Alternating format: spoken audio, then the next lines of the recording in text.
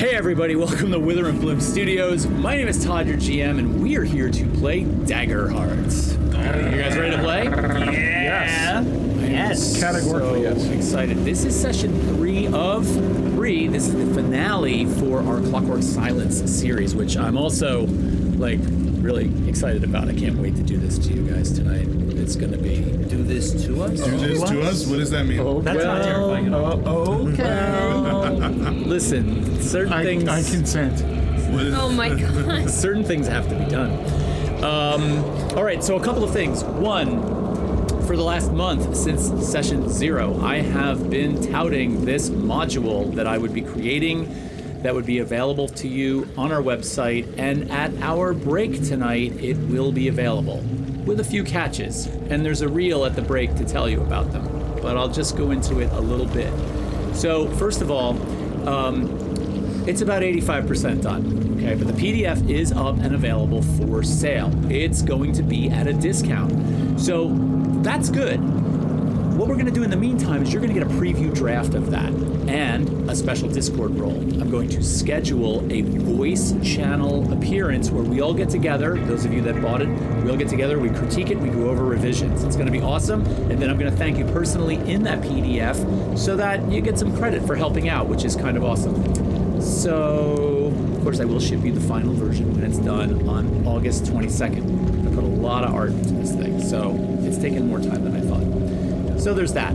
I'll throw a sneak peek in a little bit later so you can see a couple of the pages if you want.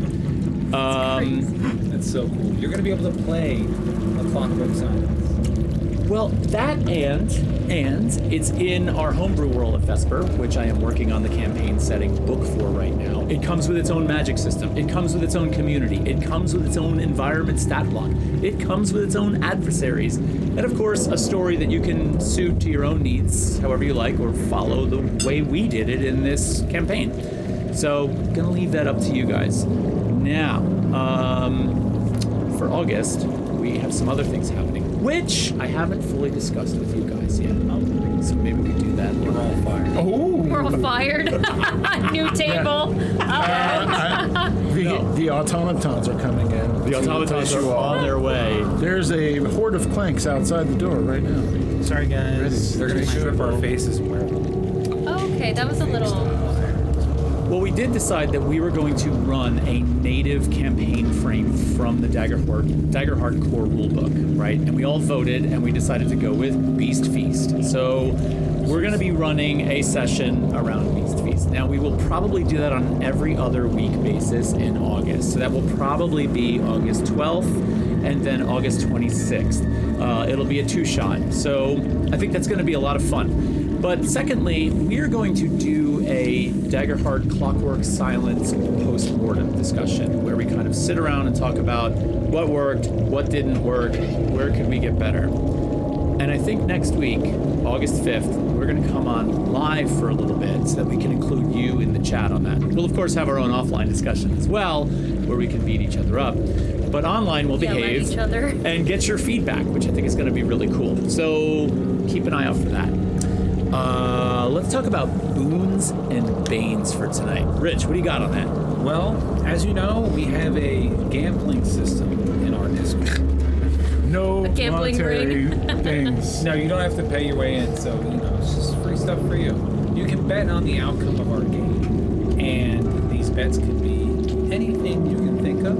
3 bets per person, and you can either get a boon or a bane. A boon will help the party, a bane will help the GM. And we are also, we've had this the whole time, but we haven't really talked about it that much, but you can also, at every donation of $5, we'll either get you a boon or a bane. So if you want to skip the whole betting process and just impact the game, kill some of the players, help the GM, yeah, you can bet $5 and make an influence. And here's something really cool about that. We've added to the Boons side of the table on page 132 and 133 of the core rulebook. you have the consumable loot table. Now, what's awesome about that is it is a roll of a d12 up to 5 d12, and of course, the more d12s you roll, the closer you get to legendary status on that consumable that you find. So, for each boon you have, you could choose to roll a d12 on the consumables table. Yeah. You're saying the background noise is too loud. Background noise is too loud. Oh, I thought I was just a little chatty when I was asking questions. I was asking, sorry. Hang on one second, I'll get that for you. I think they're talking about the sound, Yeah, the sound In my ears. and I can't hear any of you that well. Sorry. Really? I got blisters on my fingers. Is that better? Okay, we just switched it up a little bit. Let me know if that is better. I can hear Todd mostly though. Check 11222. Because that's because I'm the one talking. Check it. Yeah. Hello. Check. How's that sounding? We sounding good? How we doing out there, I people? can't even hear the music anymore. So. I turned the music almost completely off. Is Mercury still in retrograde? It might be. I wouldn't be there. Nobody said anything. Wait a minute. Hold up. Hold up. Wait a minute. We're gonna get Good to go. Good to go with a smiley face. We're good to go. good to go. Hey, thanks for that. We appreciate that. Anyway, as I was saying, the consumables loot table, 132 and 133, inside of the Daggerheart core rulebook, you can spend your boons to roll on that table to give the party whatever's rolled. If you only have one boon, but you want more boons, you can group together with other people in the chat that have boons. So, hop in the chat and say, hey, so-and-so, let's combine our boons and roll on the consumables table, and you can do that. I kind of think that could be really fun. So, it's up to you. You'll be able to see on the screen tonight who has boons. So, check that out. Also, I don't know if we clarified this, but we're talking super chats when it comes to donations. Yeah, so if you want to make a donation and buy your boons or banes, jump into the super chat and you can do it there. And what's cool about that is your message gets pinned onto the screen and highlighted, so you could wish the GM good luck in murdering the entire party. Or you could wish us luck Super in chats? living. $5 is super chat. $5. Per Right? boon. Per boon. I think you or can bane. spend less than that in the super chat. You can Oh, spend wow. less in a super chat. You can spend whatever you want in a super chat, Yeah. but $5 for each of them. Use whatever you I want. was just trying to figure out how much I had to spend to help myself out. Yeah, right. Yeah, are we No excluded from rules. that? No rules about us buying them. Yeah, nobody said anything about us sitting at betting the on table ourselves with either, right? cheaters. It's not cheating. It's Rich using has our like resources. 30 Influencing separate the accounts outcome to in a buy good himself way. boots. Okay. Rich crits on every roll. Bun Riri needs to chill because they said murder. You say? Do it again, Bowman. Say it again. Don't Say murder again. They will. All right. So, a couple of updates on the game and getting to recap. Let's go into that. So, first of all, this happened off camera last week after the show was over. You all leveled. All right. So that's exciting. So you've got some new things to work with this week and some new thresholds that maybe will protect you a little bit more. I hope they do. Probably not. I am going to introduce a new mechanic for this last session. Okay? Now, as you all know, I have this mysterious timer on the table, which is currently at 13. You've noticed it ticking down on occasion, and it seems to coincide with the Veritas engine's hum getting louder. That may increase in speed. I don't know. So here's the mechanic for you. You may erase a hope slot or a stress slot to tick this back up one if necessary, but it's permanently erased from your character sheet, unusable. You decide. So there's that. I think that's kind of fun. That is, Of course you'd think that's fun. It's like demented and sad, but fun. that's what I find to be fun. All right, so really quickly, before we do recap, I'm curious where you all stand on hit points and stress. So can we go around the table and just state how many stress and hit points you've marked and how many you have left to mark? Who's starting? Would you like to start, Eddie? Oh, Sure, I guess. All right, so Sparky is sitting pretty at, for hit points, 4 out of 9 now have been marked, so I've got 5 spaces left. And for stress, 1 has been marked out of 6, so I've got 5 stress remaining. I will say that there is a bet in the Discord that you will be the first to die. How many armor slots do you have? 3 left. Oh, good point. Out It's of also how many? Oh, out of 6. So I'm halfway there on armor. I just need to farm some hope, and then I can wink, change wink. that. If you guys want to Help. send Atticus some donations. All right, Valeth, what do you got?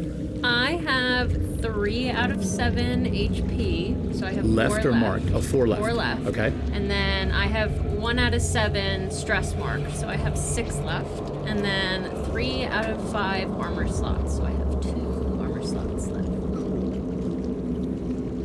All right, good. Rook, what do you got? Rook. Full HP left. Full stress left. Full armor left. I am God tier. Are you? I have 3 armor. I barely You need almost it. died. It's because I risked it all like a gambling fiend and I came out on top. That's the only reason. Well, a win's a win, right? A win's a win. Yeah. $20 is $20. I think that's gold. Also, Make a Todd, quick you were 10 saying bucks. that if you first person to find the Hat Man, Yeah, if you find the Hat Man on the screen, you can also get a boon. First bid. person. Someone was- found the hat already? The first person was Warrior 1 minute into the stream. Yep. oh, Oh my So- god. the Warrior has 2. Warrior has 2. Why? And did Warrior pick a boon or a bane? Warrior picked a boon. So 2 boons?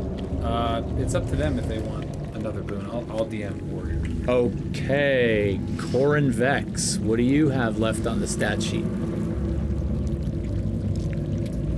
No, sorry. I was looking at the chat because there's so much chat. There's chat going on. Sorry. That's all right. For the chatter. I have used half of my armor, so I have 2 slots left. I have 1 out of 7 hit points marked. And I have 2 out of 7 stress marked. 7 hit points. So you took some hit point slots for this Yes, level I up. did. That's all I did. Okay. I can respect it. Wow. I'd like to see it. All right. I hope you don't need them. Or I felt I do need them. Because you're threatening the end. Flocutus, what do you got? I have full HP available, full stress available, and full armor available to equal Rich's godlike status. Yeah, bro. Yeah, bro. That was so good. Wow. That was Yeah, cool as shit. so- That's because I So good. I do that because I'm a fucking coward and I just sit in the background and do a thing. Well, I that's take, not true. Oh my You went God. Megatron last week. well, yeah, Well, Mecha. I take all of your hits for you. Yeah, is the that's thing. true. Oh. It's good to have a kid that'll jump in front of a bullet for you. See, my players think that I'm simply gathering intel for all of you to understand their status, when in fact I'm gathering intel For who he's coming after. Yeah. Guys, I Warrior I smelled the nefariousness of that request. Warrior has given Atticus a hope. Oh! Thank you so much, Warrior. I greatly appreciate that. That is so You are now left exciting. with one of your boons remaining. All right, and as your benevolent GM, I will be starting the game with 4 fear in the glass from hell. All right. Do we need a little recap? Yes. For our audience. Excellent. So in session 2 of A Clockwork Silence, all of you managed to wrap up your dealings in Aurora's workshop. You came to understand a little bit more about the Veritas engine and how it functioned, what it was connected to. You came to understand a little bit more about Requiem, Aurora's clank augmented hair. You then left the workshop and made your way down into the sewers, where there was a bit of a struggle. First of all, you had to deal with the tides. The tides were sort of in, so the water levels were kind of high. You took a short rest, allowed them to recede a little bit, and then when you started to move forward, you encountered one patrol from the Slip Fire Brigade, which was 8 in total. You almost got your... Well, we had a death move, right, Rook? We did have a death move. And I got cooked. You got cooked. So the Slint captain, who used their bolt gun right through your back to take out your last hit point to Mark, and you decided to risk it all. Yes, it was very scary, to say the least. Yeah, I was sweating bullets. Yeah. And then one thing I forgot to mention, if I can just back up for a second, is we also had a visit from a strange Oh yeah. That was so cool. character who popped in. Circe, who is a character from another campaign of ours, turns out is a time traveler of sorts. So cool. And has been working with Aurora Flux to extract cathexis, which is the 3rd magic form in the world of Vesper. That's part of the process and recipe for making Triunium, which is the power source for the Veritas engine. Anyway, some nerdy lore there that I had to kind of get out on the table for all of you. Now, after the battle in the sewers, once you reduced that battalion's numbers significantly, and they sort of started to reduce yours, they fled. So you traveled into the sewers a distance until you came across a door that was guarded by 2 Slinth. Through a brilliant group action, tag team group action. It was a group action, not a tag team. Yeah. Group action. You managed to assassinate both of these Slinth in one shot. It was beautifully executed and a really good example of the group action. And that's where we left off, at the door where you are now looking to get inside of, is where we pick up. Yeah. Yes, it is. What's the store look like? Well, it's funny you should ask. The door is a very, very heavy, almost teak-like door. It's the type of wood that seems to survive being wet for long periods of time. So it's a silver gray. It clearly does not have a whole lot of distress about it, even though the water does flow in and out. The bottom of the door is just caked with like the slimy slickness of the sewers. What alliteration your GM has this evening. The slimy slickness from the sewers. Anyway, thank you. Sludge. But I digress. Sludge. Thank you. I digress. All right. But it rises up. There is a very, very large hasp on the door that has a very, very clear and well-positioned keyhole that when you go to try that door, you notice the door is, in fact, locked. Heavy gauge door.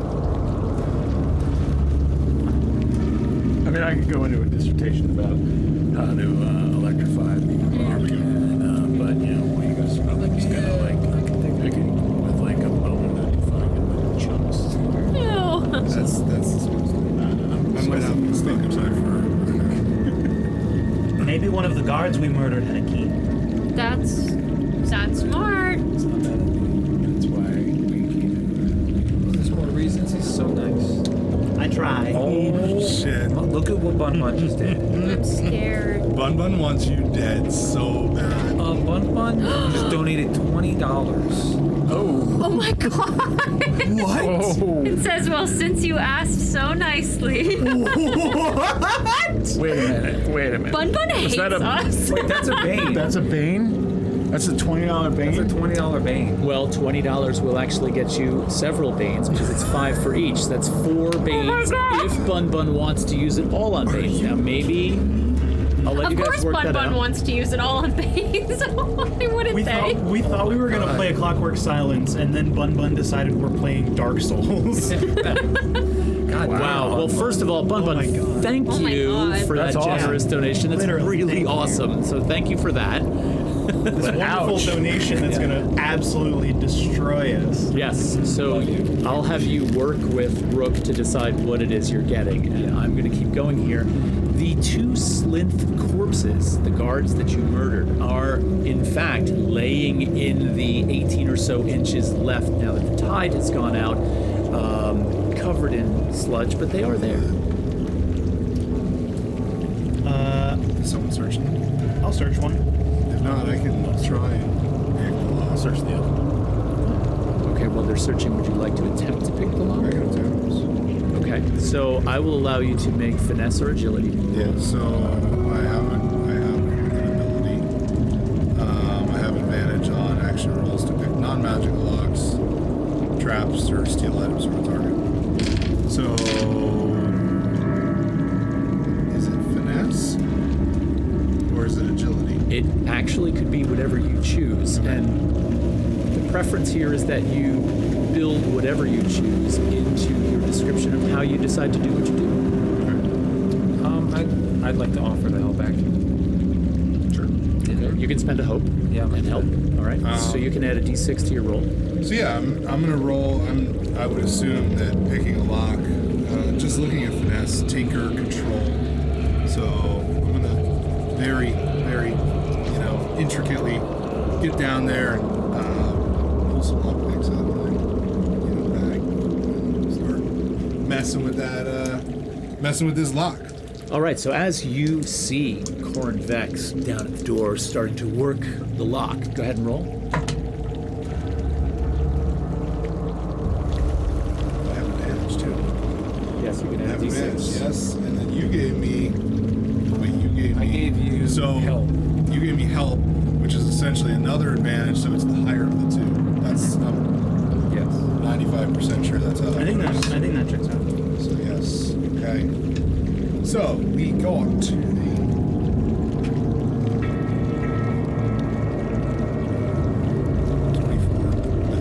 24 with hope. 24 with hope. So you sort of settle in, very confident in your abilities, moving your lockpick tools with absolute precision. And honestly, as you get in there, and you've done this before, you very quickly recognize the mechanisms inside of the tumbler, and you're able to just sort of manipulate this just right, and you hear the That's the easy one. and you feel it unsnap just as you thrust your metallic hand into the sort of overcloak pocket of this slinth to find the ring of keys that the one guard actually has, which you pull out just as the door opens. Oh, Well, let's bring it with us. Yeah. yes. I'll keep these in case they stop being useless. Oh my god. Let's remember Okay. to keep it down. Okay, I have one question. So, in the battle that we had a little while ago, Valen, I noticed that you were using the whatever this flamethrower laser gun thing is. Aether hose. Still strapped to me. Okay. Yeah. Is it difficult to use?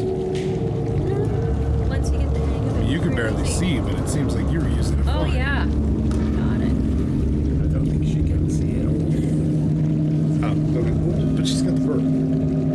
That's why I Oh, said barely. I can see like lights, but that's about it. Shadows. Yeah. Okay, so I Blindness mean, is a spectrum. how does it work? Your guess is as good as mine. Is there a trigger? Is there a Yeah, so is there a trigger there a on the handle Aether or- hose? Yes, so the Aether That's what I hose kinda functions figured. very much like, imagine a fire hose with a very long end Yes. on it, and where the right hand would grip if you were a right-handed individual, there is a pulling mechanism that sort of arcs back to the arcane unit. Well, on I the just back. unlocked this door, but before we go through, I'm gonna. Well, I already had one, so I'm assuming it's on my back. So I'm Yeah. just gonna maybe prep it. Okay. Just gonna Sparky kind of. sheathe the daggers for a minute and just. You have a sort of feeling about you when you put this on. There's a slight warmth that emanates from the backpack, and you can feel it between the pack and your skin, and so you know that the Aether hose is activated. Can I peek inside the danger? Yeah. Why don't you roll an instinct roll for me? I just said that. Get out of my head. Yes, baby. What? Yes, baby. 15 with hope. A 15 with hope. All right. So you sort of very carefully. Wait, I'm sorry. That was a 18 with hope. An 18 with hope. sort of cautiously poke your head inside the door. First thing you notice is that there is that sort of cavernous echo of space, right? Some of the space that's inside the sewers right now feels that way because they're massive tunnels, so the slightest sound echoes off of that. The space here is a little bit tighter. The hallway is narrower, so things are condensed. So the space, in terms of how you hear, changes, all right? And you listen, and from a distance, pretty far away, you seem to hear a voice.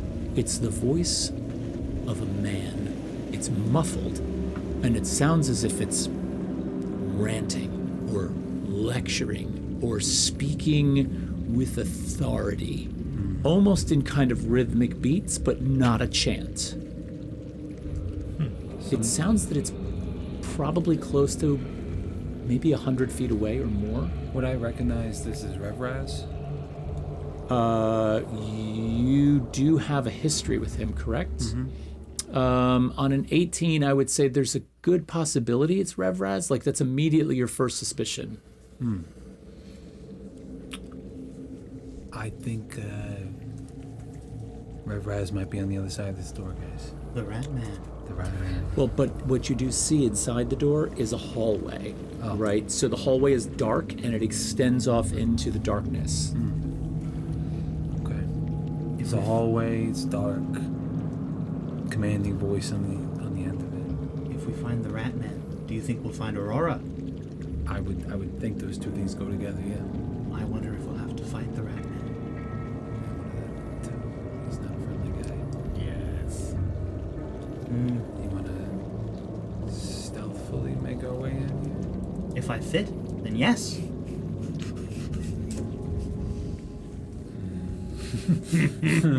I am 9 feet tall. We could send Fig. Let me. Yes, you can send Fig. Send Fig, yeah. I'm gonna kind of prop the door open for you so Fig can kind of fit. All right. So I will mark a stress and send Fig. All right. So Fig flies in, and all of a sudden you are overtaken by the visions through Fig's eyes as he into the darkness. Now, the hallway is relatively dark, okay? But as Fig flies forward, you do all of a sudden see what appears to be an ambient glow at the end of this hall, and then you realize where it's coming from. It's from above, and Fig... I'm gonna like whisper describe this as I'm seeing it, kinda, so they're in the loop. Fig turns upward and starts flying up a flight of stairs, and he goes a good distance. He's flying, the stairs almost seem very steep, and he's flying up these stairs. The light, the ambient light that you see begins to grow a little bit brighter, and then all of a sudden you see it. There are 2 torch sconces surrounding a closed door at the top of this stairway, which is just a really small platform, and then boom, there's an arched door at the top. Fig sort of breaks, flies backwards, and starts flying back down the stairs. There's no other option but that door. Okay. And there were no like people around. No, there's nothing in the hallway. Okay. Are we going in? Let's go in. Yeah, let's move on. Quietly. Really quickly, before we go in, Sparky's gonna kind of reach down to one of the dead slits and see if there are any like metal components or anything, and picking zippers or buttons off of the clothing and garbs and armor, and kind of just holds it up to the end of the aether hose, and kind of just feathers the trigger almost to just heat up this metal to a point where it's a little workable, and begins to kind of kit bash weld some of the breaks in their armor together, and that's going to be me using my minor health potion. Oh! That's awesome. Love it. How do I do that again? So You just did it. You just did it. So consuming a minor health potion can be as simple as saying, I'm going to drink this minor health potion. However, I love the narrative. Yeah. What do I do mechanically? That's a D4 plus your... So you roll a 1d4 nothing. and you're going to Just 1d4. erase that many hit points. Oh, wonderful. As Fig returns, I'm just gonna give him a nut from my pouch. Perfect. As a little treat. Okay. Yeah, Fig doesn't take long to get back. So how many did you erase? 2. 2. Excellent. All right, so you know the layout of the land. Fig has given you, the deets here. What do Yeah. you want to do? Well, I think we're going to push forward, slowly and quietly. I'll bend down. Who's going first? I think I'll lead. I'll follow Rook. I'll be somewhere up front. I saw it. I know what to expect. I'll kind of have. Southern accent. I do declare. It sounded southern, right? I walk through this here tunnel and scrape all the sludge off my feet Oh my afterwards.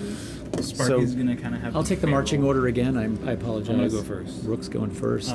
Sparky behind Rook. I'll be behind Sparky. You want to pull up the rear? Sure. The barrel of the Aether Hose arm cannon is just like over Rook's shoulder as I am like bent down, assuming that the ceiling is. I got one. 9 feet or You've got below. one. You've got one. So you've been pretty fortunate, actually, in a couple of places you've visited, because typically, as a 9-foot tall entity, not a lot works in your favor. The sewers happen to be immensely high ceiling. Right? This is great. The workshop, actually, the first floor of the workshop, which, if you remember correctly, is where you remained, is the highest floor with 10-foot ceiling. So even though you ducked in the door, you were able to stand. However, passing through this doorway, you realize that now you have a fairly cramped space because the ceiling inside this space is 8 feet high. So you're crouched in this space. Yeah, right there, big guy. There's a giant moth in here. Moth.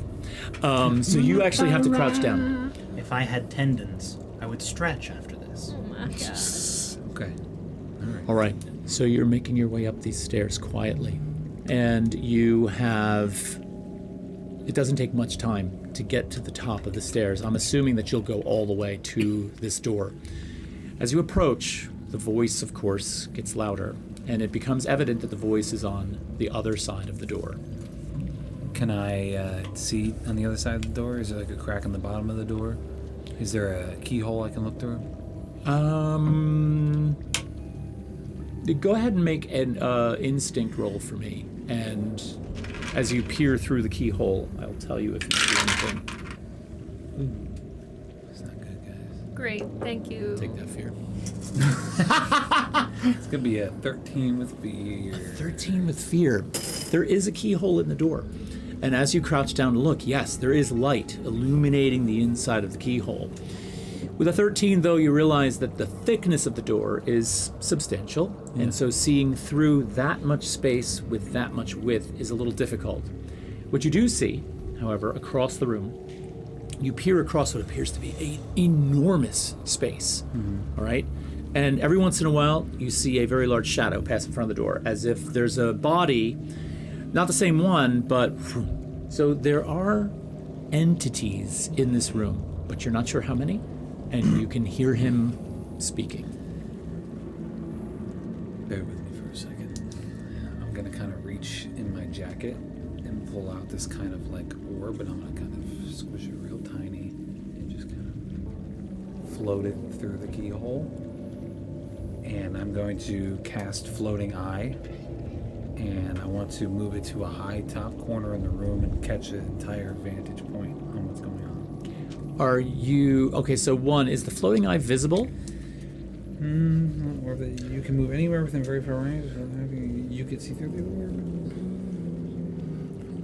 I think it's visible. It doesn't say either way. Chat. Does anybody know? I would say that an orb like this would absolutely be visible. I don't think it's reasonable to think such a thing would be completely invisible. Can I roll stealth on it? It is an eyeball squishing through a key ball. Yeah. Key Right. And it's going to come through the keyhole, however you'd like to put it. It's going to come through that keyhole and probably grow back to its original size, right? I mean, these are all assumptions. I would keep it tiny if none of that is in the directions. If it's up to me, I would keep it tiny and stealthily. Is a stealth roll possible? I'll let you do it. All right. All right? Let's see how much control you have over your It's his floating first time eyeball. using it, and it grows to like 3 times We'll see the how much size. control you have. Let's see. Oh my God, that's a crit. Someone just lost a bet. Someone just lost a bet. Y'all better bet on me for critting. That is 18 crit. 18. All right. So Rook has the first crit. And with a crit, I'll say that you are able to keep the eye the same size. And I'll say that you were able to sort of pull it right up into the shadows towards the ceiling. And you get a good look around this space. In the distance, across the room, and this room appears to be about 80 feet by 80 feet. It's a very large open square space with a couple of pillars, and on the far end of the room there are 2 staircases that seem to go up to a platform that, in this case, looks like a stage, oddly, but at some other point it was probably either an area for storage inside the sewers that was safely perched above flood lines or water lines. Hard to tell, but there is this raised section. Now, on that raised section, you can see several things. One, there is a lectern and a bookcase and a man who is standing there that you immediately recognize as Revrax the Muzzle. He's wearing a mask across his face. He's standing there at the podium, fist planted firmly in it, and he's having some sort of speech that, as you're watching through the floating eye, seems to match perfectly with what you're hearing come through the door. Then you scan around the room. The room is filled with what appear to be like barroom cocktail tables and chairs. And there are no fewer than 30 people in this room. Oh and my by God. people, You mean rats? what I mean are rats. Now you're startled by this, and so you focus in a little bit with the eye. And I'll give you one last detail before I pull back on your 18 crit. Only 3 of these rats appear to be armored and armed with aether hoses. All the rest of them appear to be wearing simple robes, sitting at tables, eating food, and they almost appear to be less than what you've seen previously. They're all attentively focused on Revrax on the stage. Does it look like there's any other entrances to the room? Not from what you can see from this vantage point. There is one last detail. On the stage, to the far right of the podium and to your left, there appears to be a fairly large 5-foot-tall tank, glass, round, bluish in color, holding some kind of liquid. Submerged in the tank is a clank who is twitching, probably from some kind of short-circuiting of some sort. It looks to you like Aurora Flux. Oh, That is so fucked up. free her. Guys, huddle the fuck up. Aurora's in there. She's in a blue tank of liquid. There's about 30 goddamn rats on the other side of that door and one muzzled motherfucker on a podium. The rats aren't armored. A few of them are armored, like the other ones we saw, but most of them are just grunts. How do we want to do this? Do any of them have aether hoses? A few. How many is a few? How many is a few? 3. 3. Thank you. I'm bad at math. It's okay, me too. Well, appreciate technically, 3 is a few, 2 is a couple. Thank you. What? Thank you. Hey guys, I need you to lock in. Right Okay. now. I need you to lock in. What are we doing? I want to free Aurora. Yes. Yes. Obviously, we want to free Aurora. How are we gonna do We that? should just go in, Did you say blazing the place up. she was in a tank? She's in a tank. Maybe I could shoot the tank from the doorway. That might be the first thing we should do. Should we drain the tank and then just attack? Okay, so you know we're on a time limit, right? Her fucking engine's gonna blow up. What if we do what we did at the door earlier so well? What if we do that again? In a cramped space? In a cramped space, Sparky. But how will anyone get past me? Well, that's what we're hoping for, really. You're a tank, Sparky. Oh, Yes. I understand. Yes.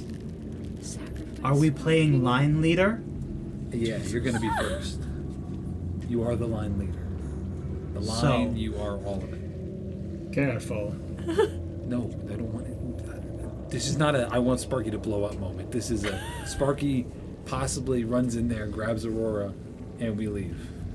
While we, I like that. While we open the door and we all fire on all the other rats. This is going to be fun. So, we open the door. I'll shoot the tank Yes. and start draining it. and attempt to grab Aurora. You big, strong motherfucker. Exciting. Exciting. I like it.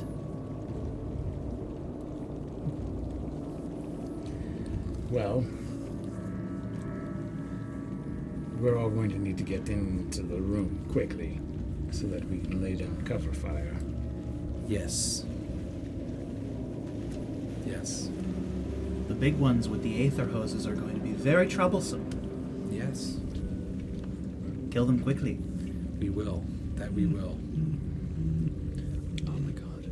While we're here, I would like to point out the fact that Jennifer has won a boon Oh, for what? for betting on me critting Hey, first. what are you looking over there? I know. I totally pulled up the are you wrong doing? Yeah, what's thing. going And on? now I've got Don't look at this. it. Don't look at it. Don't look at it. Don't look at it. Let's get the stats, you know? Don't look at Yeah, it. you're getting rid of that. If I could have made a worse possible mistake. Let's pull up my adversary stack block on the screen behind me. Perfect. Chat, clip that shit. Chat, clip that. Wow. Yeah, Click click. Hands. Click. I have a Shake hands. question God. for the GM when we are, when you're ready for it. Sorry, I got so thrown off by that mistake. So you have a question for me? I have a All right, question. ask me that question so I can get back on track here. What does the ground feel like in terms of, is it really loud in that room? Like, can you know what I mean? Yeah, absolutely. So the ground surface and the reflection of sound off of that surface is very similar to what you heard in the sewers. So it feels like it's probably stone, cut stone, and somehow assembled in a similar way, right? So you've got that similar echo. The difference here is that all of the bodies that are in this space, oh, wait a minute, you wouldn't know that because you're not in the space yet. That's what Valeth is trying to figure out by other senses. Okay, so it feels like the presence of bodies in the room dampens the sound somehow. Because you're able to sort of ascertain from Rook's description that the room is large. Yeah. Yet the sound doesn't have the open reflectiveness that a large room would have. So you assume that there are a number of... that the space is crowded. Okay. Okay, team. Did we come to a conclusion? I think so. I think we're gonna get fucked. I think it's going to be great. Hey, okay, so I know... I'm down the stairs. I don't know what we're doing. What? Yeah, how big is this platform? How many of us are standing up here and how many are on the stairs? Yeah, so most of you are on the stairs. The platform that's at the top of the stairs is only big enough to hold 2 people. So I'm on the Rook was stairs. in the lead and was right Sparky was behind. right behind. The rest of you are sort of down the stairs and you're all having that kind of I've conversation. made sure you all can hear me, but okay, so I know you and me can both pop in there and shoot out a bunch of blades. You know? I also have big guns. You have big gun too. What do you guys want to do when we open that door? And I can unleash chaos. Well, while we're making this decision, I think it's a perfect time for me to spend a fear. No, Oh, they don't have to do that. Well, I mean, I figure a delay should always be taken up by that. I'm going to spend this fear Fucking do it. because in the intensity of the moment and the decision making that you're clearly stressing over, the timer ticks down 1. Sparky, go. go!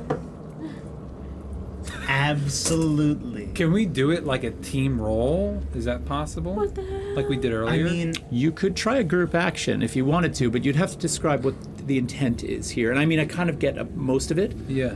but let's be specific. Individually, what we're each doing? Yeah, and I'm assuming that Sparky will be making the actual roll, Yes. correct? All right, so let's Yes. talk about what Sparky's going to do and how each of you will help. so what I'm gonna do is I'm gonna basically shoulder check the door open and use the aether hose mounted on my arm and shoot the bottom of Aurora's tank to start the fluid in there draining out.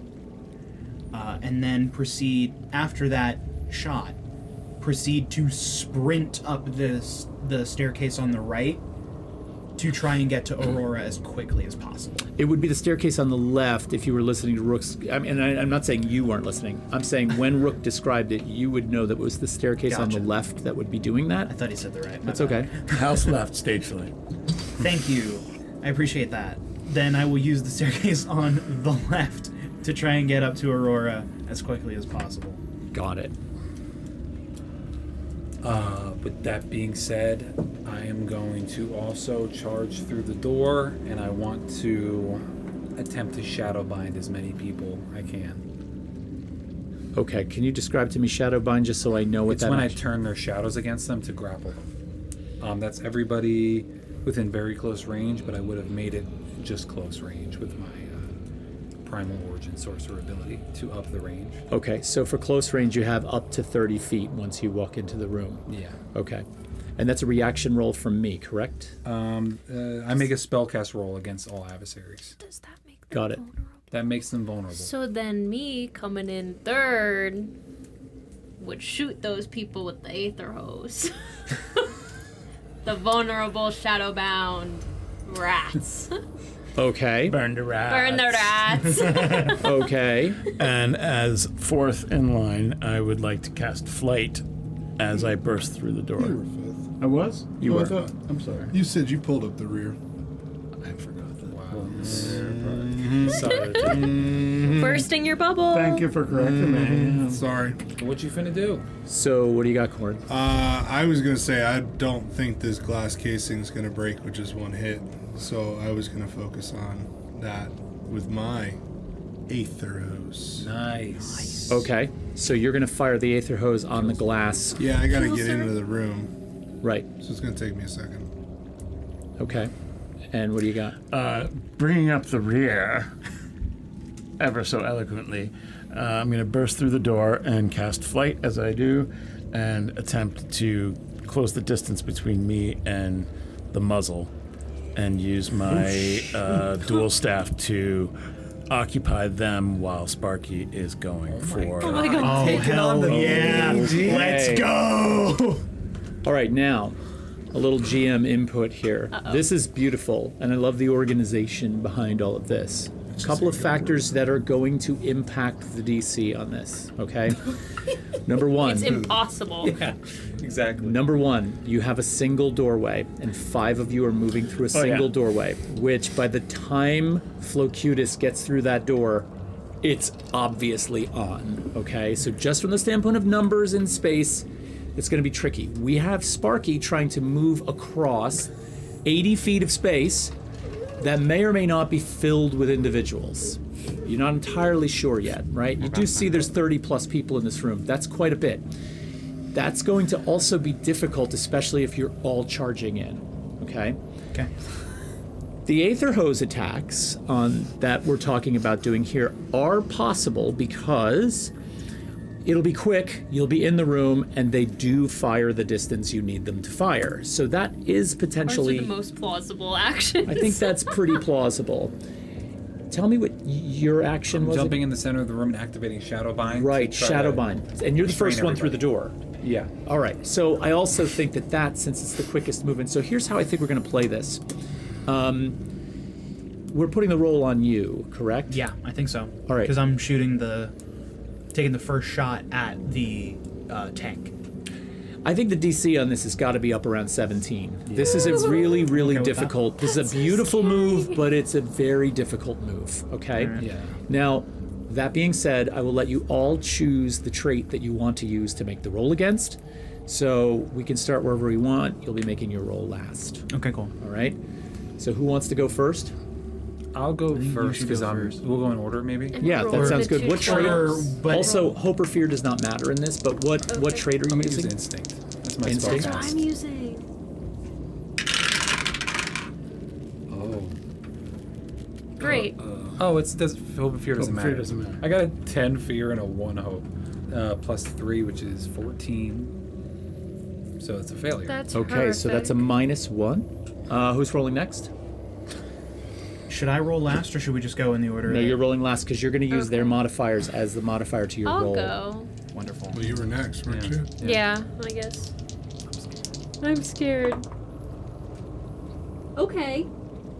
Wait. 21. Okay. 21. Oh, yeah. 21. All right, so that's a plus Woo! 1. So those Thank two God. negate. Yep. So we're right. back at Holy 0. crap. Scary. Corin, you'd be next. Did you set a ability? Yeah, 21. A trait to use for The the roll? trait for the up to you. no, for the Aether Host. Yes, there was. It's instinct. Yeah. Instinct. Oh, it's Yeah. instinct? Yes. Were you letting me use finesse for mine because I had tinkered it onto my arm? Yes. Well, basically, I was allowing you guys to kind of tool it your way. Okay. So, yeah, you can use finesse on that. Wonderful. I mean, the ones I think wouldn't work would be like strength, That's probably 20. wouldn't work. Yeah. 20. 20, so we got a Yes. plus 1 Huge, there. huge. Nice. Huge. And No. Flocutus, your roll, please.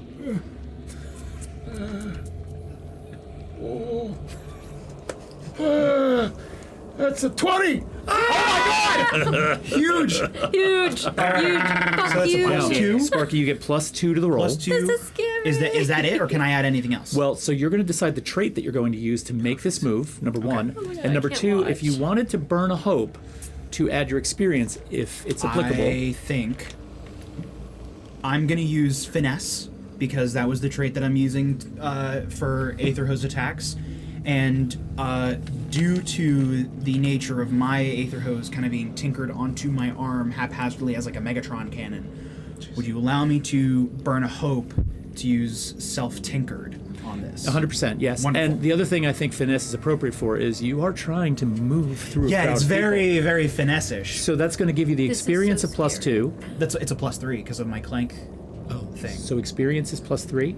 Yes, so self-tinkered is plus 3, finesse is a plus 2, and then I get a plus 2 from the group. Yeah, so you've got plus 7 Plus to your roll. 7 to this. Well, you Oh gotta my get us a 10. god. I can't watch. All you gotta get is a 10. This will have hope or fear in it, by the way. Make sure you add the 2 dice together. I'm doing that.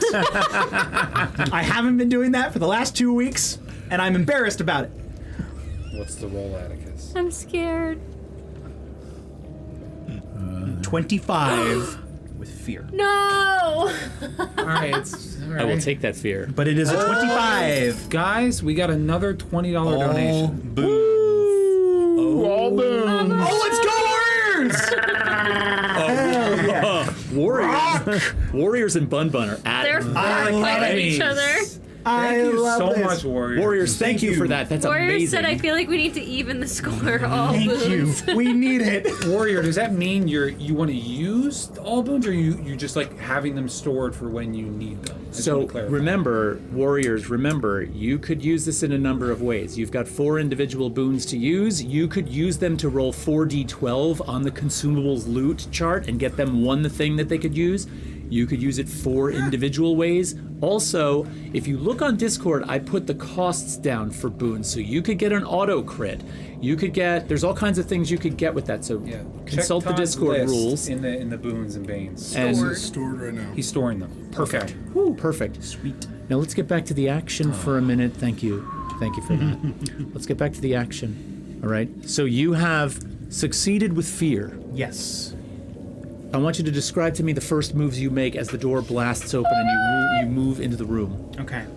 So after Rook goes out and throws the spell out, Sparky immediately rushes into the room, scans the space, but then immediately locks in on the tank that Aurora is in. Holds the Aether Hose arm aloft and fires, planting the shot right just to the left of her left foot, skimming the tank and allowing a hole to form, and the liquid within begins to drain out. The moment Sparky sees that, it is a mad dash up the stairs, past whatever slints are nearby, directly to Aurora. Okay. I'm going to throw a couple of things into that description, Please but do. let's get to now a couple of these other moves, right? Because Sparky rolled the result of the group roll, I'm going to allow the collective spirit of the group roll, which was to get to Aurora and get Aurora out of the tank, to succeed, which it did succeed. However, it was made with fear. So as you are all blasting into the room, remember, the move goes back to me before you get to make that move. You are in the room. You're all in, which means I should probably get the battle map. Oh, let's go. Man. All right. Oh, I'll we're be in right it. back. We're so in it. Oh, we're cooked. Map action? Did we get battle music? Dan, do You you will want me get to battle music. I have to be take careful that? though because there's some chit chat about how loud it is. That's weird. Daggerheart. It's never been like that before. I don't know why the music's being a problem sweating. tonight. I'm sweating. Who else is sweating? I'm sweating. I'm nervous. Warriors, that was insane. I was not expecting. I'm so You excited. are a saint. Not anymore. Did you kill it? Agility. Oh, ew. Very dead. It's Oh, it smeared my character sheet. Wait, The door attacks. The door crits on us. the door crits. I'm nervous.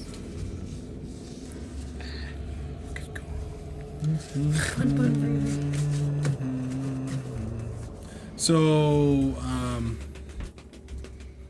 admin in the corner. Shouldn't Bun Bun have 4? No, they have a one mystery one they haven't decided on yet. Okay. I wasn't following that 100%. Bun Bun may not be fully. Do you want us to Assist? assist? Hold on. Where are all of our minis? Over there. Camera. All of them are over there? Yeah. There's a lot of Grab stuff that in side. I got this side. I got this I'm side. grabbing this side. We're going in. Precarious. Coming into going a precarious Coming in. situation, and I've got to move a few things that Coming. fell. Oh This is insane. my god. Now I wanted This to get them is- all painted, but as you know, there's been a lot going on. Oh, So we God. got a little thingy thing there. We got that there. What else fell over here? Everything else looks pretty good. Real. Tile. Oh my god. All right, now Dude, you have we outdone have yourself. This is amazing. Flocutus. No, that's Sparky. Sorry, Sparky. That's what I meant to say. Sparky, you made it to the barrel, or you were on your way to the barrel? Going to I mean, the barrel, that's I think, entirely right? up to you. That's where I'm trying to get to. Whatever obstacles are in my way. Yeah, that works. You're That's making chill. your way. Yeah. All right, Flocutus, you were bringing up the rear, right? Rook, you were going into the center I of was the gonna go to room. this cluster to grab those guys, Okay. so the Sparky can run past. All right, Huge. and then we have Corin Vex, who was going to attempt what? I was also going to attempt to break the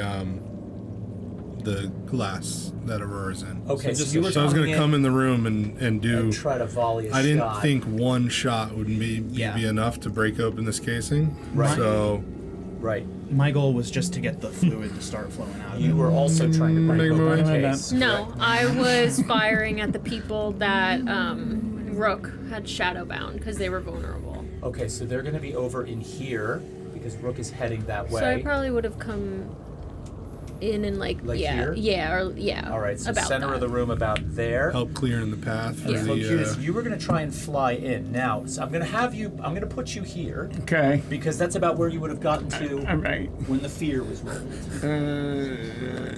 I'm scared. So Todd, what we were trying to do didn't really occur yet. So when it went back to you, I'm just trying to get a. So what's happening is, this is a complicated move, all right? And so what happens here is the spirit of the group move, which lied mostly in Sparky's hands, Yeah. has succeeded, right? So I'm going to allow Sparky to cross the room on the way in. But because the roll succeeded with fear, that's now going to push the action to me Okay. to sort of begin with. Okay. Okay? All right. And so, as Sparky bursts into the room, firing off the aether hose first, shattering the container, liquid draining out, you sort of see, because you're one of the second people into the room, all of a sudden, Revrax, who is standing at the podium, who, as Sparky bursts in, but before Sparky fires off the aether hose, you almost hear Revrax pause in his speech, and he says, "Ah, good. Some newcomers up." And then this arcane beam just launches across the room, and you see Revrax. He's all of a sudden, he like pounds his fist. He's like, "Get them!" And he screams across the room, and he reaches up and he grabs his mask and he rips it off of his face. Now, the mask that you see Revrax wearing looks like, first of all, it's leather. It is stretched tight across his face. There's this odd metal disc in the middle of the mouth. It's almost as if it's some kind of filtration system. You're not sure what it does, but he immediately, upon this, rips it off his face. And you see behind the mask, his mouth seems to almost be like, not rotted. Rotted's too severe a word. It's from being covered up for so long. It's really distorted. It's got a lot of sores and cuts in it. And all of a sudden, he becomes a really ugly and enraged person. So the second you come in the door, all these rat folk that are in this room, and at first glance, by the way, each one of the rat folk that is on that map represents 6 rat folk. Oh! Are you Including kidding? Now, including the one that's No, with the exception of the ones that are holding the aether hoses up. There's 3 painted ones holding aether hoses. Those are individuals. The non-painted ones each represent 6. So Cool, we so are 12. we're pushing close to 35 to 40 individuals in this room. That being said, the scatter of activity as Sparky runs in the room clearly shows that they're kind of initiates. They're a little clumsy. Chairs start flying. Bodies start moving quickly. Claws whoosh, come out. All right? Hell yeah. Now, first thing I'm going to do, since I have the spotlight right now, is we've got Rook in the room. I'm going to take that initiate that is closest to Rook, if you could help This me guy? out. Yep, that one there. That one's going to move right in. And that's a group of 6. So those 6 come right in on you. We're gonna die. And they are going to make an attack roll. Now, they make the attack roll as the group. Yay. Okay. Need those boons if you got boons. So that is going to be, oh boy, that's going to be a 19. Are you kidding me? No, I am not. That's gonna hit me. Okay, now the Okay. way this works, okay, is I'm going to roll a d6 for every initiate that is in that group. In this case, there are 6 on you. So I'm going to roll 66, but here's the catch. They have a feature called exploding damage. Okay. Oh, I know what this is. Never stop blowing up. So, on exploding damage, I'm rolling 66. On the first roll, for every 6 that I roll, I get to add a d6 to the pool. My maximum threshold is 14. Each time I roll a 6, I will add another d6 to that roll. This is incredible. I love it. So roll all ones. Oh boy, there's 2 6s in there. One die is cocked, but I'll take the 2 that it's on. Therefore, I'm adding 2 more d6s to the roll, This is great. and neither of those is a 6. Oh. So that is going to be 12, 15, 19, 23, 25, 30, 32 points of physical damage as this flurry of claws. So you're so Killing if it's him. double my max, that would be 4 points. Is it double your I'm gonna max? burn a hope to basically like Keep an eye on the chat, just in case. I'm gonna burn a hope to almost attempt to catch one of the strikes like in the void of my jacket, and I'm going to activate the spell Rune Ward, and I can reduce the incoming damage by 1d8. Okay. So if it's 34, you said 32. It's 32, and I reduce it by 8. As long as it gets below 28, it's not double. Yeah, so if you that's going to get us to 24. Well, that's you need if to I roll get it. it. I got an 8. Are you serious? Yeah. Nice. Yo. The sad part about that is still 3. Rune Ward disappears until my next long rest now because I got an 8. Oh. Okay. Okay. Get close to me so I can take hits for you. All right. Everybody? So I'm taking, Yes. taking how much damage? 24. So that's going to be 3 points of damage. I'm going to burn an armor to take 2. I'm going to spend a fear to spotlight another one, and that is going to be the one that is closest to, what do we got here? I'm gonna bring the one from that table over right up to Valeth. No! Bun Yeah, that one will work. Bun Bun did it again, Todd. What Bun Bun do? Another 4 or something. Oh my god! Bun Bun, you have the power, Bun Bun. Bun Bun, you're incredible. I'm so scared. I'm scared of you, Bun Bun. Scared. All right. I hate love that it. happened as you're coming up to me dead. now Valeth, because. that's coming in on you. Oh no. And I'm gonna roll that attack, and that's going to be a 9. Miss! Okay. You missed. So that's a miss. And is that 6 of them? That's 6 damage. Yes! Okay. That is 6 of Blind them. girl strikes so again! lucky. Oh my Can god. I clarify, because you said the 3 painted. There are 5 painted Aether Hoses on the board, I believe. So which ones Oh, my apologies. are Yes. the ones? Okay, wait. No, there's 4 painted Correct. Aether Hoses. I will tell you exactly the ones that Okay. are Slinth Packers. Okay. The one that's on the stage, and there's one each at the bottom of the At the stairs. stairs. Okay. Yes, All right. those are the Packers. Yeah, because and- there's one right in front of me. So I wanted to. Yeah, check I on that. apologize. I had to grab an extra that's one fine. to get my numbers right. You can just kill it. And I'm gonna spend one last fear, Shaking in my boots. and that one is going to immediately be on Corin Vex. Which one am I moving, The Todd? one that's right in front of me. I The one believe. that's right in front of Corin Vex is gonna make an attack. Oh my god. The crit? It's a crit. No! shut. I rolled a 20. Can we get some boons, please? Whoever's got boons. Is it possible to negate a DM's crit? It actually, I think, is. Is that in the list? 1, 2, Rook, 3, can 4. we check, Oh, wait a please? minute. So what that means? what? To negate a DM. What a that DM's means? crit. We don't have a renegade GM crit. I never considered a crit in the mechanic of exploding damage. So here's how this is going to work. Bun Bun's like, whoop. So I mean, no matter what, it's 4. No matter what, it's what? It'll be 4. It's going to be 4 damage to you. But I'd like to roll just for the sake of the, go the, ahead. the Yeah. chat. Do it. So that means that 6 of them each roll a d6 for damage. All 6 of those dice would come up 6s for a total of 36, which means I get to roll 6 more dice to add to that pool. Bun Bun has 6 fear and 3 unknown. And 2 more of those come up 6s. 1 Are you more dead? of those comes up a 6.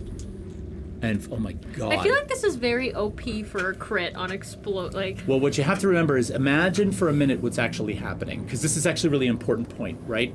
You have 6 rat folk that all come in and swarm and essentially overwhelm you, and it's just like this flurry of Yeah. attacks. So as you begin to buckle under that pressure, especially if one comes in for max damage, you can see yourself crouching and then being able to sort of gain advantage. So in a lot of ways, exploding damage like this is kind of accurate to the narrative. It is not my intention to kill you right out. Okay, let's add it up. So we had 12, that's 48, Group action did 53, 58, 61, 62, 64, 75 points of damage. so you're dead. 4 hit points. He can only take 4 hit points. I know. Well, I'll spend 1 armor slot to take 3. I'm sorry. If it's any consolation, I will stop there. Oh, we need combat music. This is intense. I have a question, Todd. I hopefully have an answer. Can Warrior and Bun Bun battle it out? Like, if Warrior wants to give you a crit, can Bun Bun like negate that with one of theirs? Oh my god, can we not do that? Why? This why is would we- uncharted territory. I don't know. Okay. I think Bun Bun and Warriors should be able to utilize their purchases because they bought these boons in a way that Doesn't They'd like, go against yeah. each that other. they would like to utilize. Yeah. All right. Oh my God, Coffin Nails is like furry flurry. All right, I'm going to turn it back over to you guys. So make it count, people. So then would it be me next? mean, because I don't know. I don't think there's any. Whoever just wants to go. So in I'll go. response to that, I'm just gonna, reach in my bag and grab my healing potion. And I'm gonna pop that fucking cork and down the hatch. As you Okay. should, King. Go ahead and roll for that. I would like to fire my Aether Hose at the 6. You're firing at the 6 Yeah. that attacked him. Attack me. Okay. Go ahead and make an attack roll. So it would go. One would shitty go thing. towards the group of the 6. One would go towards... Yes. So Right, basically you're okay. firing into the Yeah. center of this group. Ooh. Okay. It's a 20. Wait. Hold on. Math. 21 with hope. 21 with hope Yeah. will hit. Yes! Now roll for damage. Yes. And take a hope if you just don't have maximum hope anymore. I still have You have maximum max hope. hope? I have max hope. Use it, please. Yeah. I wonder if any of my experience could help me with this, to be honest. Not with damage, typically. Okay. Fucking horrifying. That's gonna do 15. 15. Okay, so here's something interesting. As this arcs out into the group of 6, right? And this is one of the nice things about a minion status. The first one that gets hit immediately drops to the floor. And for every 6 points of damage that you do, you kill another. So 2 of the 6 immediately go down. Nice. Fuck you. That's huge. So on that 6, and this is the one that's on you, Yes. we have 2 immediately taken out, and it was done with hope. Who's next? Is the tank fully shattered? Or The did tank you would have say- shattered, getting hit with that arcane beam. So is Aurora just like on the ground? So when the liquid drained out, Aurora kind of slumped over the pile that was left, and her body is sort of twitching, but you see her starting to kind of struggle to get up. Okay. That's just one slint there, right? Yeah, that's a Slint Packer. That's one of the more armored ones. Great. Packer? As in he's packing? Oh my god. He's packing that heat. He's packing. Or he's wearing a packer. Well, Oh my god. Thanks, Dad. yeah. Good one. All right. As I rush up the stairs and I see Aurora, I want to like kind of come up the stairs, fire the aether hose Thanks, Eric. at the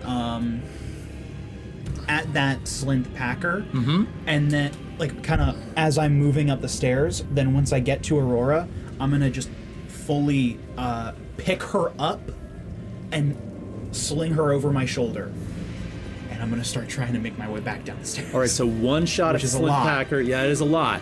Go ahead and make the shot first. Let's make the attack roll. Great. I'm gonna tell you what. Yeah. If you succeed on the attack roll with either hope or fear, I'll let you run the whole scenario. Huge. But if you fail, you're not gonna get to her. Okay. It's coming to me. Okay. I'm okay with that.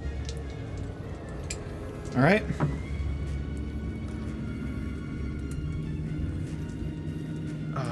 Okay. I want to say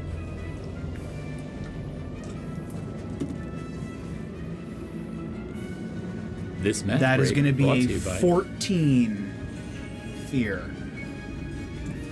I'm gonna take that fear, and unfortunately, I'm gonna be taking this action away from I'm you so as sorry. well, we because can't it's a 15 you need to hit that Packer. So as you race up the stairs, fire off that gun. This is a complicated move. You were trying to do a lot. You were focused on getting your hands on Aurora. You understand there's multiple things at hand here. And so naturally, you're probably not going to be as focused as you want it to be in this case. Eric made a point where it was 1 point to... Oh my god. Bun Bun just gave you 4 fear, Todd, and used 2 of their banes. Are you kidding me? 4 fear for the DM. For the GM on the GM's turn. I will take it. I love the essentially the hashtag Bun Bun's wrath.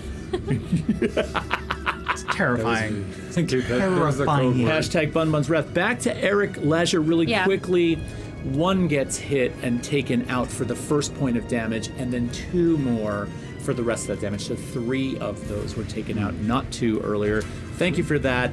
action's turning back to me, and as it does, you are going to see Revrax up on the podium, and he is just kind of like standing there watching all of this go down. And the first thing he's going to do is, he sort of pulls this you see him pull the mask off, right?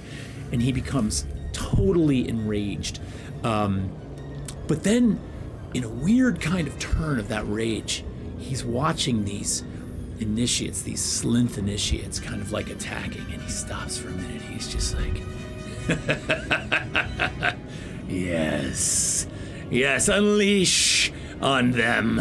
Let it all out. Understand that your power that's being taken away from you by this sentient clank revolution is all that you have. It's all the power you have. Unleash your fury on every single one of them. He's like seething, spittle flies from his mouth as he sort of enrages his entire clan of initiates to sort of power them up. And with that, I'm going to take the Slinth initiates that are right behind Flacutus over there. Yep, that one.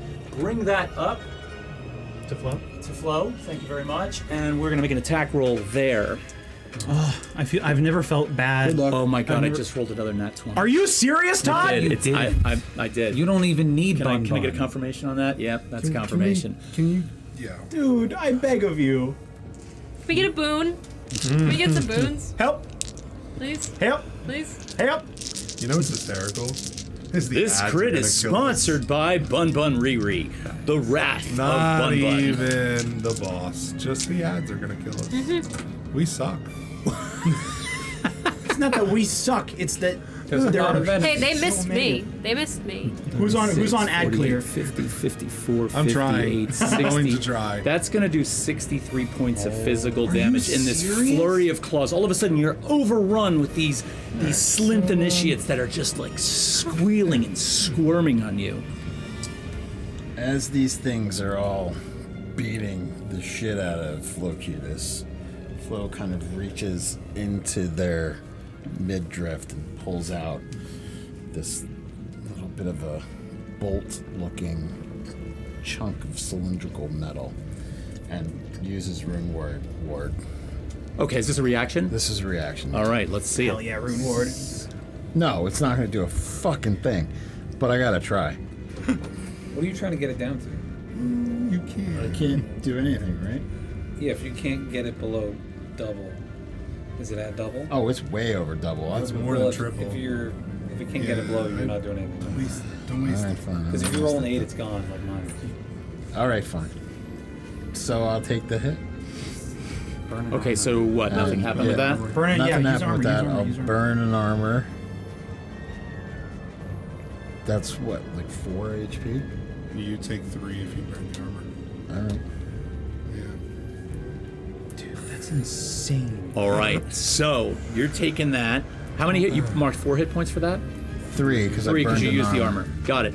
Well, since I have this new cache of fear, Great. I'm going to be spending another, and I am going to spotlight the very packer that that Sparky went after, who's going to move on to the stairwell, and is going to. First of all, I understand that figure, and forgive. So first of all, short aside, the resin printer is just giving me a hellacious amount of problems. So all figures tonight are not totally accurate. That's a Slim Packer who does not have an Aether Hose, actually. Packers are melee combatants, and so he's coming at you with the brass claws, and is going to make an attack roll here, and that is going to be a 15 to hit. That does in fact hit. Okay, so the 15 is going to yield You sound excited.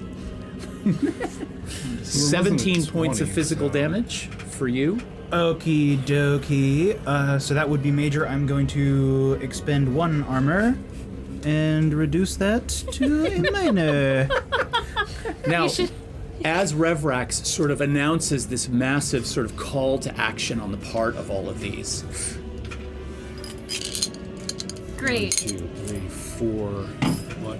Okay, he's doing a big move. What? Each of the remaining Come on. swarms that's in here is going to come into play. So there are 2 over there that are on the far side here. I'm going to spin these over to you, Addie. Yeah. Just so you can see. Can we take these 2? Yeah. I'm going to move them in. One is going to be on Valith, and one is going to be on Flo. Cool. This is awful, my guy. Cool. So I've got 9 on me right And now. then, so that's 2 of my 4 that I'm activating, and then I'm going to have this one here is going to be activated to attack Rook, and then this last one here is going to I've got attack 9. Todd, can you do me a favor? Corin Vex. Yeah. Can you just like I've start got missing? 12. Can I start missing? I will do my best. Roll below 11. So I got a first one on Valith. No, please. First one is attacking Valith, and that's going to be an 18. No!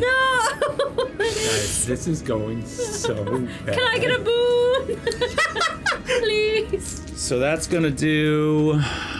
Oh, straight up, no 6s. So that's going to be 10, 14, 17, 19 points of physical So damage. that is only in my major. All right, so Okay. you got lucky.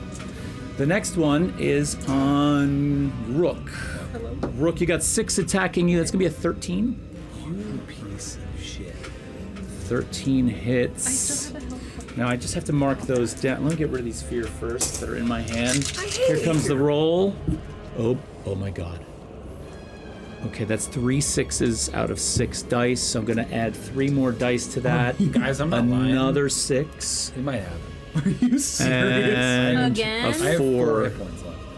That's gonna be 24, 29, 33, 36, 42, 45, 49 points of damage. You proud of yourself? You like looking across the table at me like this? Oh, I'm gonna burn an armor, so I don't take 4. I have 1 hit point left. Okay, burning that or marking that armor slot. If you guys want to give me hit points in the boons, that'd be really cool. Unless you want to see me make a death move again.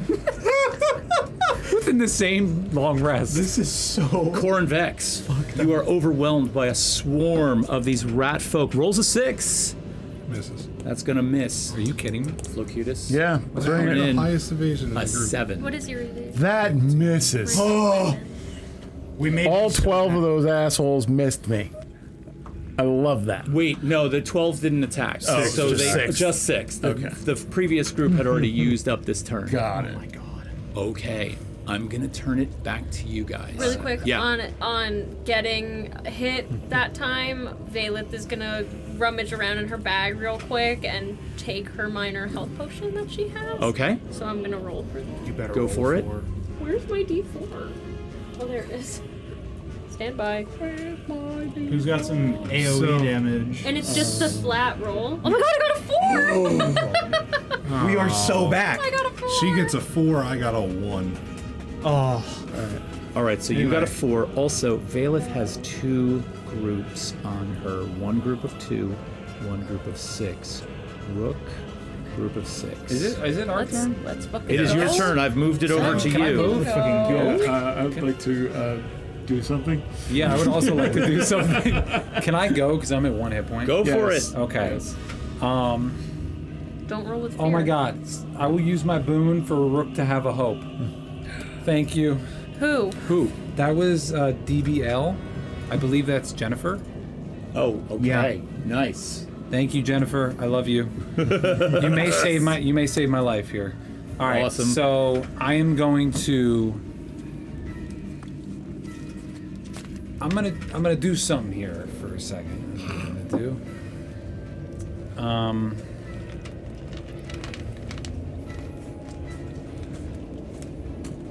I am going to attempt to rush to these boxes in the corner over here.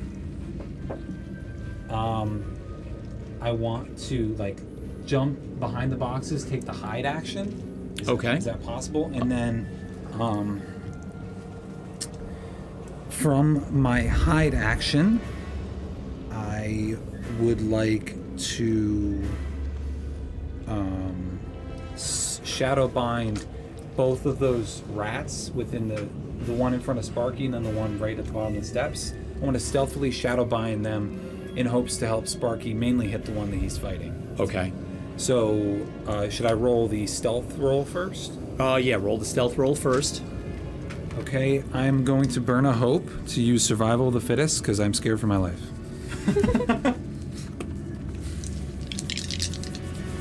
Oh Lord, this is basically a death roll, guys. Okay, that's going to be a 15 with hope. 15 with hope on the hide action. Yep. Huge. We got that hope back, and then the hope spellcast roll for Shadowbone. Come on.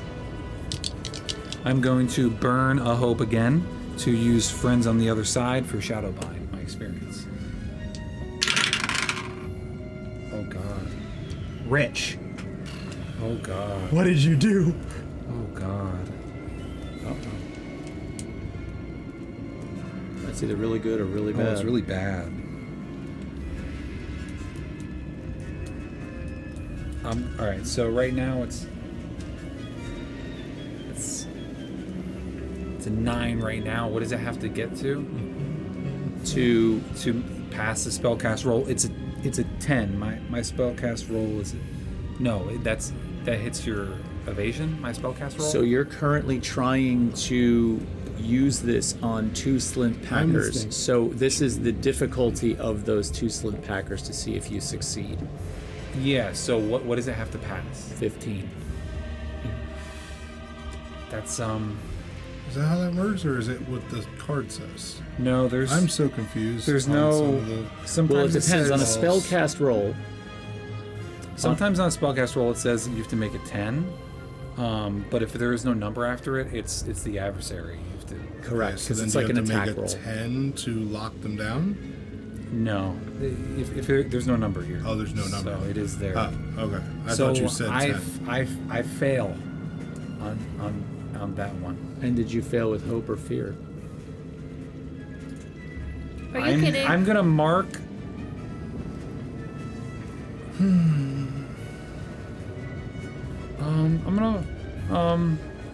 I can mark 2 stress to change it to a roll with hope. Should I do it, guys? Can you do that more than once between long rests?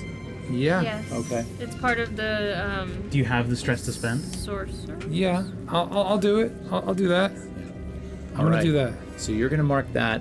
Really It quickly. was part of the infirmity.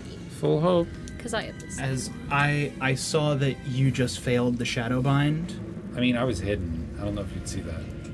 I think chose you the were hide hidden. action. but you were hidden behind a But also that failure immediately turns that to me. I have a thing where if someone fails an action roll, I can use lean on me. Ah, okay. So as that happens, I see kind of the shadows kind of start to stretch up over the Slint and then dissipate as it resists it. I'm gonna turn to Rook and I just say, "You'll get him next time." And I'm gonna use lean on me. Shut the fuck up. We both clear You 2 down stress. there. Oh, you made it free. Yeah, clear 2 stress. Thank you. Oh, that's fantastic. And I'm gonna clear the only stress that I've got. Because we're gonna get through this together. All right, so Can we here's the deal. flip that? Here's the deal. That is going to come back to me. Yeah. But we are going to go to break. Oh. Break All right, time. because it is 8 o'clock. So we're going to go to break. We need a break. We need to breathe for a second. So scared. Listen, when we go to time to break, hear the back first to thing this. you're going to see is a video of me talking again about the module. I'm going to turn that live in a few seconds. So if you go there looking, it might not be visible yet. It will be shortly. Stick with us on the break. We got some videos to show you. We'll be back in about 15 minutes. We'll see you soon. Bye, guys. Hey Bloomers, thank you for watching tonight, number 1. Number 2, A Clockwork Silence, the module for Daggerheart is now available on our website, witherandbloomstudios.com. You can go there and pick it up. The catch is it's only 85% done. So what you can download tonight when you purchase is a preview draft of the module. Now what's cool about that is you get a sneak peek and you get a chance to go over some of the problems and revisions that are needed with me. In response to that, I'm going to give you a special Discord role so that you get invited to a voice chat that I'm going to have with all of you, and we can critique this thing. You can tell me, where did I go wrong? I want your feedback. Now, in response to that, I'm actually going to put your name in a special thanks in the module itself for helping out. So tonight you get the module at a discount.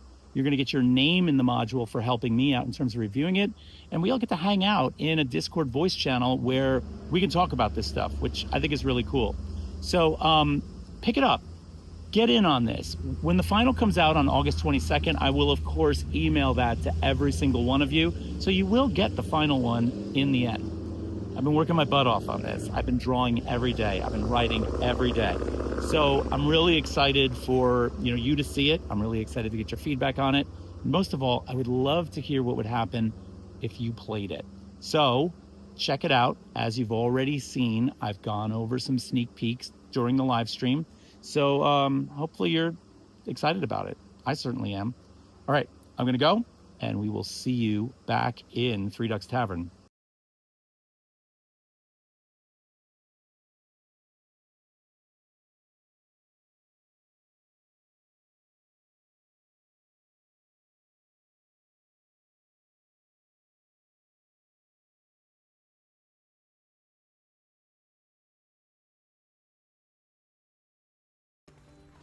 Flo goes over to Requiem, looks at them, and looks at all the clockworks on the side of Requiem. Gently pets the hair. Make a presence roll for me. Oh Lord. Stroking the hair. Stroke You had to make it weird. With that, you hear a pounding at the door. There's just this very sort of loud, like boom, boom, boom, boom, knock on the door, and Requiem looks around. I called it! No way, I called it! Hold on. Cornhole puckered on that one. Not gonna lie. Can I tell you something? Wait, can I tell you something? I wrote in my notes at 7:03, Nate spawns in, and I showed it to the table. Did you hear the door? I want you to roll. I want you to roll an instinct roll for me right now. Okay. Oh my god. First roll of the game. Crits! You critted? 2 ones! Oh my god. Double ones. Did anybody have you for first crit? I don't think I don't anyone think so. trusts me like I that, didn't. so no. No crit bets for you. Double ones. Y'all bet I died, though. Don't flip off our audience. That's terrible. We love you. No, he was just making the international sign for 2 ones. He's gonna come Oh up. my god, Bun Bun's Mars, Wrath, just- critical success for GM. No. Oh my god! Holy shit! Oh my god! My body is ready, Todd. Risk it all. Graham didn't. Oh my god. God damn it. If you kill yourself. It's off the Oh my table. god. So it's an 11-6 with hope. So he lives. Oh my god.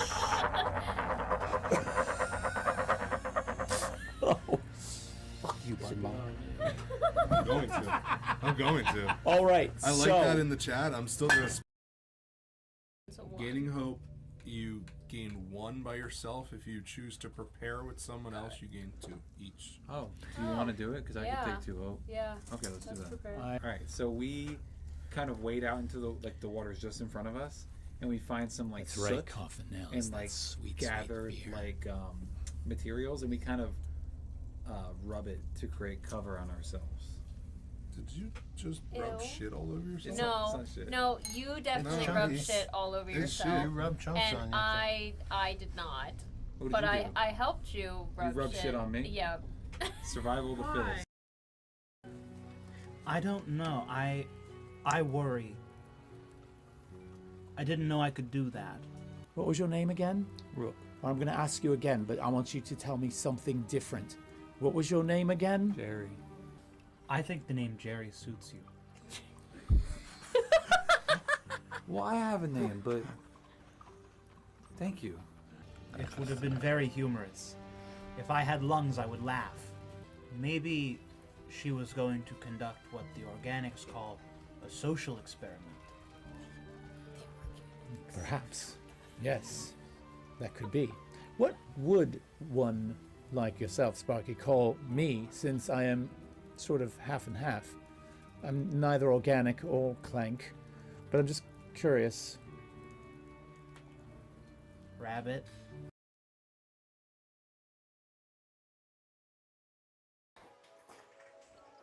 Addict!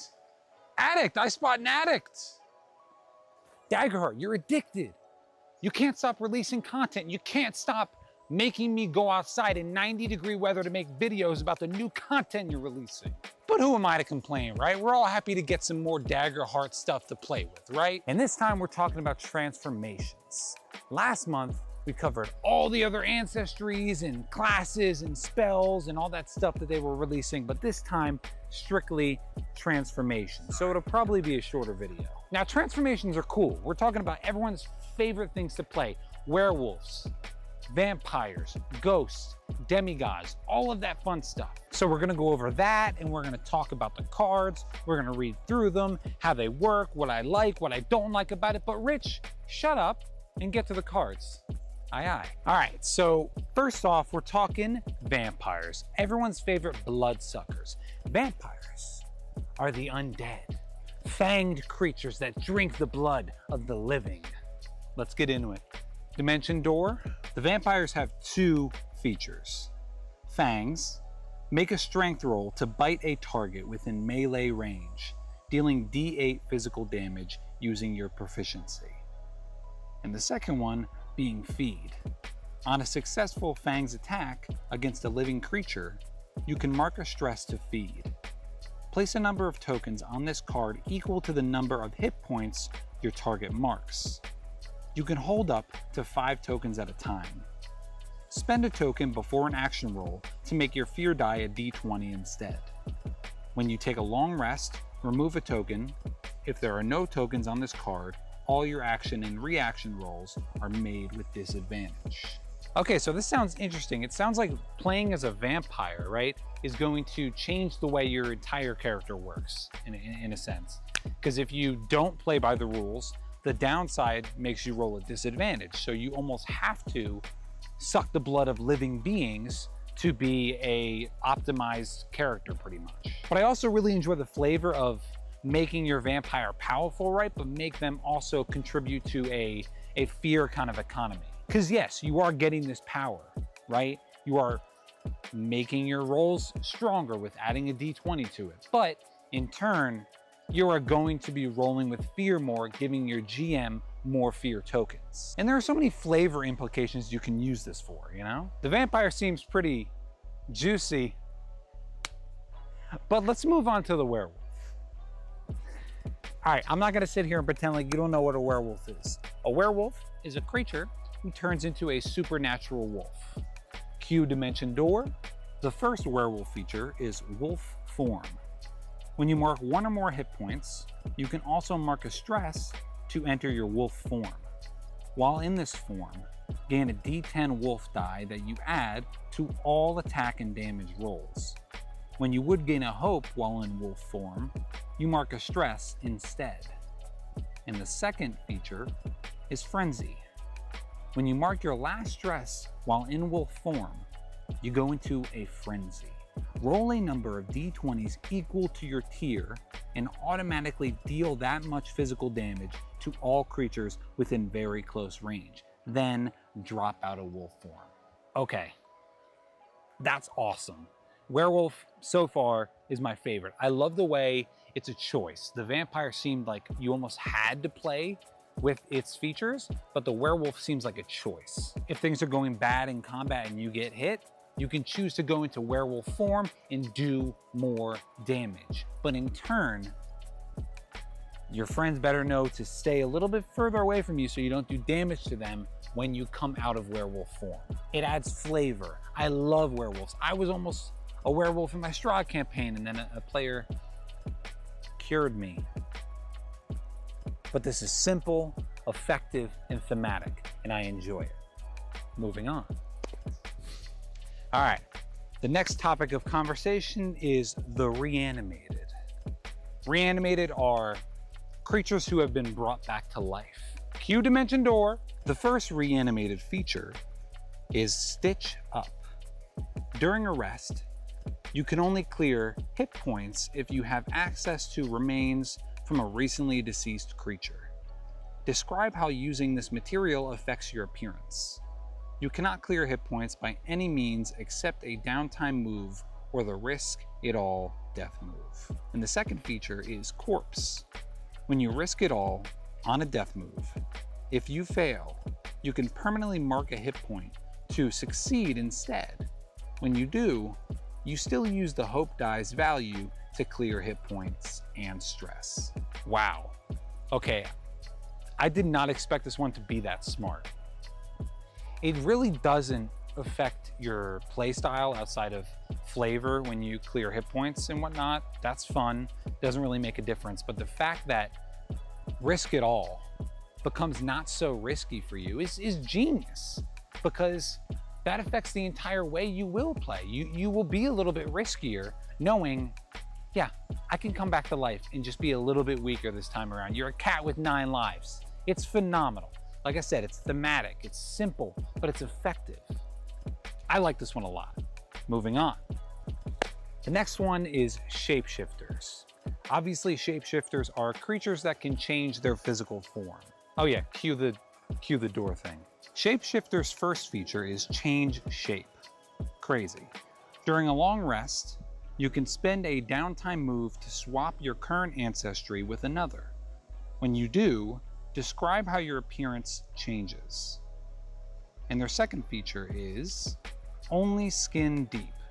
When you change shape, you only gain the benefit of one of the ancestry's features, which you select when you choose the ancestry. You can spend a downtime move to switch which of your ancestry's feature you gain the benefit of. All right, so I gotta be honest about this one. I'm a little bit underwhelmed with this one. It seems like if you have a pretty, diverse party when it comes to ancestries, you might not need this ability because it takes a long time to get use out of. You have to spend a long rest, which you can't do all the time in Daggerheart, and you only get one of the ancestral abilities. I'm sure you'll only need the one, be picking the one you're getting. Let's say if you're doing an investigation in your game and you want to shapeshift into a fungal to gain the ability to, see their last moments before they died, I think that could be useful. But most of the time, I can't see this being more helpful than having a diverse group of players. It's interesting and it's okay. I just wish you were able to maybe spend 3 stress to do it on the fly. I think that would be a little bit more convenient. But maybe I'll play it and I'll give them some feedback. All right, the next ones we're talking about, are ghosts. Ghosts are spirits that are trapped between the mortal realm and the veil of death. Dimension door. Ghost's first feature is spirit form. Your physical form can shift between corporeal and incorporeal. Mark a stress to transition into and out of your spirit form. While in spirit form, you can move through solid objects and are immune to physical damage and take double magic damage. You can spend 2 hope to attack or physically interact with the material world. Their second feature is ephemeral. Cross out a hit point slot when you take this card and when you increase your tier. When you mark your last hit point, you must choose Blaze of Glory as your death move. I'm getting sweaty. Oh my God, it's hot out here. I'm so sorry. It's a big sweaty mess. This one seems underwhelming. That's okay. You can move through objects and, attack people and whatnot. And there's a nice trade-off to taking extra magical damage. I like that. So it's not like a, complete, impenetrable, overpowered feature. But the second feature is where I'm questioning it a little bit. I almost wish that there were more ways to mark down the hit points, right? If it goes by, every time you go up a tier, you lose a maximum hit point, you may not always get down to your last hit point. So I wish there were other ways of marking down hit points. I don't really have it off the dome, but not everyone's going to actually experience the second feature. So if they change that and tweak that in the final version, I think it'll be much better. But I do really enjoy the fact that when you mark them down, you have to go out in a blaze of glory. That's very ghost. It's very ghost coded. I like it. Moving on. Last but not least, we have demigods. Demigods are creatures whose veins are flowing with the blood of the gods. Cue Dimension Door. The demigod's first feature is Ichor of the Gods. Your advantage die is always a D10 instead of a D6. And their second feature is Weight of Divinity. When you roll a failure with fear, you must mark a stress or give the GM an additional fear. Okay, the demigod, I don't know, it seems the least specific out of the 5 I've gone over already.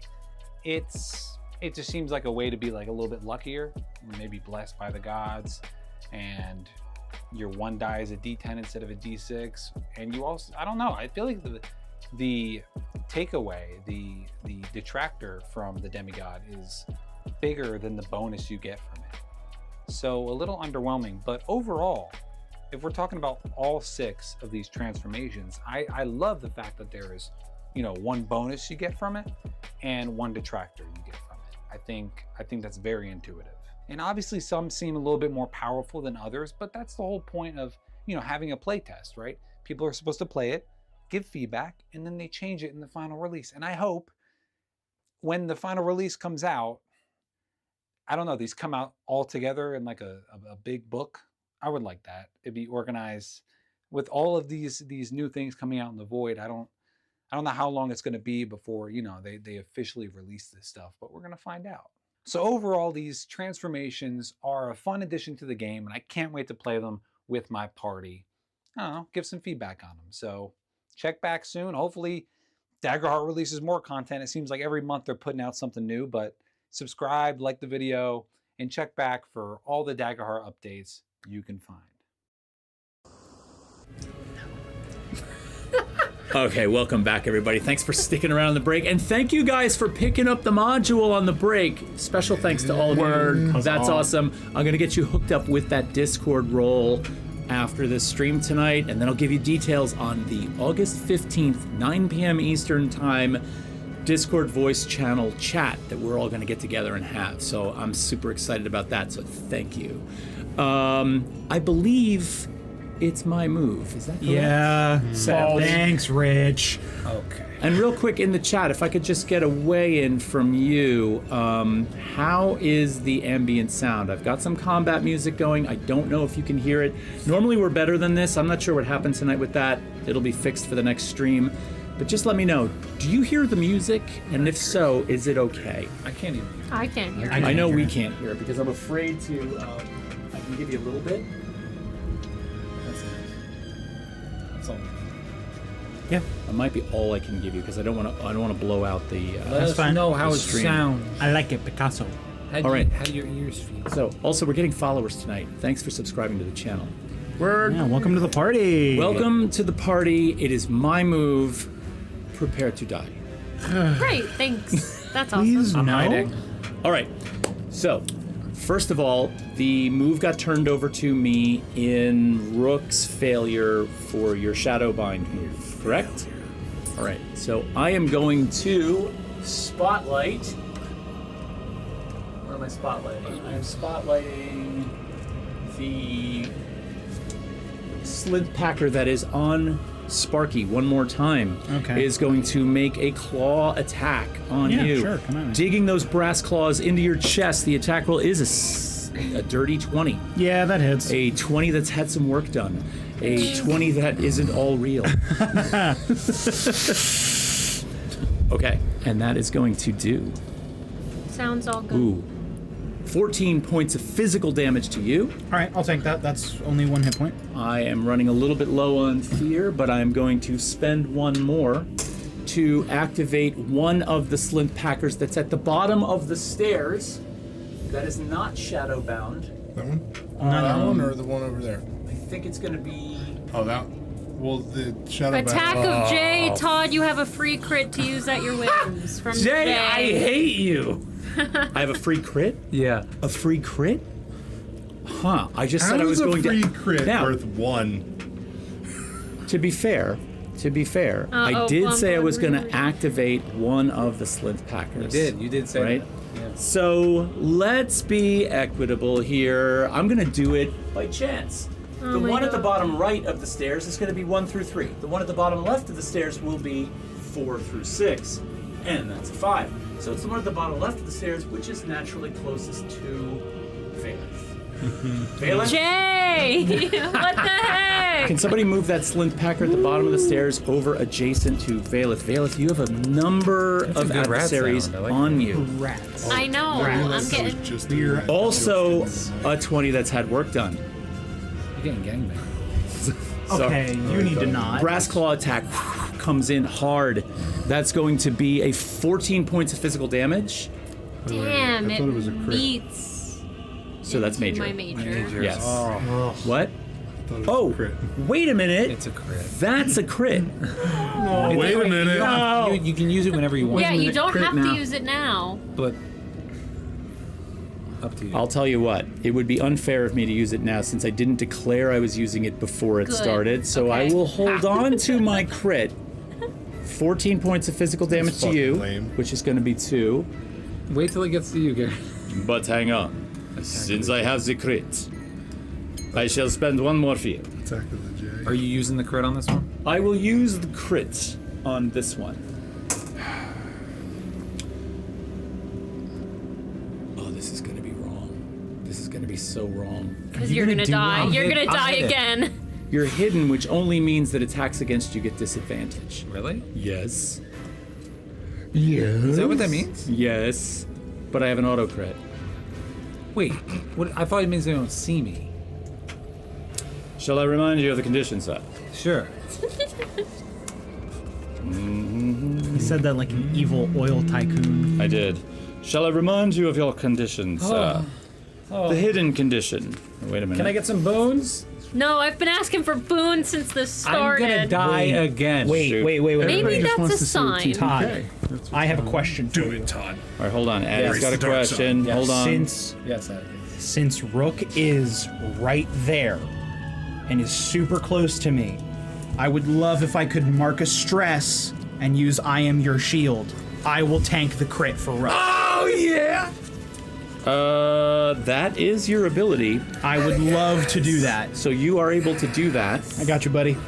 Let's just segue for a moment into explanation of hidden. While you're hidden, while you're out of sight from all foes and they don't know where you are, you gain the hidden condition. While hidden, any rolls against you have disadvantage. Copy that. Noted. Okay. Locked.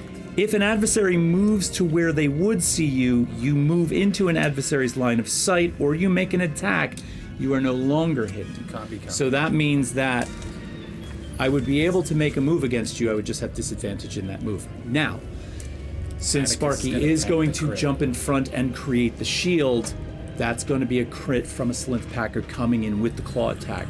That is Okay with that. 2d10 plus 3, which means I automatically base at 20 points of damage, Okay. plus this roll, which is going to be an additional 5. So that's 25 plus 3, 28 points of physical damage as you leap in front of this flurry of claws that comes out. 28 is my severe, so I will mark 1 armor slot to tank that down to 2 hit points. Atticus, that would have been 4 hit points for me. I got you. You saved Rook the death move, I think. You did. This is why we tank! Thank you, Tank. I made a support build for a reason. Rook just kind of like. Since I'm down to a Looks up. single fear, It's like the mercy. I'm going to turn it back over to you. Bun asked hidden or cloaked. I'm sorry? I'm hidden. I'm not close. Can I make a move? Because I'm like surrounded. It wasn't gone. It is on you guys to move. So I will let you You guys decide. haven't gone, that's fine. I have not yet moved. I was gonna Okay. say I haven't heard from yeah, Flux Okay, go. once. So Flu is going to attempt to fly out Yes. of this melee of shitstorm. So here it goes. I got to roll 15 on both, right? So what are you attempting to do? You're I'm gonna. gonna attempt to fly up and out of the range of these 12. Does your flying require a roll? Yes. Make Okay. a spellcast roll of a 15. On success, place a number of totals equal to my agility on this card. I'm going to take the action roll while flying. I spend a token from that card, so I only have one. I am crossing my fingers for you on this Oh one. God, you and me Because both. you need it. I'm sweaty palmed. You need it. Please. Sweaty palmed.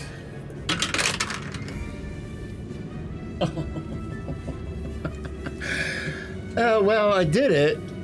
It's a 16 with fear. It's a what? It's a 16 with fear. All right, so you get to place those tokens on your card. Thank you for the fear.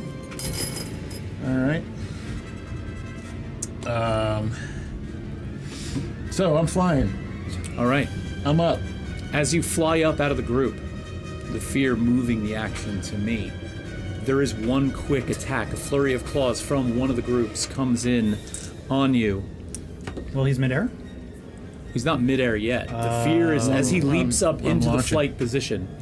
That's going to be a 16. That does do it. Yep. And that is going to do no sixes on that roll. 13, 16, 17, 19 points of physical damage. So just as you leap from the ground, these this sort of rat infestation of these initiates leaps up, swiping at your legs as you take off. Okay. Flocuda still has that piece of junk that he whipped out earlier from his midriff in his hand.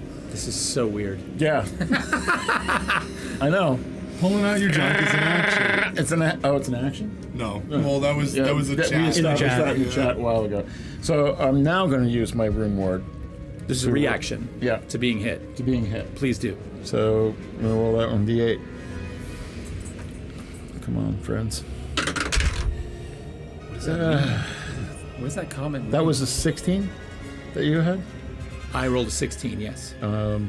So I reduced that. Points of damage, you mean? Yeah. 10, no, 16, 19, sorry. 19.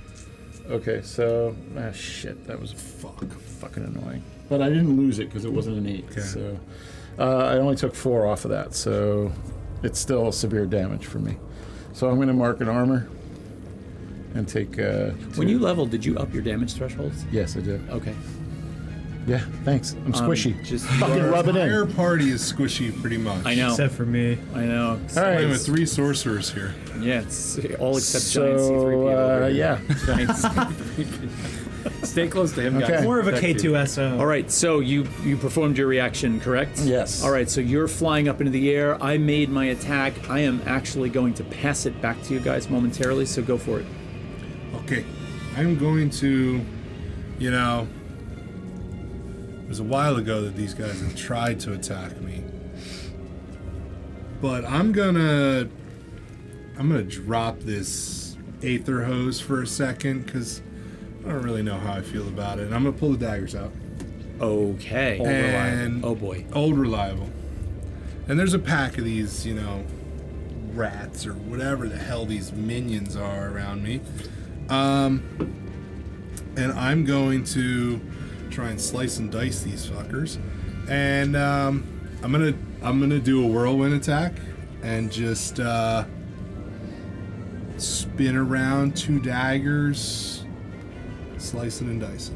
All right, so whirlwind attack, slicing and dicing. Yep. Go ahead and make your attack roll. So I'm gonna make my attack roll.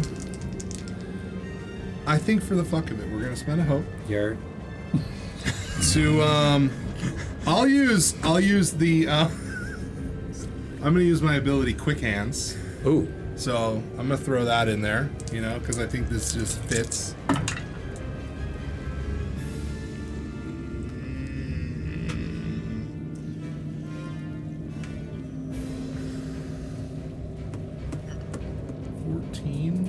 Hits. With fear. With fear. Okay, but you do hit. God. So let's make that damage roll. Oh man. All right, so we just made it. Okay. Or I don't know, but sorry. Okay. Shoulders around.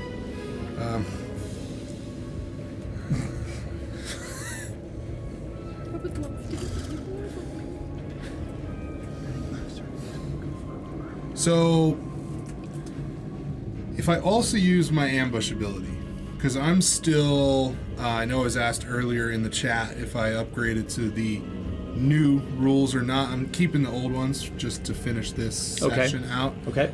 So I know it's a group, but if I use my ambush ability, which is the on a melee attack, make a successful weapon attack, you can mark a stress to force the target to make a reaction roll with a difficulty equal to 10 plus your level. On a failure, I increase my damage. Yeah. Do you think that would work for the group, or?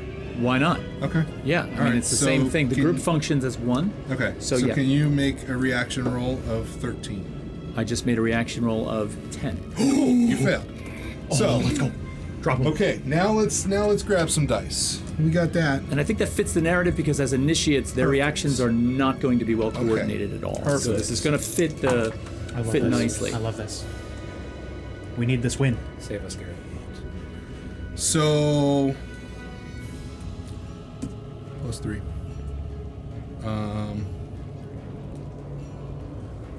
Hold on. You got respect. I got respect. You're getting respect in the chat? Love it. So it's a little wishy-washy because of the whirlwind, but we've got 31 damage, no, doubled. So 62 going to the main person, and then 31 because everyone else within close range or very close range takes half damage. So 31 going to 5 other people and 62 going to 1. And in close range, is it very close or close? Very close. Very close range. So right now you just have that group. Just the one main group. Just the one main. Right? One main group around Yeah, you I right just there. have one. Yeah. So I want you to kind of just describe for me how in this one move with the daggers, you managed to kill all 6. So I don't really trust this. You know, I'm an assassin. I'm used to the daggers. I don't really trust this Aether Hose yet. I mean, I shot it and it did help break this glass thing, but I think maybe the power was just a little much. And these things are close quarters. They're surrounding me. They've beat the shit out of me, and I'm just in response. Quick hands. We're just slicing and dicing, and we're just going for throat stabs, cuts across.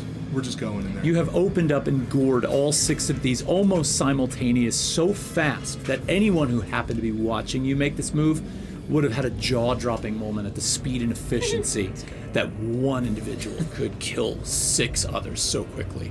Now, that's going to put the action back on me, but there's nothing to hit you with right now. So when it comes back to me, you're going to see Revrax up on the podium. Mid-laugh, mid-rant, mid-sentence. I'm going to spend a fear because I've got to spend a fear to use the action big things in small packages. God. He has more. There's more things he can do. Revrax Of course he does. reaches over, pulls up this sort of like gauntlet sleeve that he's wearing. He's got 2 leather wraps on his sleeves. He pulls one up and reveals this brass cuff that wraps around his arm. And on the brass cuff, there appear to be 3 little protrusions. For those of you that are close enough to see, you being hidden, Rook can't see this right now, but he reaches out and he looks out across the room and he sees all of you out there. If I can't see him, he can't see me. If I can't see him, he can't see me. And so, unfortunately, the only one I have a lock on, a location on, is at Corin Vex. And he presses a button, and under the table there is this instantaneous detonation. This explosion throws the table into the air, throws the chairs into the air. Is this Is a this like a magical? sulfur bomb? I need you to make an agility roll for me. Is this a magical effect that this This is a magical. This is considered magical. Is it this table? What's that? This table? Yeah, that table right there. Can we do Eric something just did fun here? something. What? It's magical, yeah? It's Also, If I use counterspell to interrupt a magical effect taking place to make a reaction roll using my spellcast trait. I'm gonna let it happen, and here's why. Okay, the damage itself is physical because it is an explosive, right? Right. But the detonation device utilizes Andira as its power source, which is an arcane power source. So I'm going to say that if you could use counterspell, it would play here. Tell me how counterspell works, please. You can interrupt a magical effect taking place on making a reaction roll using your spellcast trait. On a success, the effect stops and any consequences are avoided, and this card is placed in your vault. What counts as a success? Is there a number? That's a There good is no question. number There on is the no card. number on the That card. card confuses me. Yeah. So I would assume Counterspell would be rolling, and this makes sense to me, against the difficulty of the caster. Okay. Would you say that this could call for vent antenna? Yeah, or, yes. Because it's radio waves, right? It is radio waves. Thank you. All right, so you're going to gain a bonus of experience on this roll. You got to spend a hope. Spending a hope. Yep. And that's going to give you a difficulty of 17. You got this. 17. 1738. Hope back. I love it when you call me big. I'm reaching for the fear. I'm holding the fear. It is not a fear, so defeated. Put that shit Womp back.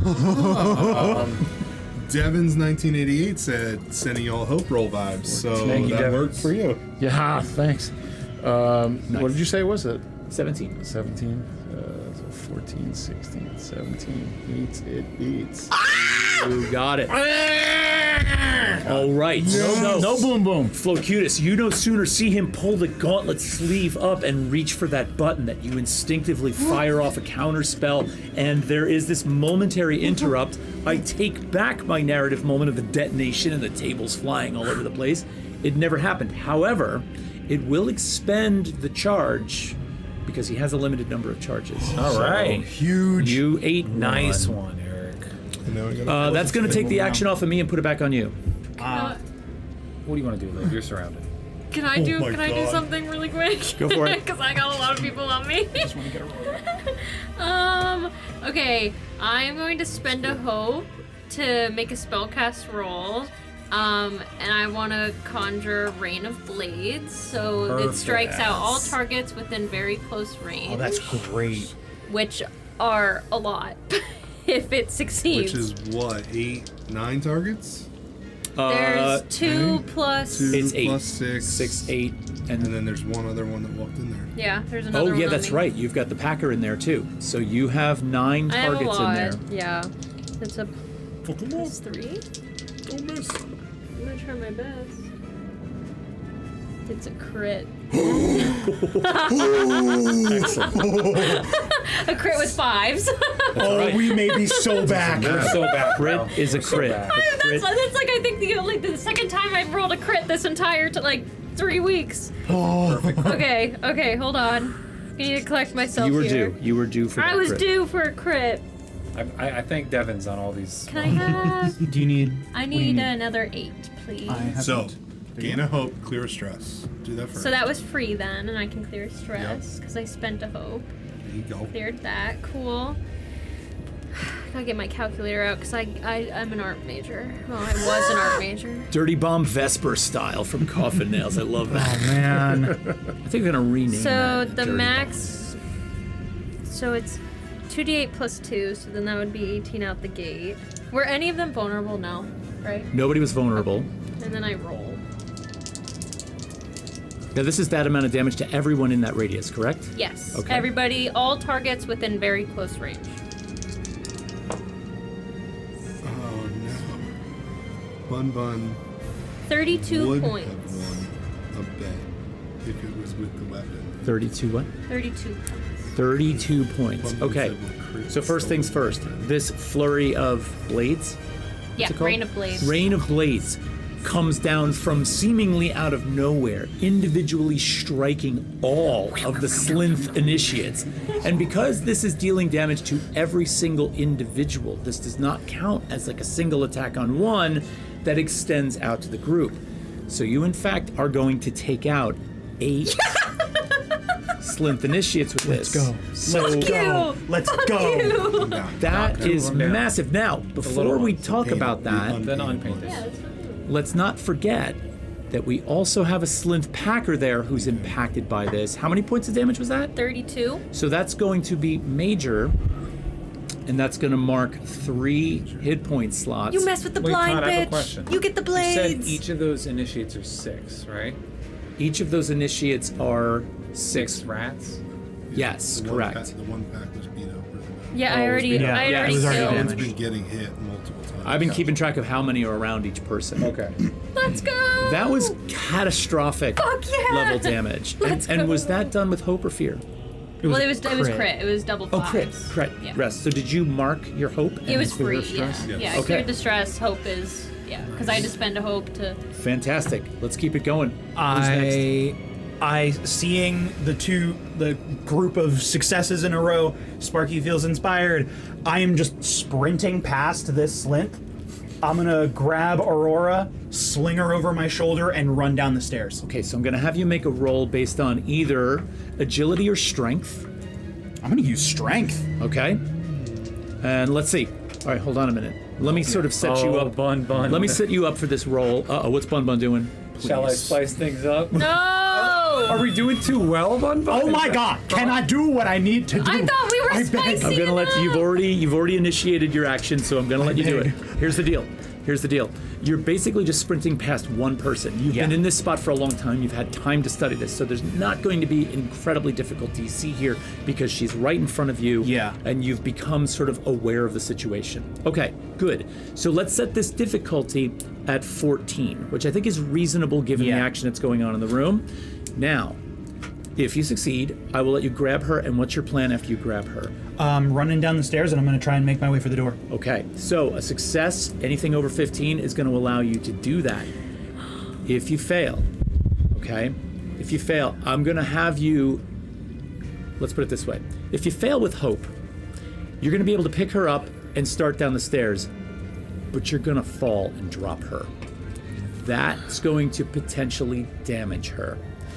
That's going to depend on how badly you fail. Okay. If you really fail, like if you fail in single digits, we're going to inflict damage on Aurora Flux. Now, hold on. Hold on.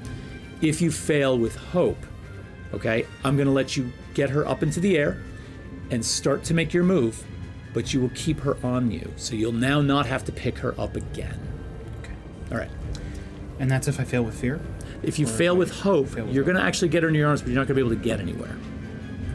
All right. I'm gonna expend my last hope, if you'll let me, to add an experience. Since this slint is fairly sizable, it reminds Sparky of some various clank enforcers that they've fought in the past and have had to dodge past before. I would love if I could add Enforcer's Bane to this. You may. Perfect. God. I'm currently just enjoying Bun Riri's move. Oh, come on. Yeah, did you see? No, I Bun didn't. Riri is going to spend 3 Bane so I can drop into play a current tier enemy. And so with that, while you're making this move, Revrax makes a call into the back, and all of a sudden from behind the stage, a ranged attack Slinth makes his way, Aether hose in hand, out onto the stage. Awesome. Had to be a sniper. What did you get?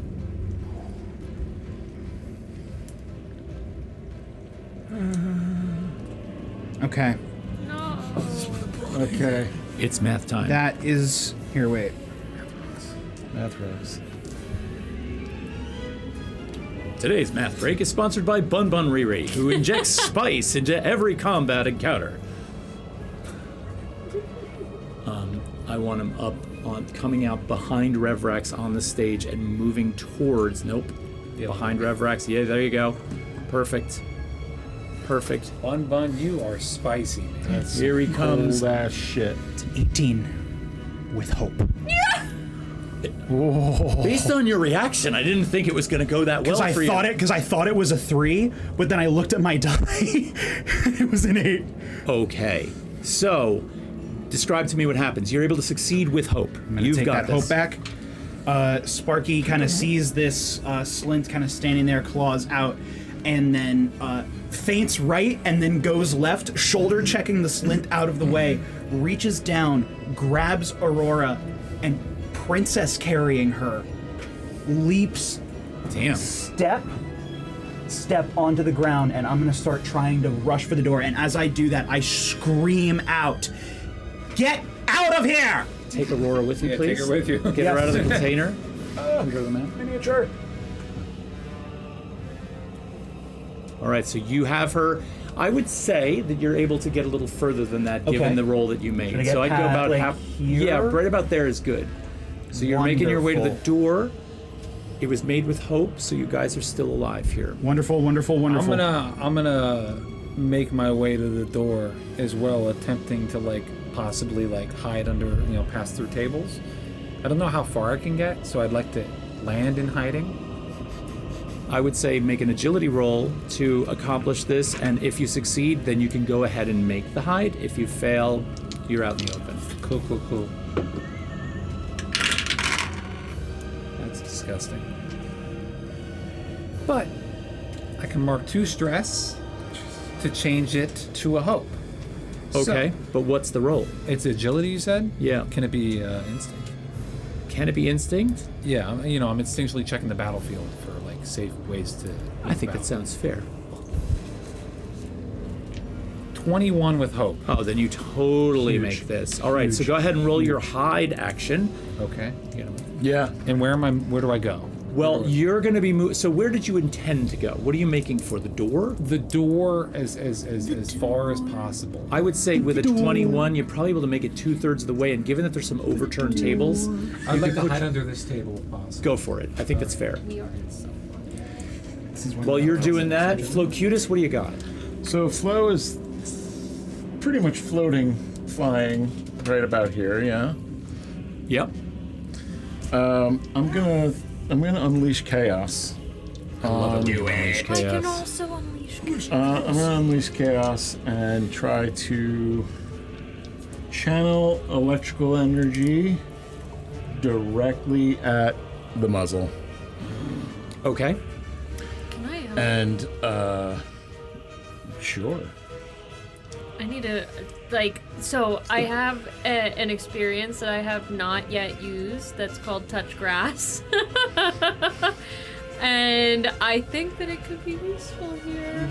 You've also got hope to spend. So I can, I can, yeah. How do you intend to help so that we can get Flocutus on with his So Valeth can kind of, hear what's going on over by Flo and can kind of feel the energy in the room churning, especially after Sparky yelled out. So she kind of wants to lend a hand to help go after the muzzle. Muzzle kill. Okay, but you're unleashing chaos, so you're sort of... So I have to make a spellcast roll. Okay, so maybe inspirationally Yeah. you kind of, say something or go for it. And I'm going to spend a hope to use bent ethereal antenna and channel my mother's mystical realm of technology. Mother. Mama. I'm coming home. Good. Appreciate the Aussie reference there. Thank you. R.I.P. Shit, that went down somewhere. Big time. Do you need a die? It seems like we might get out of this alive. Well, don't say that. You better knock on some wood right fucking now. You look at him like that. Oh, fuck. God, are you okay? Fucking sketching out. What's going on over here? Oh! He's tweaking. Okay. So that's a 14, 15. Add a d6 for the Oh help. shit, that's right. Helping. Helping. Get him! Kill him! Did you mark the hope for that? Yes. Okay. Now I did. Maybe. That's You use your ability, right? And and your experience. yes. Oh yeah, experience. So plus 3, 15, 20, 21. 21 will work with what? Hope or fear? Fear. Oh, baby. I've been in need of fear. I'm going to fill the fear cup. All right. what they all So The cup from hell. that is Todd's in need of fear. Rev, do something, of D12s, D10s equal to the tokens you spent.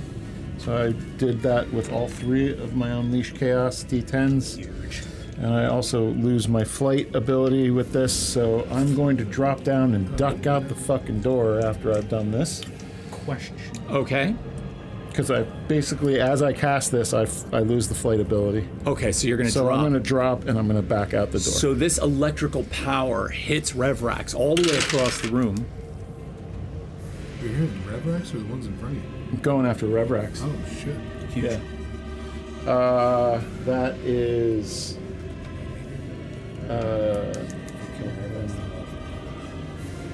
15 points of magic damage. All right, that's major. So I'm going to mark 2. And then you're going to drop to the ground and out the door. Go out the door. Can I ask a question Yes. about the door? Does the door open into the room or out of the room? The door opens out of the room. Great. Remember the rules of egress. A properly constructed room will have the door open out so that crowds can escape, including yourself. Cool. Thank you so much. And that was fear? That was fear. It's coming back to me. Now that question's been answered, I think Bun Bun Riri's Slinth Brigand, who's standing on the stage, Aether Hose drawn, peering out over the chaos in the room, is going to fire up the backpack glowing blue arcane power, and with a pull of the trigger, unleashes an arc of arcane energy across the room, and it's going to come down on the only obvious target right in the middle of the room. Beautiful and colorful Valeth. No! The attack comes in. Why have I gotten the result of like all of the Banes tonight? That was a 15 and it rocked back to a 5, which Miss. is an 8. Miss. Miss. With that, I'm going to spend another No! Loser, that would have missed me too.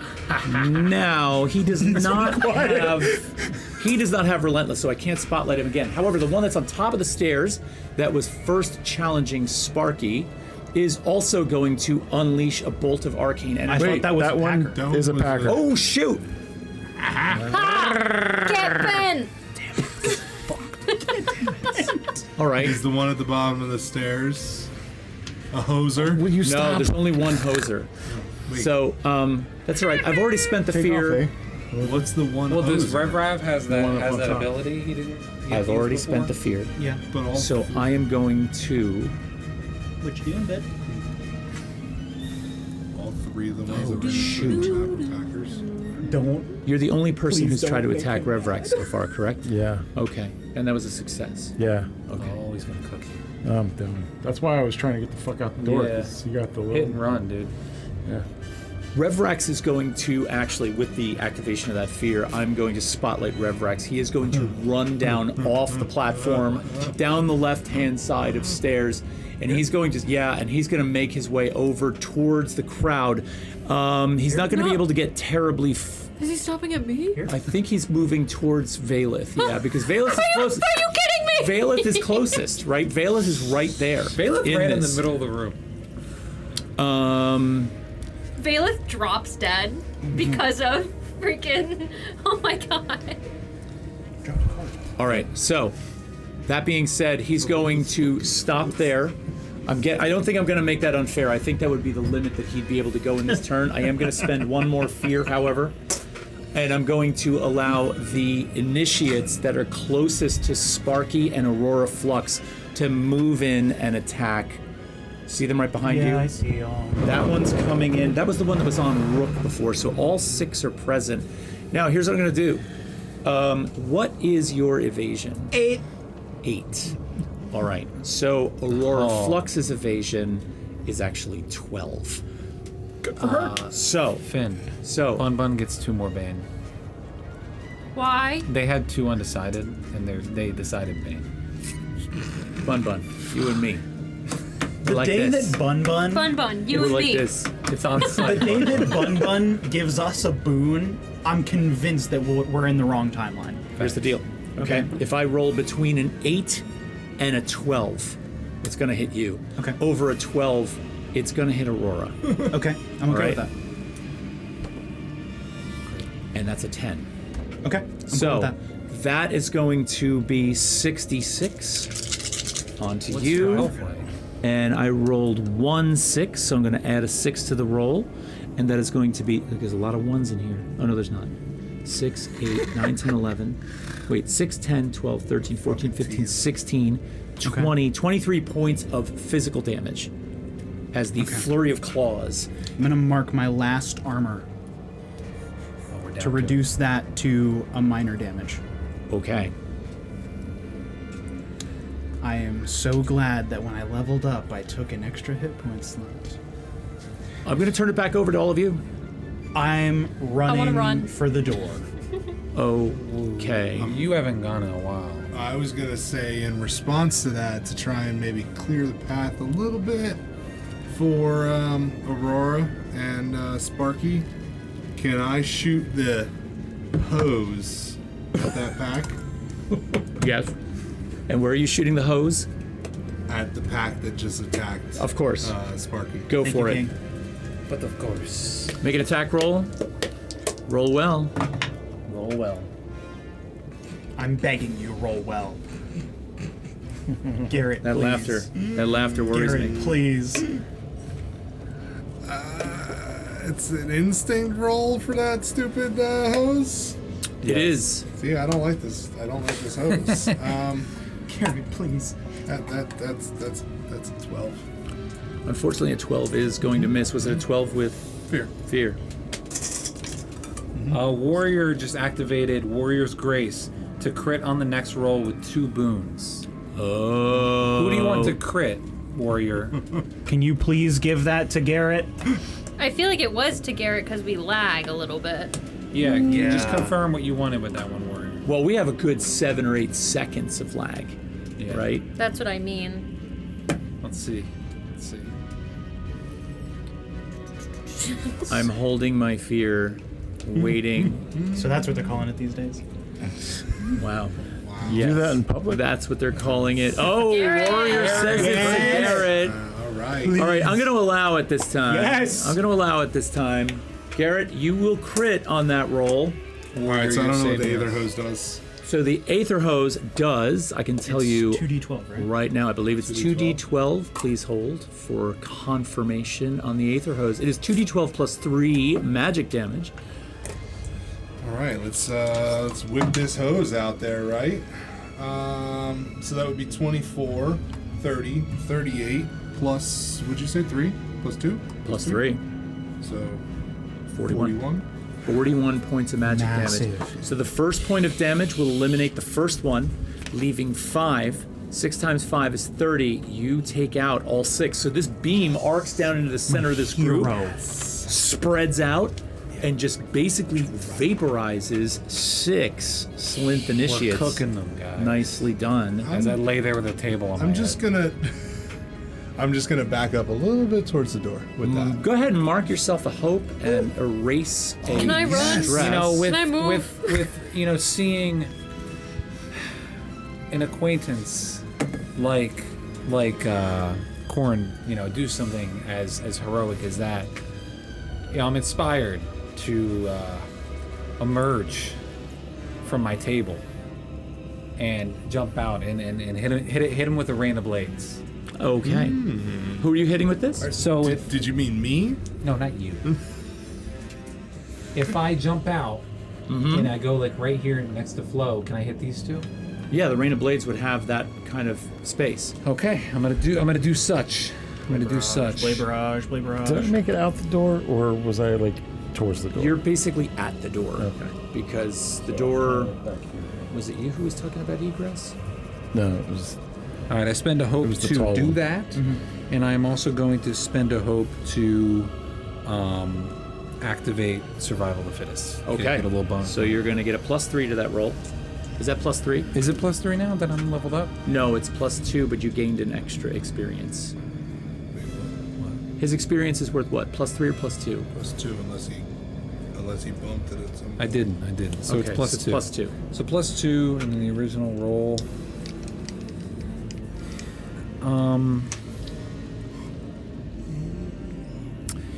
I have the hope, and I don't want to miss, so I'm also going to add Friends on the Other Side to get another +2. Okay.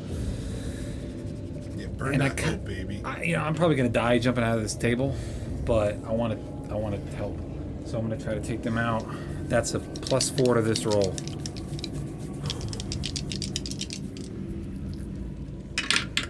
Don't fuck it up. Rich. Do it, baby. Rich. It's okay. It is fear. No, I can change it. Do you have the stress to I do have that? the stress. All I got for my leveling up was 2 extra stress.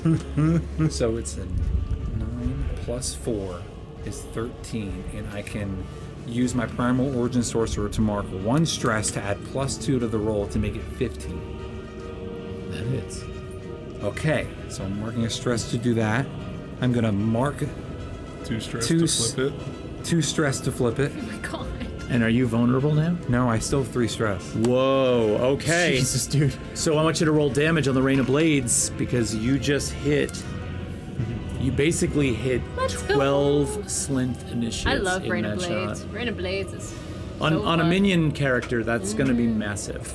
Absolutely massive. D8 +2. And I will have all of you know out there in the chat that having this many adversaries in a room, just in terms of the encounter With the- builder, this says add your this was proficiency. balanced, right? Because the way the various Just tiers, double it? not the tiers, I should say, the various Okay, so it's different 2d8. categories Yes, so of mine, adversary Rich? work, right? So Mine you is can have 2d8 a leader, a standard, and multiple minions in place and still have it balanced. So when you walk into a room with 38 people, you're like, oh my god, but look at what's happening. Okay, that's 15. I am going to, once per long rest, activate Channel Raw Power. And I can place a domain card from my loadout into my vault to enhance a spell that deals damage, gaining a bonus to the damage roll equal to twice the level of the card. So I'm gonna, oh man. So what level is the card? The card is a level 2 card. I'm So gonna do you- Shadowbind, put that in my vault to gain a +4 to this damage, bring it to 19. Okay, that is doing 19 points of damage to each of them? Each of them. You drop all 12. All 12 just fall under this massive go. rain from the ceiling of blades. So I kind of just, I throw this table off me. And you fucking obliterate I them. jump out and I just basically like a streaker in public. I flash open my leather jacket and these 12 blades, just these shadow blades, just fling out. Like a streaker in public. I love the reference. Yeah. That's terrible. And, like pin these rats to the floor and like all just 12 of them cooked. This is why streakers in stadiums get taken down by security so quickly, because they're worried blades are going to fly from their bodies. Oh man. And the fact that I changed that to a hope means I also get hope. Yes, and the turn stays in your domain. I want to run. Everyone out the door. I want to ask Aurora, can you walk? Are you all right? She kind of like twitches for a moment and like looks up at you, and she's like, I think I can. All right. I'm gonna. It's Sparky, yes? Yes. I'm sorry, my vision has been slightly blurred momentarily, but I recognize the voice. It's good to see you. Let's You too. get out of here. Let's go. Yeah, I'm In the middle of the chaos. gonna keep booking it to the door. I think we should all do the same. Bailiff wants to. All right, so here's what we're gonna do. Flo's You can make it to the door. Okay. Flo's gonna step to the right of the door opening Okay. to clear a path. All right, so you step to the right. I'm with Flo. I'll kind of like let them pass. Since we're all moving for the door, let's do this. There is currently combat. We currently still have multiple enemies in the area, and you're all decided to move to the door. Why don't we do this as a group action to see how successfully we make it? I'm not going to say you're not going to make it, right? Go ahead. What I would like to do, even though I was originally turning tail and jumping through the door first, I'm going to step to the side, seeing that muzzle came down. And I'm going to try to provide some cover fire for all of my compatriots. Let's do it. And I'm going to spend a hope to use my hideaway action, which was typically used to protect myself, but I'm going to protect my allies. So with that, would I take the lead on the group action if everybody else is trying to get out the door? I think that's fair. Yeah, I think that works. Seeing as how you're providing the cover, let's give you the lead. Okay. And then if it's a group action, let's all decide what trait we're going to use and how we're going to help the group as a whole get out this door? Okay. I have an idea. Well, I'm gonna help you. Go first. Mine's a little long. I just kind of like step like right behind Flo out of the way, and I'm gonna kind of like turn around, look at my shadow, and just kind of like give him like a nod. And I want him to kind of just like slide and just hold the door open for everyone to run through. Okay. So you're assisting by getting to the door, pulling it open. Not me, my shadow. Your shadow. Yeah. Okay. I'm gonna use finesse. I want to make my way to the door, set Aurora down up against the wall, kind of in that like alcove, so that she can hide behind the wall, like in the left hallway, and a little bit of that like door frame and the open door, so she can kind of obscure herself. And then I am also going to step out into the room and like brandish all of my weapons and just make a big show of force. Okay. So that's basically just kind of like a taunt, right? Or kind of Yeah. Okay. Like a hide and then a taunt. Got it. And that was which you're using, agility or finesse? Finesse. Oh, Todd got 4 fear. Oh, thank you, Bun Bun. I need that so bad right now. I've got 1 in the cup. 4 it is. Bun Bun, you rock. I'm going to use it. I'm going to use it well. You will be impressed. All right. What do you got? Has made this encounter so much harder. I know. I know. Bun Bun's killing it. Give it to me, Bailiff. If I can, because this is a little long-winded, which I don't usually am long-winded. Using my elemental origin of fire, Bailiff wants to kind of conjure that up with both of her hands. She's done this a lot before, and as she does that, she also wants to cast Cinder Grasp onto the person that is the closest to her, but with her second hand on the wooden stool that's next to her before leaving. Okay. I'm just curious about the second hand on the wooden stool. Are you trying To ignite the stool. You want to ignite To this? ignite part You're trying of to the room. set this room Yeah. on fire. Yeah. Okay, so in a group action roll like this, let's try and point that towards how that will help. And I think the obvious It's like answer a is that's going to distract. Yeah. Yeah. Like Okay. a smoke screen, literally and figuratively. Okay, and what trait were you going to use for that again? So it's with my elemental origin of elementalist. I can spend a hope to describe how my control over the element, which I had picked fire, can help an action roll that I'm about to make, and the action roll was Cinder Grasp. Right, but the trait that you would use to apply the bonus to your roll, is it finesse, agility, instinct, Probably presence? my spell casting. Yeah, so probably Yeah, instinct, right? instinct, yep. All right, so you're going to apply instinct. You already described what you're doing, Cornvex. So I wanted to use an ability. Oh, wow. I wanted to use an ability that I got. 1 second, let's Which is Veil of Night, which I make a spellcast roll to essentially put up a wall of darkness. Nice. So I wanted to stretch that, like, it's between 2 points within far range.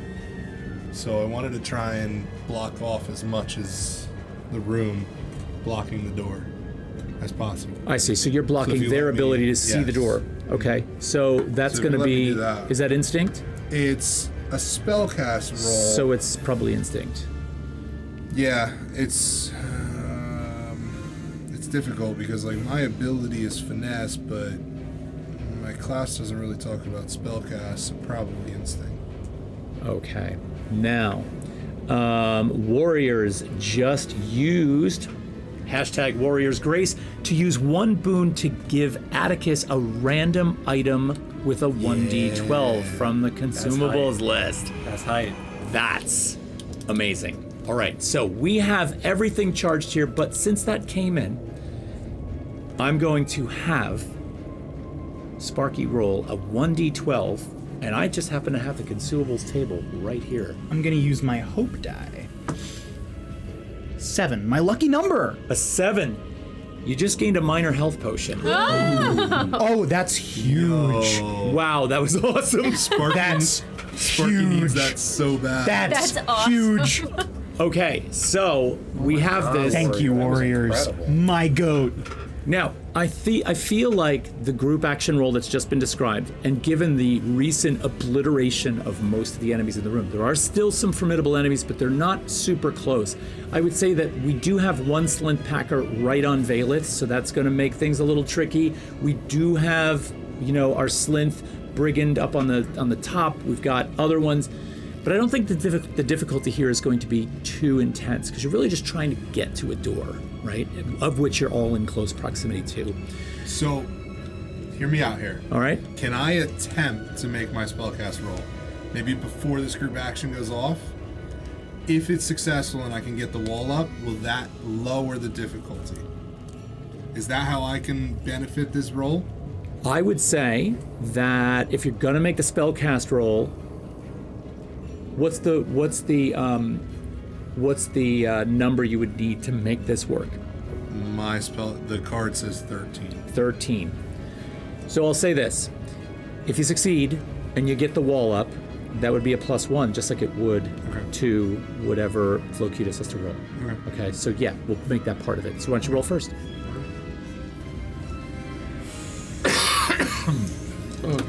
Horrifying. Bun Marie says, I like playing with the strings of fate. Uh-oh. That carrot face.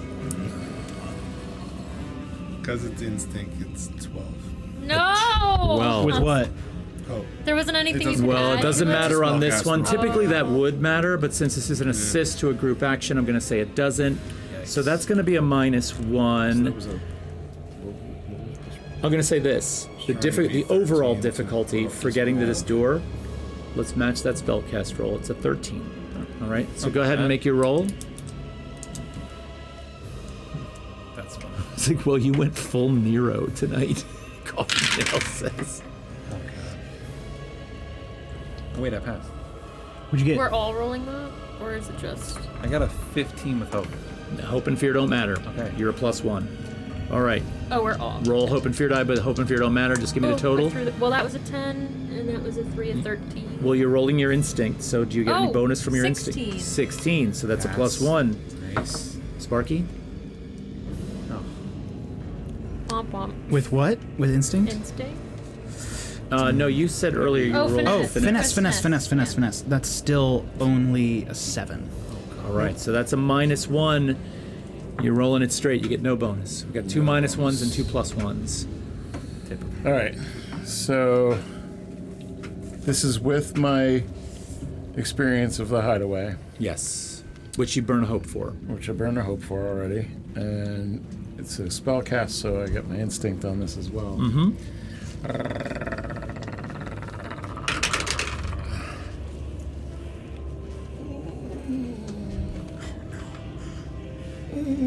Oh no, I don't like those sounds.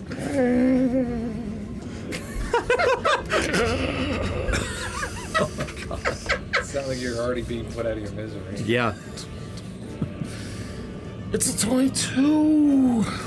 A 22? Yeah. All right, that's going to work. That's with fear. With fear. Oh god. Oh, the fear cup grows. So I'm going to say this. Since you rolled this with fear, you are able to get the door open. You are all able to get to the door. But is it fair to say that that's where you are right now? Yeah. Right? You hadn't planned on blasting through the door and running down the stairs. Yeah. Anyway. No, but I still need to. I made the attack. You made the attack roll, which was to get everybody there. So the attack roll is kind of bundled in the group action, right? Right. So 22 hits. Okay. And you were using... I was using Unleash Chaos. Unleash Chaos again. On the muzzle. All right, so magical attack on the muzzle. Who is currently muzzleless? The demuzzled.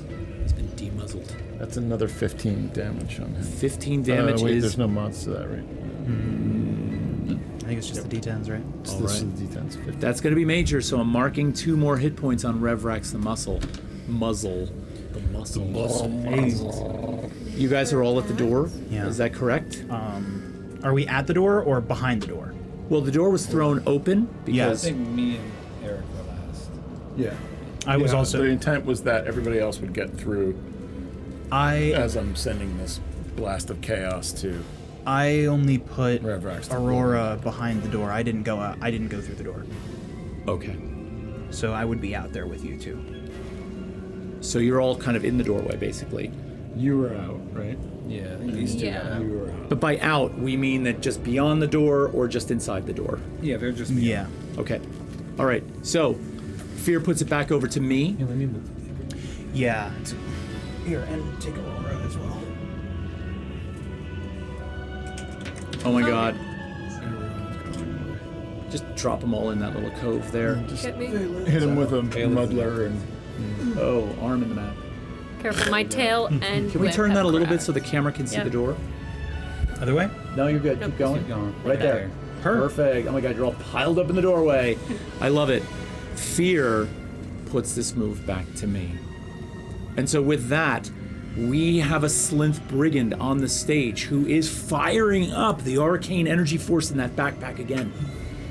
Unleashing this volley of Crit for arcane GM. energy that arcs. No! Who's last? It looks like Rook. I'm here, though. Did it again. Oh my god. Bun Bun has held back these things so well and timed them so well. I am your shield. Are you through the door? No. Where are you? I'm right next to Rook. I'm taking this. The three of us are You have still the in the health room. potion, don't forget. I don't know if I have They're time not to gonna pop have it. time to use You it. called How the many- I am your shield first. How many I'm times using can it. you use I am your shield? As long as I have stress. Oh. I just have to mark a stress and then... I've got All it. right, so as this volley of arcane energy fires off from the aether hose of the Slinth Brigand, we see Sparky leap once again in front of Rook, Damage that. making us wonder about this relationship a little bit as you take another impact of this energetic These are beam. my friends. Understood. Here comes the attack. Oh wait, it's an automatic crit? Yeah. Thank you for that. Yeah. Let me grab my damage dice. And that is going to be... That's cocked. Oh, that's shit. All right, so that's going to be 24 plus 6 is 30. 31, 34 points of magic damage. Yeah, that's severe. I have no more armor slots. So that's going to take my last 2 hit point slots. Oh. Sparky, you're going to have to make a death move. Yeah. Right in front of my eyes! I think I know what I'm going to do. No! I think I know what I'm going to do. I'm going to Blaze of Glory. You're going to Blaze of Glory. I'm going to Blaze of Glory. Oh my god. Hold on, we got a chat comment here. Oh, wow. Oh, wow. They want Addy to crit on the death move. Well, the Blaze of Glory is an auto crit, Blaze of right? Glory is... Auto crit. It's an auto crit. Yeah. So, and since it was already chosen, I think it's fair that we follow through. Holy shit. Can you describe to us, let's talk about how this is going to work. I want to know what you plan to do here. Okay. What I'm going to do is, as the shot pierces Sparky's shoulder pad on the right side, already damaged, Sparky's arm with the cannon is fully blasted off. So I turn around, facing my 2 allies, and with my right arm, drop my mace and push the both of them through the door. Grab grab the handle and pull it as close to myself as I can, and just barricade the door with my body as best I can. Oh, door.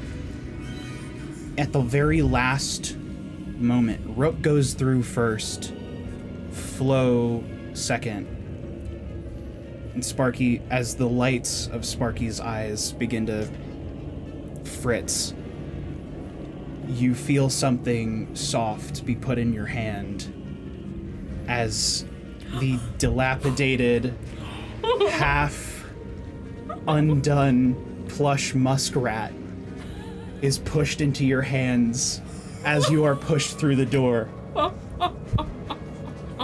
And that is Sparky's final move. Sparky! Fuck you for making your old man cry on fucking YouTube. Now the crit, right? We still are going to make a crit roll here, right? Yeah. So I will assume that there's some kind of agility roll to sort of perform this sort of dexterous task where you're pushing them through the door, barricading the door, and getting them out the door to safety. Yeah. And with that, your body sort of slumps down. The arcane energy from the aether hose that sort of racked through you, hitting all of your systems and sort of electrifying them momentarily, burning connections inside of your body that were critical to your being able to stay alive, begin to sever and tear and shut off. And as you slump against that door, you hear Revrax sort of like, as you're sort of passing this off, slumping down, Revrax just begins to sort of yell towards the door, and he's like, you see? The clank death matters none! It matters none! And with that... May I, in hearing that, with the very last essence of my power, screams out, the clank death matters not, but the clank life matters all. And they power down. Flo is on the other side of the door, pounding. I want to pull get Flo through. away. Just like, he made his choice. Kind of pull Flo away. Down the steps. Broken. That was a crit. You still have the floor. I gotta say, really quick, Jennifer did win a bet that Sparky dies. Jennifer won your bet. Gosh. Yeah, you did. Warrior also Okay. just gave me a crit on my next roll. Yep. 2 boons to give you a crit on your next roll, and it is in your camp right now. I do want to. I mean, this already went down. Transpired. But in all that time, I finally figured out how this stupid character works, and my spellcasting ability is finesse. Oh shit. So that would have passed. Well, It's fine. you played yourself. So let's just say there's a wall of darkness right there, if you'll let me. But Jesus All right. Christ. So we're in the stairs. Technically, my... That was beautiful. Go ahead. My shadow's still in the room.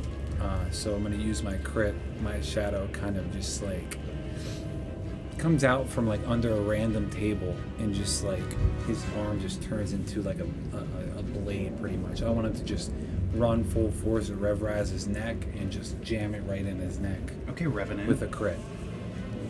Oh, you do get the crit there. Yeah. All right. So you jam this thing, runs across the room. Revrax startled by the motion. Roll the damage on this. Wait, you opened the door and went back in the room? No. No, his shadow. Shadow's His shadow's in the shadows. room. Yep.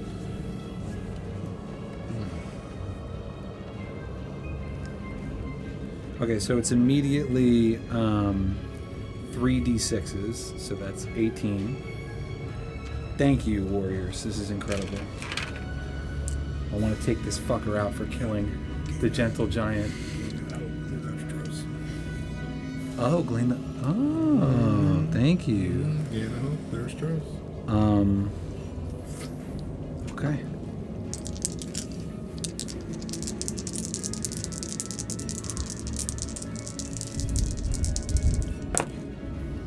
Do I get exploding dice? Okay, sorry. I'm gonna spend 2 stress to double a damage die of my choice. Are you vulnerable yet? No, I still have 2. What's your max stress? Like how many? We have like 14 stress boxes? 5, 6, 8. Wild. I picked 2 for my level up. It was the exact same one. Oh my gosh. Wait, to double a die or re-roll it? You said double the damage die, didn't you? Oh my god, it was. So there'd be a 6. Thank you. Wouldn't you double the 6? Just saying. Oh, I'm gonna double the 6. Yeah, Like an idiot, dude. It's my first day out here or something? All right, so doubling the 6, that's 12 plus 5 is 17. Plus 3 is 20.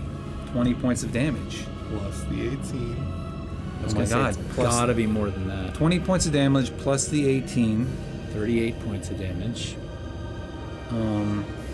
Yeah, I believe that's it. All right, that's gonna be severe. So I'm gonna be marking 3. Is he dead? He is not. Fuck. I'm gonna spend one of Bun Bun's fear to interrupt this crazy train. Crazy train. I need the marching order for you guys in the hallway. It's, Well, I think it was me and Valeth out the door first, right? Okay, so you're. And then I was these two trying got shoved. to pull you. You were trying to you're pull- first, and I'm second. You're definitely, I think, at the door because you're having You're a at the hard door. time right You're now. trying to pull Flocutus off the door. And then it was me, you, and Aurora through the door. So you're at the top of the stairs. Well, we all can't fit at the top. Correct. We're So you going- had to we're push starting down. to- yeah, So I would who's- imagine Aurora's like going down the stairs. bottom, yeah. And then it's me or Valeth Yeah. behind them. You were closer to the door, weren't you? I was. So I was it would close to be the door. Aurora, you, me, Rook, Flocutus. But you're all in Focus. close contact with each other, right? You're all kind of in Yeah. the same Yeah. area. All right, it's not going to matter. From Oh, inside okay. the room, you can't see this, but Revrax reaches up and slams He the wanted to do second this so button bad. on his brass cuff. There's a detonation charge inside the door, Awesome. which explodes. in the room.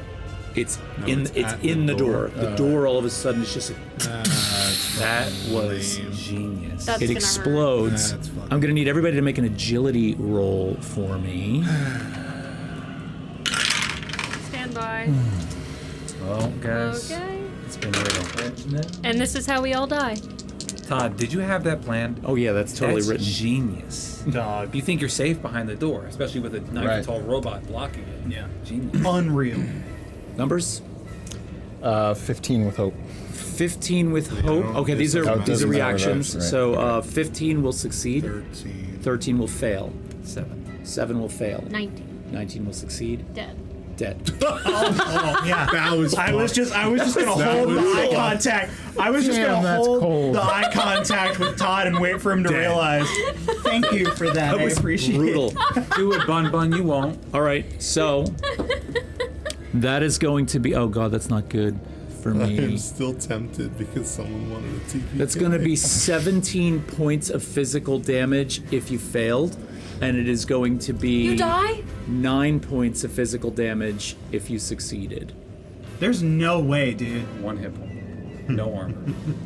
Wait, Wait, are you down? I have 1 armor still. Yeah, I'm down. You're gonna have to make a death move. Risk it all. Death move falling down the steps. You hit Aurora and all of us on your way down. You said that was 9 if we 9. made the save? Yep. All right, I'm going to mark my last armor. Yeah, I'm gonna mark and my last just armor. take 1 HP. Yep. Okay. And I took 1 HP okay. because it was my minor. I've got a death move here for Rook. See, Bun Bun, I got him. All right. Oh wait, Sparky didn't get to use their health potion. Oh! No, I didn't. That was the thing. I got it, but man. then I couldn't use it in time. Wow, here we are once again. Back at the Oh, beginning here of we all go. things. You gonna risk it all? He's on the other side of the door. What would you do? Yeah, I don't. This is a tough one. I mean, the door's gone. The door is gone. I'm just in your way. Fuck, dude. If you go unconscious, someone can drag you. Yeah, At this point, that might be the move. play it safe. I don't think Rook will run Be back able to- inside. So, I'm grabbing onto the back of Flocutus, trying to, drag them away from their dead friend's corpse. On the And, other side of the door. you know, I have this communication with the shadow inside the door, and as he lands this critical strike in Revrax's neck, I feel the sense of like the accomplishment, and this little smirk comes up, and as soon as that happens, the door explodes. A piece of wood hits me right in the head, and I fall unconscious. Jesus. Falling down the steps, completely unconscious. Okay, so you fall to the bottom of the stairs, unconscious, avoiding death. Mm-hmm. All right, so let's revisit that move, avoiding death. You're gonna have to face the consequences, unfortunately. And as you fall to the bottom of the steps, you know, there's no water down there. It's not like you're gonna land in the water. Valeth will get you in 1 second. You can't move or act while unconscious, and you can't be targeted by an attack. You can only return to consciousness when an ally clears one or more of your marked hit points, or when the party finishes a long rest. After your character falls unconscious, roll your hope die. Sure. Yep. 8. 8. Okay, so it is above your character's level, so you will not gain a scar for this. Okay. All right. Relatively okay. All right, so you avoided death, Valeth. I saw your little sneak while that was happening with the die over there, so I want to permanently erase a stress and undo what you just did. Well, you'll be able to raise it up 1, That's what I mean. not undo what I Yeah, just did. that. And just so you know, that was, just so I can explain, it wasn't sneak. The reason this dropped by 3 points Okay. is due to a couple of things. 1, stress of the battle would have dropped it 1, and every death move drops it 1. Well, So now it's back up 1. I'm going to raise it up to 10. And the party is now in the hallway and moving. What are you doing? Leaving. Well, is the party moving? I know I'm moving. So what needs to happen with Yeah, that's you? true. I'm assuming you're moving, but you might not be. I'm unconscious on the floor. You fell down the stairs. I literally got guess? blown down the steps. Yeah. So you just got everybody down the steps. And Does anybody froze have a at health the top. potion? I don't know. Maybe I went over them because I was higher. I just kind of like hit the wall back there and rolled down. Maybe. Maybe the steps are wide enough that they went by us. I don't know. Either way, I'm laying unconscious at the bottom of the steps. Can anybody carry him? 'Cause I think it can't. would be really funny if Corin did it. But I'm dead. Oh, So. I was thinking about dragging him. I was gonna drag him. Holy shit. My happened? God, bruh. Bun. Hey, the door is open now. Holy shit. Oh, yeah, but the thing I think Bun realizes that maybe the party doesn't is it ain't over till it's over. No, I know, and nobody's Right. making moves. Let's go. Bun, I'm running. 1, we love you for how much you support the stream, but 2, you're our worst nightmare. Okay, so I still like you. let's clear this up. Did Rook roll down the steps, or did Rook like bump into me, fall on the steps? How we doing this? Why don't you decide on this narrative? It was his death move, so I'll leave it to you. I think I flew over you guys and just kind of like hit the wall and then like rolled down to the bottom. That's fine. That's fine. It was more of like Alright. So let's blast. go. So I mean, as long as Vale is moving down the steps, Yeah, I'm moving. It's what I live for. I'm gonna continue. Okay. If I pass this sorry sap's body, I'm gonna grab onto like his leg and I'm just gonna start dragging him. Not gonna leave him behind. I'm gonna start dragging him. All right, so you head down the stairs. You're dragging him. The rest of you are following suit, I'm assuming. Well, Is Flo coming? Yeah, what's up, this Flo? one's at the top of the stairs, and I don't if know. they're leaving. Where's the muzzle? Oh my god! Muscle's in the middle of the room. This is it. Flo's not making good choices right now. Fair. It's a stressful time. Tried to pull. The only connection that Flo has ever had, besides his father, was Sparky. He's not going anywhere. Doesn't matter if it's for what we're trying to get. There's sentience. Somebody will figure it out someday. This fucker's got to go down, or I'm gonna do it trying. All right. Flo's gonna cast Flight again. All right. And try to fucking beeline right to that motherfucker. Okay.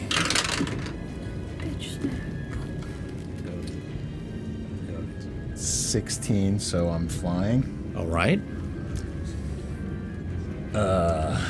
4 Banes. Oh my god. They haven't been used yet, but they're coming. Yeah, they got him. I'm not even at the death move yet, but fuck it. Blaze of Glory.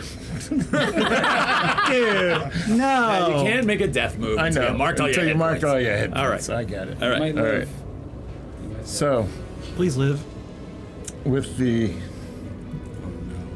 muskrat in hand, Flo charges right at like waist level, flying full speed directly at the muzzle, and is going to unleash chaos again. Unleashing chaos. Go ahead and make that attack roll.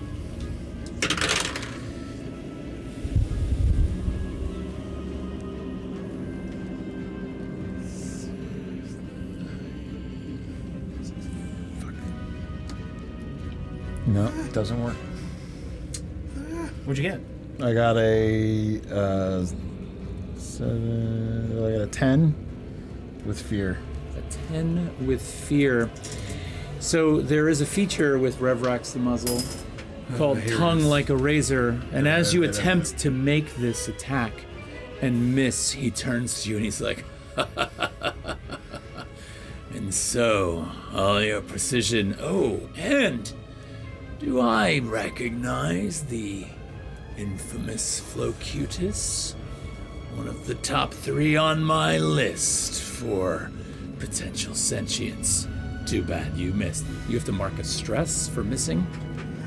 Tongue Like a Razor. Are you guys leaving? He is going to... So you got right up to him, right? Yeah. Do you fly right up to him? I flew right up to him. All right, he's yeah. going to come in. He's going to take the palm of his hand and he's going to thrust it right against your chest and release the pneumatic bolt that's in the wrist. And that's going to attempt to hit you right in the chest. That is going to be a dirty 20. A 20 that's had work. Sorry. I can't help it. That is going to be... You ass. That's exactly where I got it. Thank you, Diana LaRose. I really liked your alternate names for Dirty 20. A 20 with 3 olives. I liked it. That's my favorite. That was a Right? good one. That is a good one. Everybody's seen it. Come on. I'm not like... that is going to do 24 points of physical damage. Oh, yep. Boy. I'm down. That was my last hit. Are you serious? Yeah. You're going to have to make a death move. Are you serious? You got both of you, dude. Mm-hmm. He's getting what he wants. He's getting rid Bite of the his clank. fucking head off. Bite his fucking head off. Risk it for the biscuit. Risk it all. Let's go. They're not in there. Oh, no. So what's the... You can Risk it all is... You roll your duality dice, and if hope is higher, You you guys, survive. Flocutus has got a death move here, so if there's a boon out there... Give him a boon. I know Bun Bun doesn't want to see you spend that boon. Boon. Give me that boom boom. Boon Bun Bun for the says Bun Bun Bun. I'm gonna pet that boom boom. Oh my God! Stop it! Please. I'm gonna stop talking. Yeah. All right. So risk it all. You gotta risk it all. Well, there's. I'm processing. Blaze of Glory, which we just saw that. Yeah. Avoid death. Avoid death. Which we just saw that.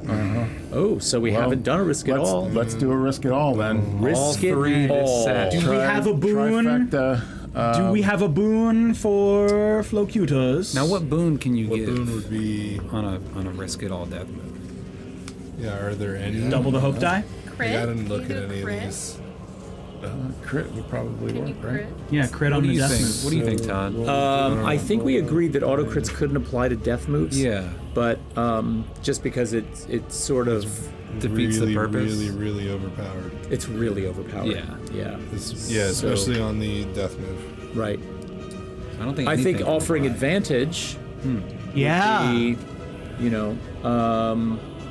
no, advantage doesn't really work on risk at all because it's really just about the hope die being higher than the fear die. The advantage doesn't do anything. I don't know if there's anything you could do on that one. I don't think so. I think the death move is in your hands, Flucitus. Yeah. All right. So risk it all. If this hits with hope, right? You live. Then I live.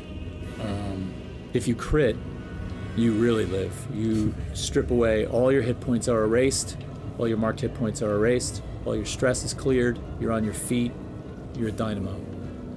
You'll kill this guy. Advantage to roll a higher hope die, question mark? Oh, okay. I don't know. Well, that's saying someone's gonna donate. No one has donated yet. Yeah. What? Bun. That's saying someone's That gonna is donate something- a Why break boon. precedent? And That is offer something a that boon? could work, though. If somebody had a boon to give, I guess we want to make the ruling on it before. We have one boon floating around out there. Now, they don't have to use it if they don't want to. No. But the question is, would we allow the boon to be used as advantage for rolling a higher hope die? I think that makes sense.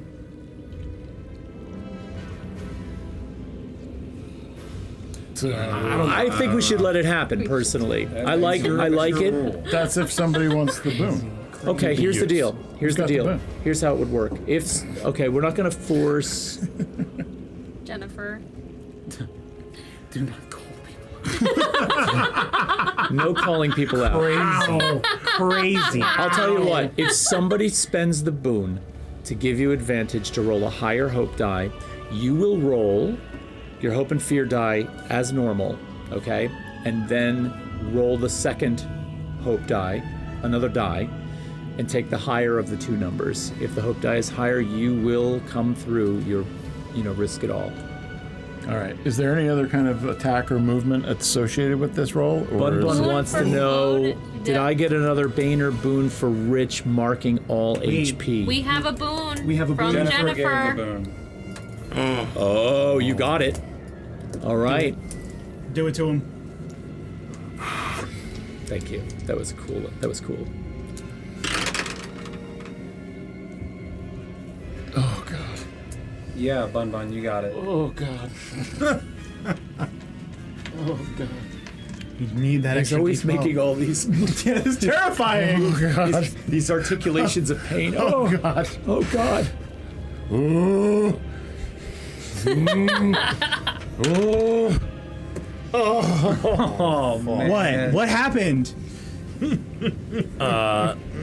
Flocutus looks at the muzzle.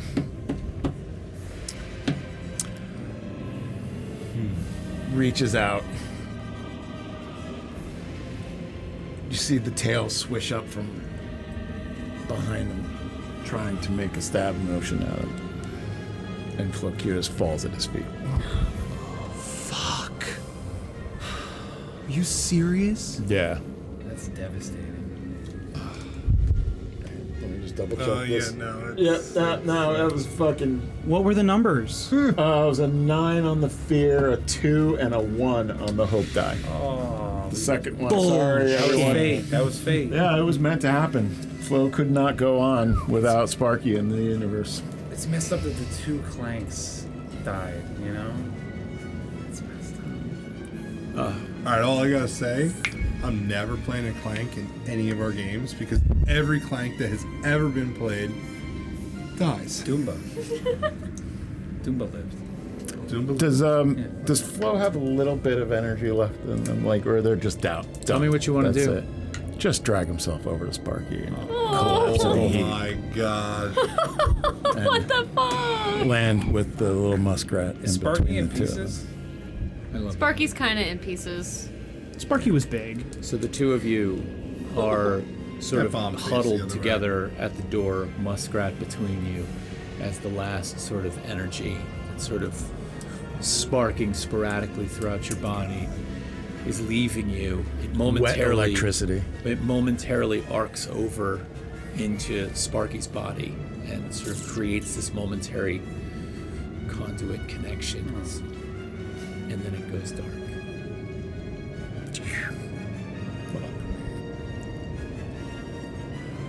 All right. This is a somber moment. But unfortunately, I have to spend a fear. What the hell? I'm going to spend this fear, and I am going to give chase with all Slynth brigands and packers that are in the room are going to funnel out that door, and the two of you, dragging Rook's body, hear a mad parade of footsteps coming down the hallway. Go, go, go, go. Are you moving slower because you're dragging me? I can help. I'm not much of a... This could be a group action to carry. Yeah. Well, you have Aurora also. Yes. Aurora's yes. with you. With that, Aurora is actually able to reach down and scoops you up, Rook. Throws you up over her shoulder. Aurora's very strong. Wow. And you are all in full flight in the sewers, running through the sludge. What do you want to do? Get out of the sewers. Wake up. Do we see them behind us yet? Yeah, are they behind us yet? Not yet. You guys got all the way down to Rook, which would have been at the bottom of the stairs. That was over 100 feet of travel. And so you hear them coming because the tunnel does sort of channel all sound down towards you. How far, I don't remember from last week, how far is the tunnel to the intersection where we had our battle? It wasn't terribly far. I'd say like the closest manhole to leave. It's probably the one we came down. It was pretty close. Okay. So we're going for that? Yeah. So if we get to that intersection, I'm going to try and confuse these guys a little bit. Okay. So I know the intersection, there's the platform with the manhole cover that we originally came down. Right. If we can get to that before, they're really on us, I want to try and put up the wall of darkness to block that tunnel off. Can I do something with you? Yeah, we could. Before the wall of darkness, I can do a spellcast roll to create a minor visual illusion no larger than myself within close range, and it's convincing to anyone at close or farther. And we did this on the first episode where I made a pretty horrible illusion of myself, but it was convincing to anyone far or more. Put that down one of the tunnels, one of the other tunnels. Okay. And then I'm going to try and block off the path to the manhole cover. All right, here's what we're going to do. I think we can either do this as a group action roll, where you help each other to get through the tunnels and try and get back to the intersection as fast as possible. Realize you've got slippery stone, you've got a curved surface to the space you're running in. It is challenging terrain. So I think the roll here would definitely be agility, but I will let you utilize something if you feel it's more suitable to the narrative. But ultimately, you can help, all right? But this is going to determine how far you get and if these Slynth close the gap. They're experienced at running in these tunnels. They know what they're doing. They're also totally aware of the space, all right? So you know the way too. You came this way. So really it's going to be about whether or not you can stay on your feet. So I'm going to set the difficulty on this roll at 13. If you succeed with hope, no problem. You make it back and you're able to make your roll to see if you can get the wall of darkness up. If you succeed with fear, they're going to close the gap, but not close enough to engage you in attack, but they're going to be right there as you try to get up out of the sewers. If you fail, they will close in on you. Okay, so Warriors just gave us advantage. Ooh, okay. Clutch. We love you, Warriors. the battle between Bun Bun and Warrior Good and Evil continues. I love it. So, Can finesse work into this roll at all? Absolutely. 'Cause it's control and stuff like that. For sure. So I guess just trying to get through the slippery stuff. And are we doing this as a group roll, or you are we can individually doing it? You can, or you could do it individually. This is 2 of you. You should probably Yeah. We can. I don't think it'll do anything to do a group roll. Yeah. Then we'll do it individually. Okay. And then I'll roll for Aurora Flux. Do I roll? No, okay. You dead. So are we doing, like, you're rolling for your wall, I'm rolling for the illusion? So no, I think we're just rolling. It's rolling essentially to get to that spot. Yes. He wanted us to. It's an agility or finesse roll essentially. Here's what I will say about this roll: if you succeed and you fail, they're gonna close in on you, but not you. So you're basically running ahead. Oh my god. What about Aurora? So it's determined. Well, yeah. Aurora's gonna roll too. Should we do it as a group? Bring my body back. I don't have your body. Aurora's got your body. What would make an interesting story? Do it, Bun Bun. Give a Bane.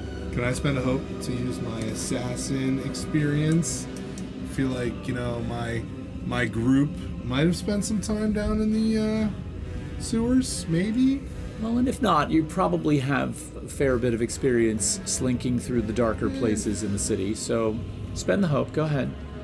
I've already been hard enough on you. Bane to raise the DC. Shut up. Wait.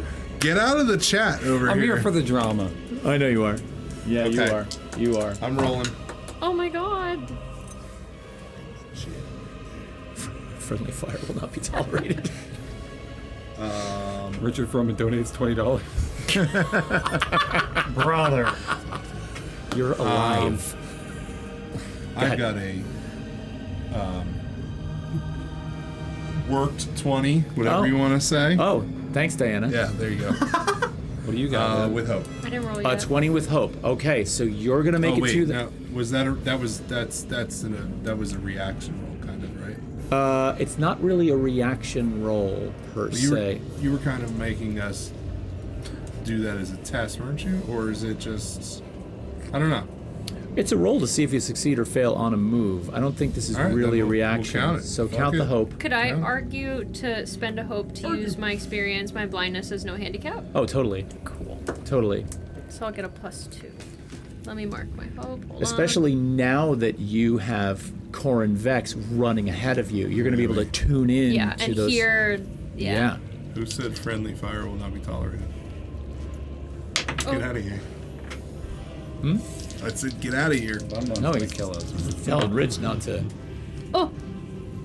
What is it? I need to do mental math. Mental math.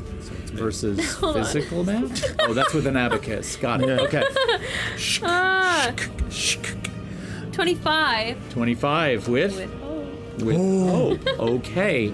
Last but not least, I'll roll for Aurora, even though hope or fear does not matter here. And that's totally gonna win. That's a 22. Let's go. Okay, tides are turning. So, Fucking bun. the three of you plus We love you, Bun Bun. 3 of you plus the body make it Plus the body. back to the body. intersection. So should we do our stuff now? Now can we do stuff? Kill us, Bun Bun. Yeah, but So- you don't have a lot of time to waste Okay. because they're still in pursuit. So, spellcast roll for because I gotta put mine up before you do it.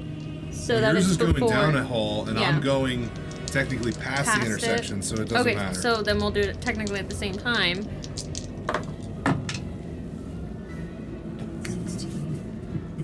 Okay, so mine works. Mine was a success. I rolled a 16. I needed a 10. So there is a minor visual illusion of myself that is convincing to anyone at close range or farther. Okay, it's just chilling there in the sun. In one of the tunnels, yeah. Okay, got it.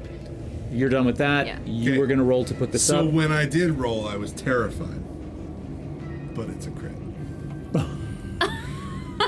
Because I saw two twos hit the table, and I'm Congratulations. like, Congratulations. So, Bun Bun I hit you crit. too, though. Yeah, but look at what Bun Bun just did. No. Bun Bun said, "Oh, you Next did crit good." for GM and Next crit for 2 fear. I feel like I really got to work this. Oh my gosh. I'm gonna really All work right, this. so Thank you, Bun Bun. I clear Thank you. stress. Gain a hope. Bun Bun is the funniest dude. And Bun Bun's in it for the love of the game. Someone is making our lives Bun Bun is awful. putting belt to ass right now. Oh, yeah, I guess it's right there. Bun Bun goes crazy in the finale. so that was for the Veil of Night. So I passed my spellcast roll. On a success, you can create a temporary curtain of darkness between 2 points within far range. And only you can see through the darkness. You're considered hidden to adversaries on the other side of this veil. And you have advantage on attacks you make through the darkness. The veil remains until you cast another spell. So Okay. So doesn't say anything about them not being able to pass through it, because it's just a darkness.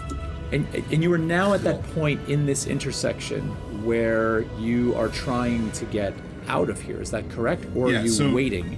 Do you understand where I wanted to put it? Yeah, you put it up in the tunnel such that... So if it was a 4-way. Yeah. So we're coming down the one chute. Whatever is opposite, like, I want to completely block off the tunnel that has the manhole cover. Right. So like the tunnel that has that ledge. So essentially I'm creating a T. It creates a T intersection. Yeah, I totally understand and that. then hers was going to go down one of the other chutes. That's a great plan. I was the love plan. that. First thing I'm going to do in response to that is I am going to spend 1 fear. No. To crit that low. And that fear is going to drop this timer by 1 more. Come on. And the thing I will say that's really noticeable right now is that as you're approaching this manhole cover, as the two of you are on the other side of the darkness, you hear it. The hum that used to emanate from Aurora's workshop has turned into this high-pitched wail, and it is incredibly loud. As a matter of fact, you're immediately aware of the fact that it's probable this can be heard across the entire city of Amicora now. It is so loud. It's raining down through the sewer space. And as you're approaching this hole, you see Aurora like stop for a moment. And she turns and she looks up at the manhole cover and she's like, "Oh no. This isn't good at all. We need to move really quickly." Yeah, we gathered that. Let's She go. gets shot in the head. Oh my god. Can you not? Wow. And she makes for side- the ladder Whose side are you and on? begins to ascend the ladder as quickly as possible, holding on to Rook at the top, throws open the manhole cover. Sunlight comes down into the space. It's actually morning at this point, so sunlight is starting to rise. Sunlight comes in, up and out of the space, into the street she goes. Good. As you come out of... Are you following? Yeah. As you come up and out of this manhole cover, your almost immediate instinct is to cover your Great. ears because it is so intensely loud at this point. It's really unsettling. You're following her to the workshop. All right. I'm going to tell her to drop him so she can get there quicker. Okay. You yell for her to drop him. She drops Rook in the street. Like a sack of potatoes. Yep. Don't worry about it. Can you heal me or something? I can wake up. What's that? Yeah, the tide Yeah, has I can changed. wake The up tide or would be at something. 1. Thank you very Yeah, I don't much. have a healing potion.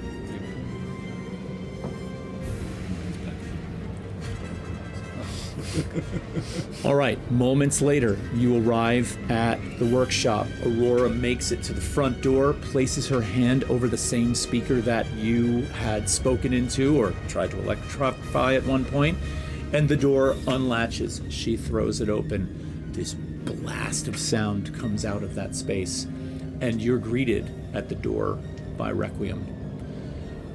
What are you doing? What can we do to help? Yeah, what can we do to help? She turns to you and she says, "The triunium in the Veritas engine has become highly unstable. We need to stop this from exploding, essentially. This is going to be catastrophic." Okay. How? She races into the back of the first floor. Okay. You're following with her. And then moments later, Jesus. you hear a voice behind you. Please hold while I pull that up. What? What is he doing now? I'm so scared. Too many things up the It's sleeves. It's Bun.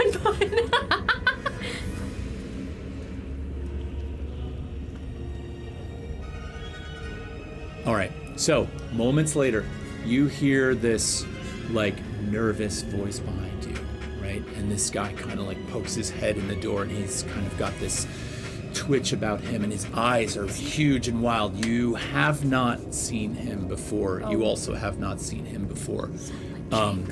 And all of a sudden, Requiem spins around and sees his hair sticks up all over the place. He's got, like, a disheveled look about him, and he's like, "What's the sound?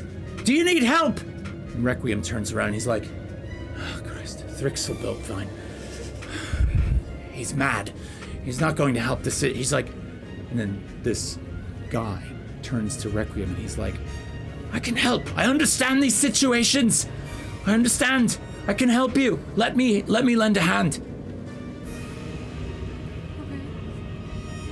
Aurora, meanwhile, is in the back of the room. She's throwing open the box and she's pulling the Veritas engine out of its storage compartment. Okay, she seems to be, disconnecting it from its connection point and carrying it over to a table. She turns around momentarily and she looks at Thrixel and she sees him there, and she just ignores him and she gets to work. She starts pulling out several tools on the table. This thing is growing louder. Oh my god. Thrixel looks and he sees this device on the table. And he kind of comes walking in, and then Requiem comes, like, sort of hopping over to the table, and Thrixel looks at it, and he's like, "What have you got there?" And Aurora's like, It's fine. I can handle this. I can deal with this." He's like, No. What is it? Never seen... Is that... Are you messing with cathexis? And she's like, "No, it's long past that. I need to concentrate." Were you going to say something? I was going to say something to Aurora and say, like, can we put it in the ocean? She turns and she looks at you and she's like, It's a possibility, but please just let me have a chance." And with that, Thrixel turns to the two of you who are standing behind her. He turns around and he looks at both of you and he's like, "This isn't good at all. If that goes, it's taking half this city with it. She's messing with something that's far beyond her control here." And she spins around and she's like, "Requiem, get him out of here." And you look and her eyes are like very wide and We're gonna her blow. hands are starting to shake. It's almost as if she's terrified. This is not something you have ever seen in a clank before. And unfortunately, both of our clank companions now are gone. Their ability to weigh in on this situation has evaporated. Thrixel turns and looks at the Shit in Veritas the engine ocean. again. He kind of like leans in. She's already taken it apart. She's opened up the housing on it. As you sort of peer in, you see 3 large canisters inside of here, all of which appear to be made of some kind of crystal or glass. They're pulsating. The one that is made out of the triunium, the one that switches from the mirror polished color to that void black, is now completely erratic. It is fragmented and almost sort of faceted, whereas before it was very smooth. It almost seems to be tearing itself apart.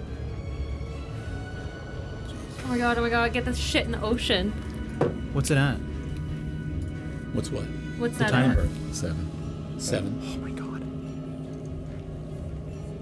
Thrixel turns around to both of you again and he's like, "I don't know what's going on with her. She's never acted like this before. She's strange. She's scared. That's what she is. How can she I don't know. I don't be have time for that. scared? I don't have time for that. Requiem approaches both of you. And he's like, "What do we do?" "If I may, can I have a moment with each of you? Can we Quickly. chat, please?" And he scurries over to the other side of the room and gestures for you to come with him. Okay. Is he like screaming with the noise? Is he screaming? Well, I'm just saying, to be with louder the noise, than the noise. like, yeah. Oh, yeah, he's not obviously, it's Yeah. very, very loud in here, but what you hear is him sort of remaining calm, right? Even though he has to speak up, he's calm and he Okay. speaks up. Okay.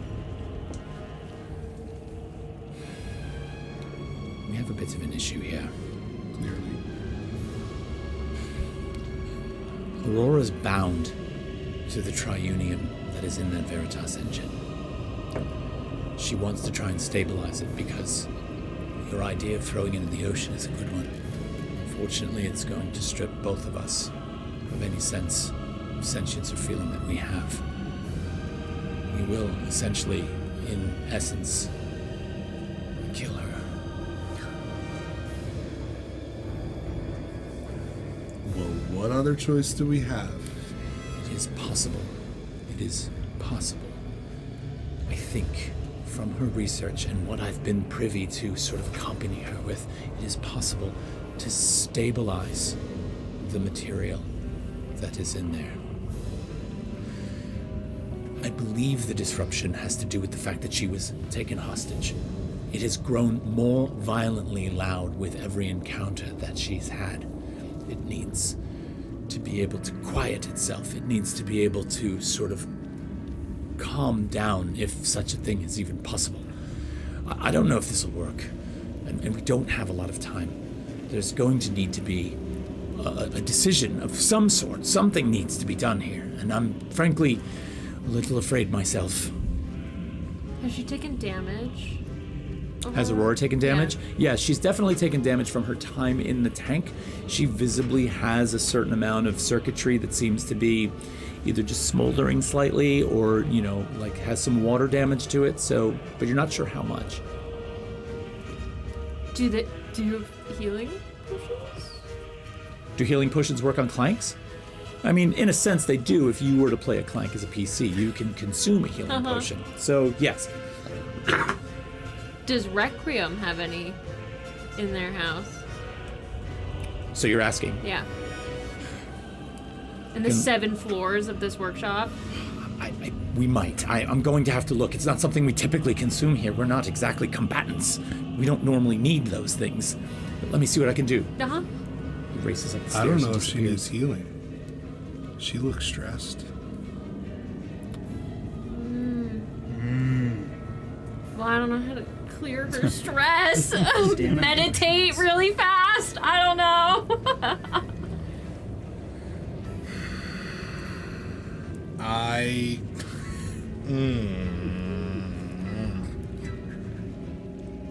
Fuck. Yeah, I don't. I guess I'll help. I'll help Requiem look for anything we can find to possibly heal, or any potions heal stress. I don't know. Would any of the mushroom powder I took do anything? In what way? Like, what are you thinking? Like, in terms of any type of relaxation? Like an indica strain? Interesting. Sativa strain? Microdose the clank. While she's trying to defuse a bomb. You can try. Oh, but it could go very wrong. Well, so could a lot of things right now, but I think there's not a lot in your wheelhouse at this point. Right? Okay, so yeah, okay. Okay, so... but they don't have lungs, so like how would you... So a clank can ingest and burn food, right? It's just that they don't necessarily Well, I'm need talking to. about in the sense of like a waft, like to get a minor increment of something. You know how like we can get a very minor sniff of something? The clank equivalent of like if you were gonna do a bump of I knew it. I was about to say it. She wants. But not really, but do you know what I mean? I do. The clank equivalent of Okay. I mean, I think it's worth a try, right? I like the fact that you're trying to work with the Okay. resources that you have. So let's give it a try. that. Yeah. Right? What's there to lose? What is there to lose? Half the city. Yeah. There is half the city, that is true. I'll tell you what. Dead rogues gallery. I'm going to let you decide on the trait you're going to roll, on whether or not this is going to work.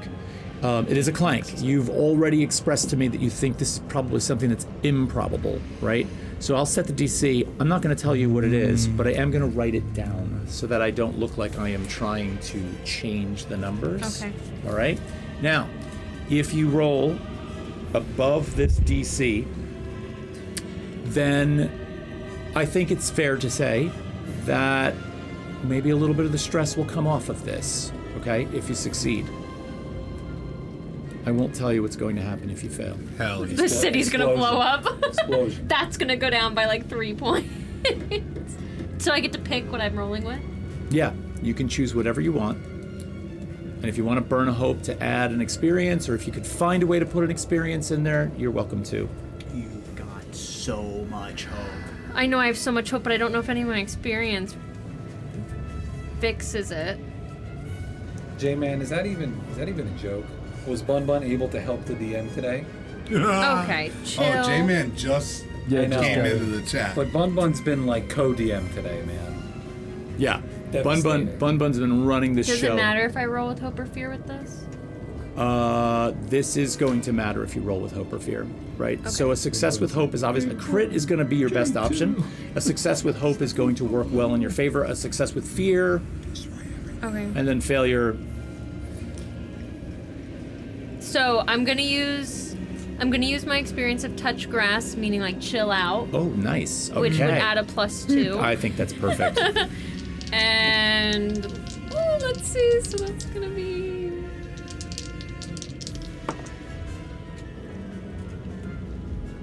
Okay. Hold on. So it's a 22.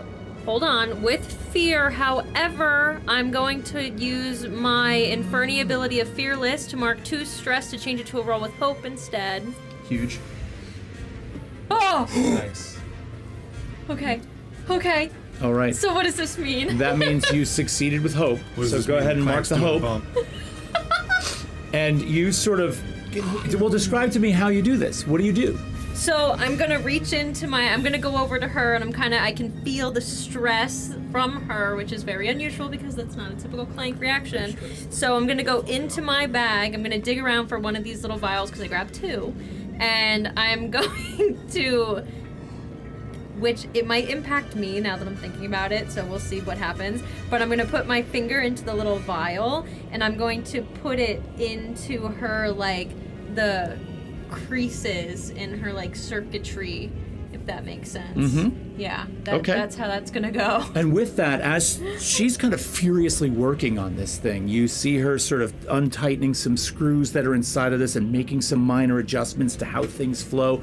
And you come up and you begin to sort of work this in to these spaces. And given the high roll, I'm going to say that momentarily, as that sort of alleviates and calms to whatever ability it has, don't forget, Mycelium, as part of the magical network of the inland areas of Emberfell, has a very, very powerful arcane energy source that's imbued in it. So what you're in a sense doing is using some of the restorative powers of that directly on the body of Aurora Flux. And this works to some degree, and actually I'm going to allow it to restore 2 numbers on this timer. Okay. Huge. Okay. And then I'm immediately going to Okay. spend a fear. Thank you, Does Bun this Bun. impact me? Does what? 'Cause The I use of the touched it? mycelium? No. Okay. No. I'm going to spend this fear because there was an intensity to what you were doing. You were nervous about the outcome of this. You expressed the doubt that you had over the whole thing.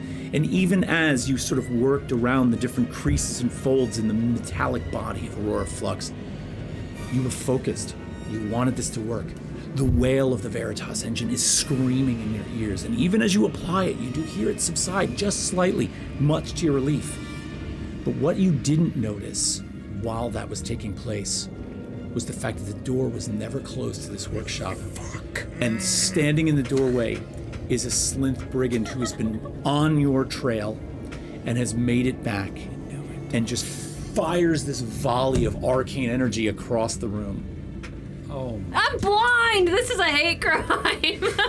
This is This is ableist. That is a 12. Fuck, yeah, you hit me. All right, a 12, and that is going to do... Oh, wait a minute. Hold on a minute. Yeah.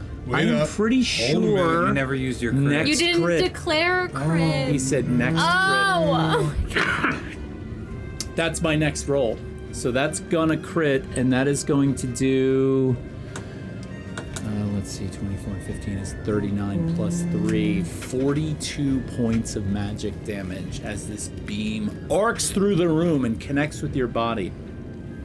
I'm gonna mark an armor to bring that from my severe back to my major. I'm gonna mark 2 hit points. Unbelievable. What's your second number on your... 26. Okay. So it's not double. Okay, good. I'm still alive. Can I react? You want to know what? He's standing in the doorway. That's the volley. Yeah, react. How close is he to me? He's probably 30 feet away, 25 feet away. So what is that considered? That's close range. Close range. Fuck. So, wait.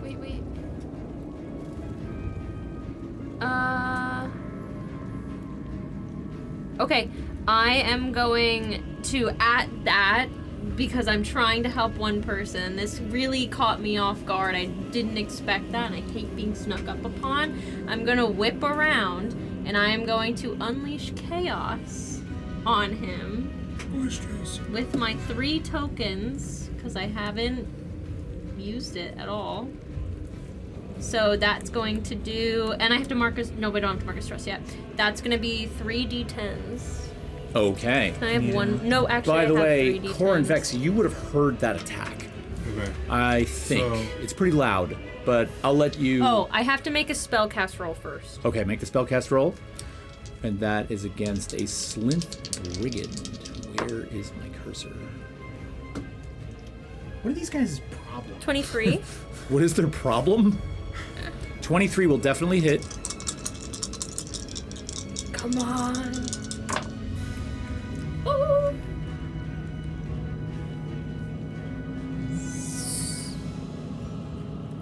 Did I do math right? 16? 16? That is going to be major. So I'm going to mark 2 on that. I would just like Bun Bun to know that this is the one you dropped in that was on the stage. Oh my god. So the battle rages on. Dude! All right. 16 with what? Oh no, 23 with what when you attacked? Hope. Hope. Okay. So did you mark your hope? You have max hope. Yeah, I'm at max hope. All right. So this is still in your camp. Can I fire again? You can, but just hang on 1 second. How far do you think I would have made it before that? I mean, not terribly. You probably would have been on the 2nd or 3rd floor, so you're probably not terribly far up the stairs. I'll say you're on the 2nd floor because you would have been searching, right? Yeah, I mean, if I hear the commotion down there, the attack, screaming or whatever. Yeah, there over would have been a top little bit of the rage. engine, I want to yell to Requiem to try and find anything that might be able to calm Aurora down. Okay. And I'm gonna run downstairs. I'll keep looking.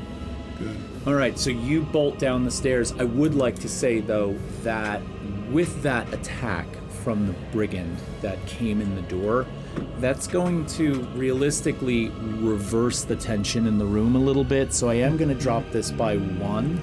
Okay. So that timer is now on 8. You were going to fire one more time? Well, so I'm gonna move closer to get within very close range of him and spend a hope to do Rain of Blades. Oh my god, hello. Okay, remind me to take the hope away so I can do this first. You got it. Okay, so it's a spellcast roll.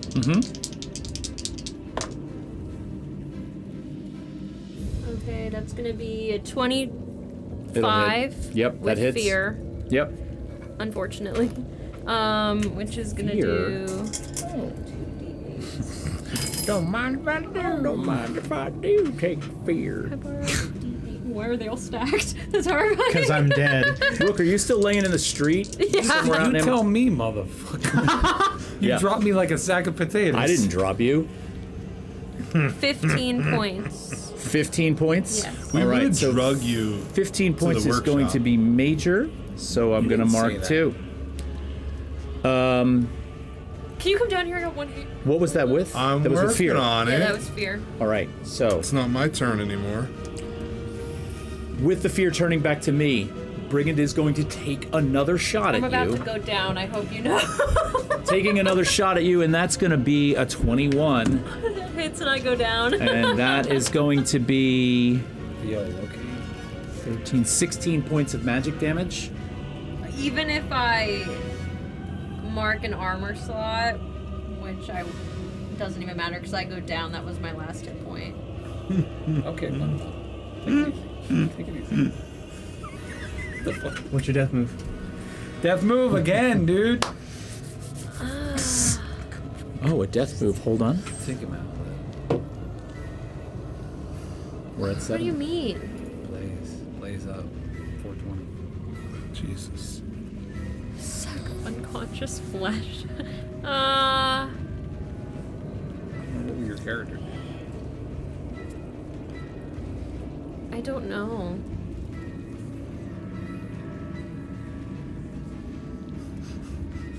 Oh my god, this is a lot of pressure. It is a It lot. This is. is a The lot death of move pressure. is a lot I've of- never had to do this before. It's a lot of pressure, and I think Rich makes the best point. What would your character do? Think about your character's sort of backstory, their challenges, the various things that they.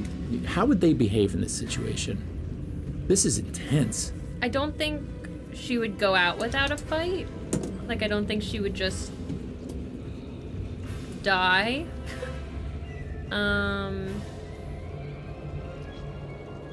So there's the situation you're in right now. You know, it's very tense. Yeah, it's either between, like, risking it all or avoiding death.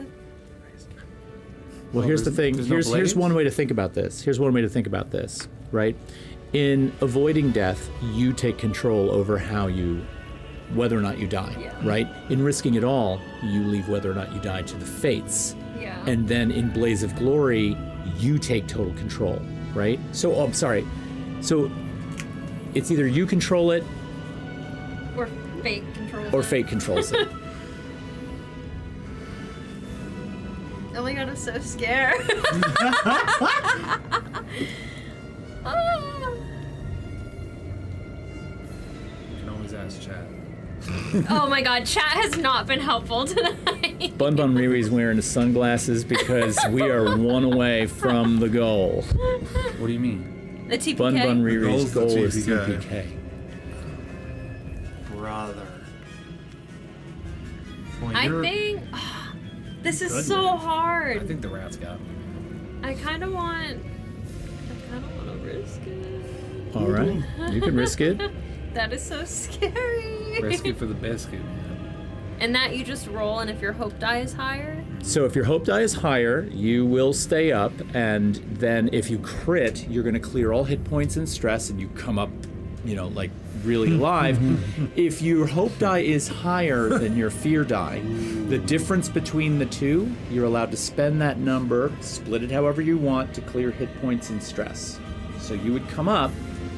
So let's say your hope die is an 8 and your fear die is a 5. There's 3 points of difference. You could clear 2 hit points and 1 stress. You get the idea. See chat? no. Oh. Chad is it's the nerd is like Blaze. Take control. You make the call, not oh my fate. god. Blaze of Glory is taking Crazy. control. And also, I'm not gonna shut up. You're unconscious in the street. Sorry. I think I'm gonna risk it. You're gonna risk it? I think so. Do it to him. Which is so scary. You got this. I believe in you. You gotta call it. Which one's the hope? Which one's the fear? Oh, green's the hope. Okay. Green's the hope. Black's the fear. Oh my god, I'm so This is a scared. moment I wish we had a dice cam. I Because I'd know. like to show, Yeah. I'd like to show up can on we there. just do here? If you want. If you want the There's chat. like no good spot to do I mean, it. you can just roll in the Slide the center map now. towards me. Make a space in front of the camera. There you go. Yeah, I think Right. Bun's Go right. ahead, go I ahead. don't think it's the difference. I think it's the amount that's on the home die. I'm Go so for it, dude. scared. Go for I don't it. want to die. My characters never die. Okay. Are we ready? You might be right. This is Am why I we're waiting? having. I'll wait. No. You go ahead and roll it. No! You Roll it. Should I roll roll your them at the shit. same time? Yes. Yes. Do it to him. Do it to him. Do it to him. Okay, let me show. It's for the vine. This is hope, and that's fear. Okay. Oh my god, I'm sweating. This is crazy. Gross. What is that? I don't know. Neither of them were in the Wait, what's the black one? frame. They're not in frame, but I died. Fear was a 12. Oh my god. Fear was a 12. Oh shit. And my hope was a 6. Oh my god, I died. You risked it all, though. Right? You risked it all. That's, I think, a very brave move. You want to describe to us how you go? Oh my god, that's so sad. God. Take control of your narrative. Oh my god, this is so sad. Okay. So, Valeth has always been one to be very confident in her abilities, even though her abilities have been tested throughout the years. She does not like to get snuck up upon, and she makes that very clear. With her last little valiant effort to not only protect herself, but to protect the remaining party members, you know, she dives into this opportunity to try to get this last guy, regrettably.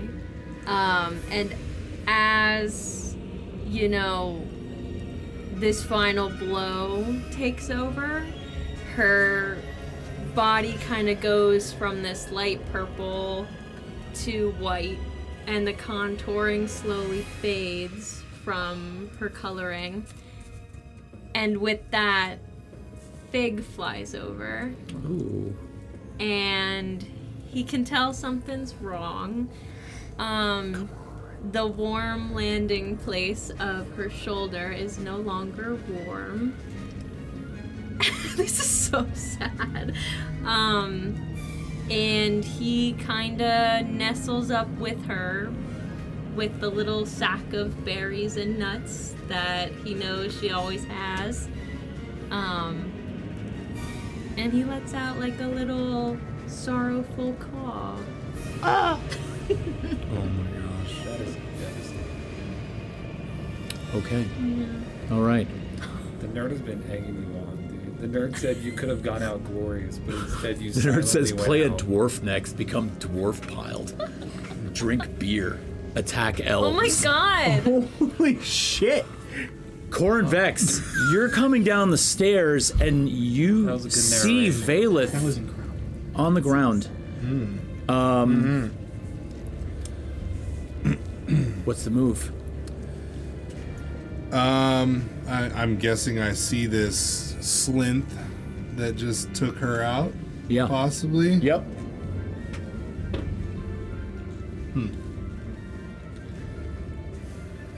Can I close the distance? Pretty easily, yeah, because you're coming down the stairs, which is actually almost adjacent to the door.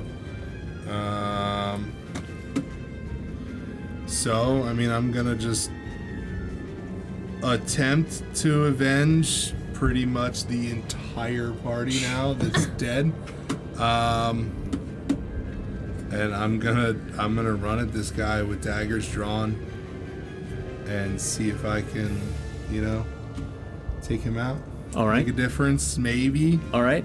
Okay. See what you got. That's fun. That comment. All right. Well, I'm running in. Running with daggers drawn. That fucking sucks. Be fucking K. This shit got so rogue. It's I thought only we an were gonna 11 do with it. hope. An 11 with hope, unfortunately, is going to miss. And since you missed, and it's going to turn the action back to me, Dude. The Slint Brigand instinctively raises the Aether Hose in your direction now that you made the attack roll. You see the blue arcane power of the pack begin to flare up, and just as he's about to pull that trigger, you see a shadow behind him. Push him aside. A hand reaches out, pushes the muzzle of the Aether Hose down, and you see Revrax walk into the room. He's replaced his mask on his face, and he comes in and he sees you and looks around the room and sees Aurora Flux across the room, takes one last glance at you and begins moving towards her. And as he's glancing at you and he says, Good. Do you understand now?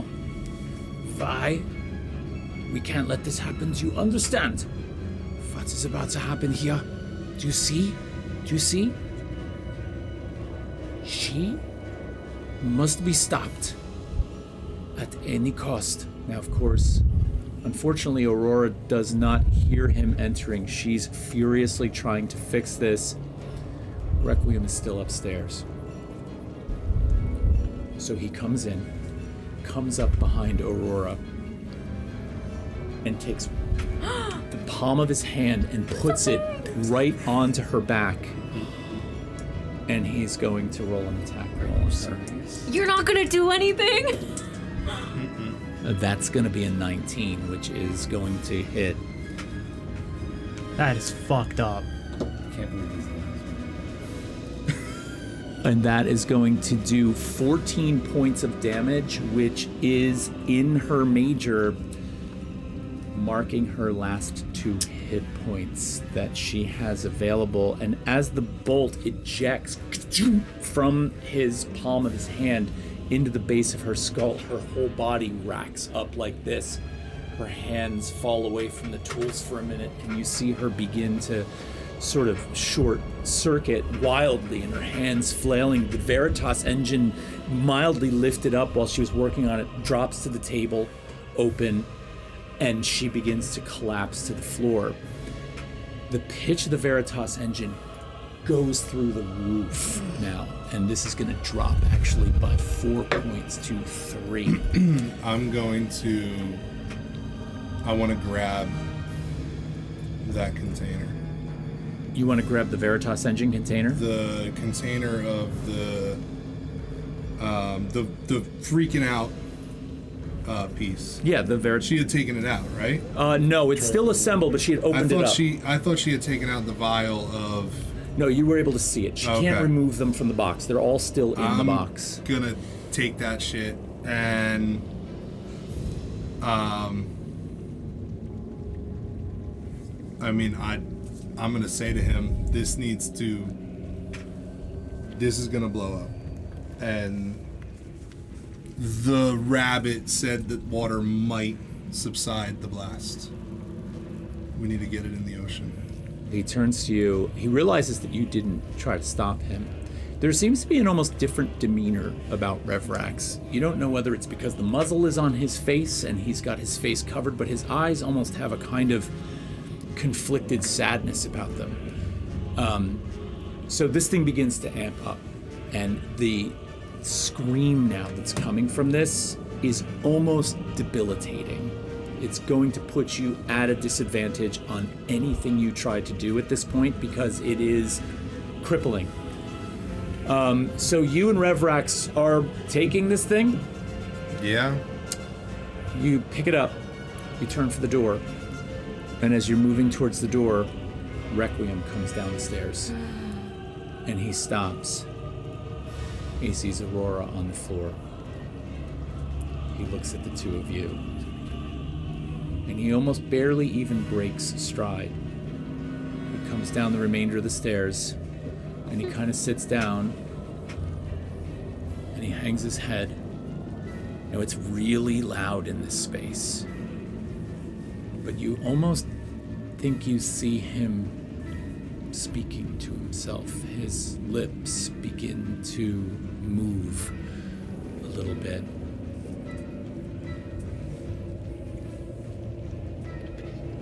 What do you want to do?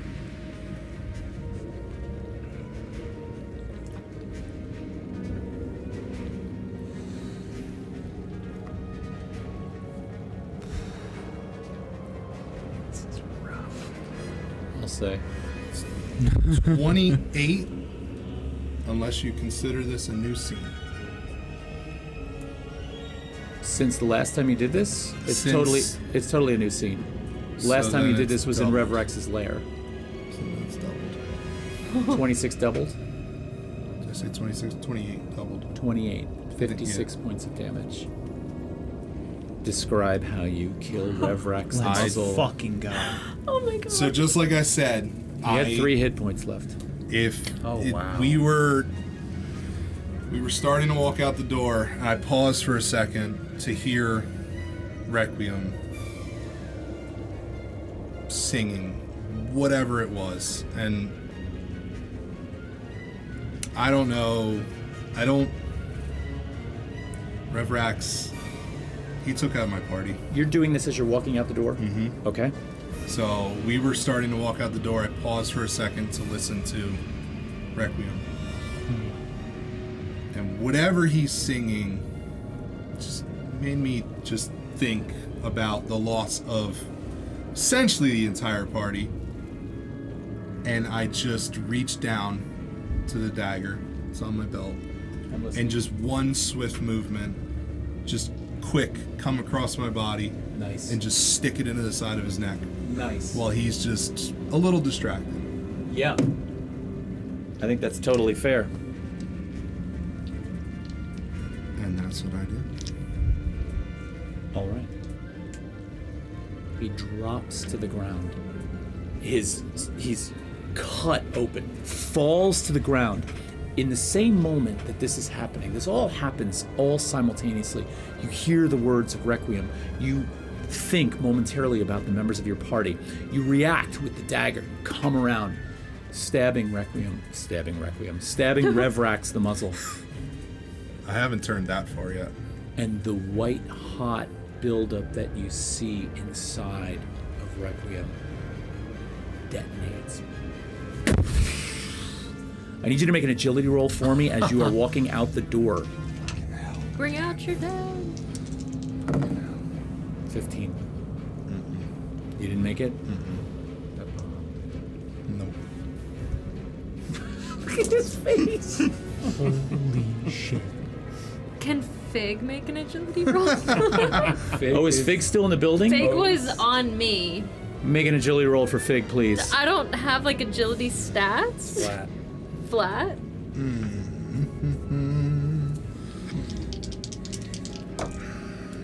How did I do that? Okay, that's Bird gonna... would have good agility though. 18 18. to get out the door. Yeah, Fig is going to take 35 points of physical damage. Jesus. You're going to take 69 points of physical damage. Pretty nice, yeah. Are you? As this goes off, your body's thrown from the building, and as you hit the pavement, you see the entirety of the 7-story workshop of Aurora Flux begin to fall in on itself. The spire breaking off, the lightning rod antenna falls down. You're laying there.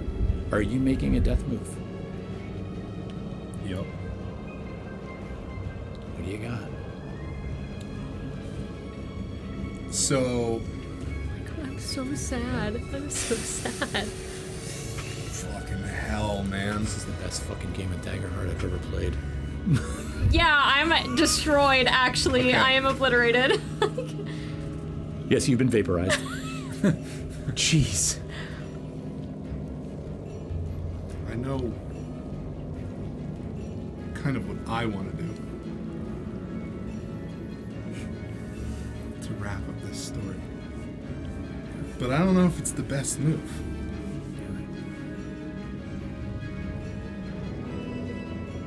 I didn't say this when we were coming up here, but I told Aurora to drop him. I was going to drag him to the warehouse or the workshop. Just didn't say it because we were talking. Will you allow that? No. No. Did I get blasted enough down the street to be close to him?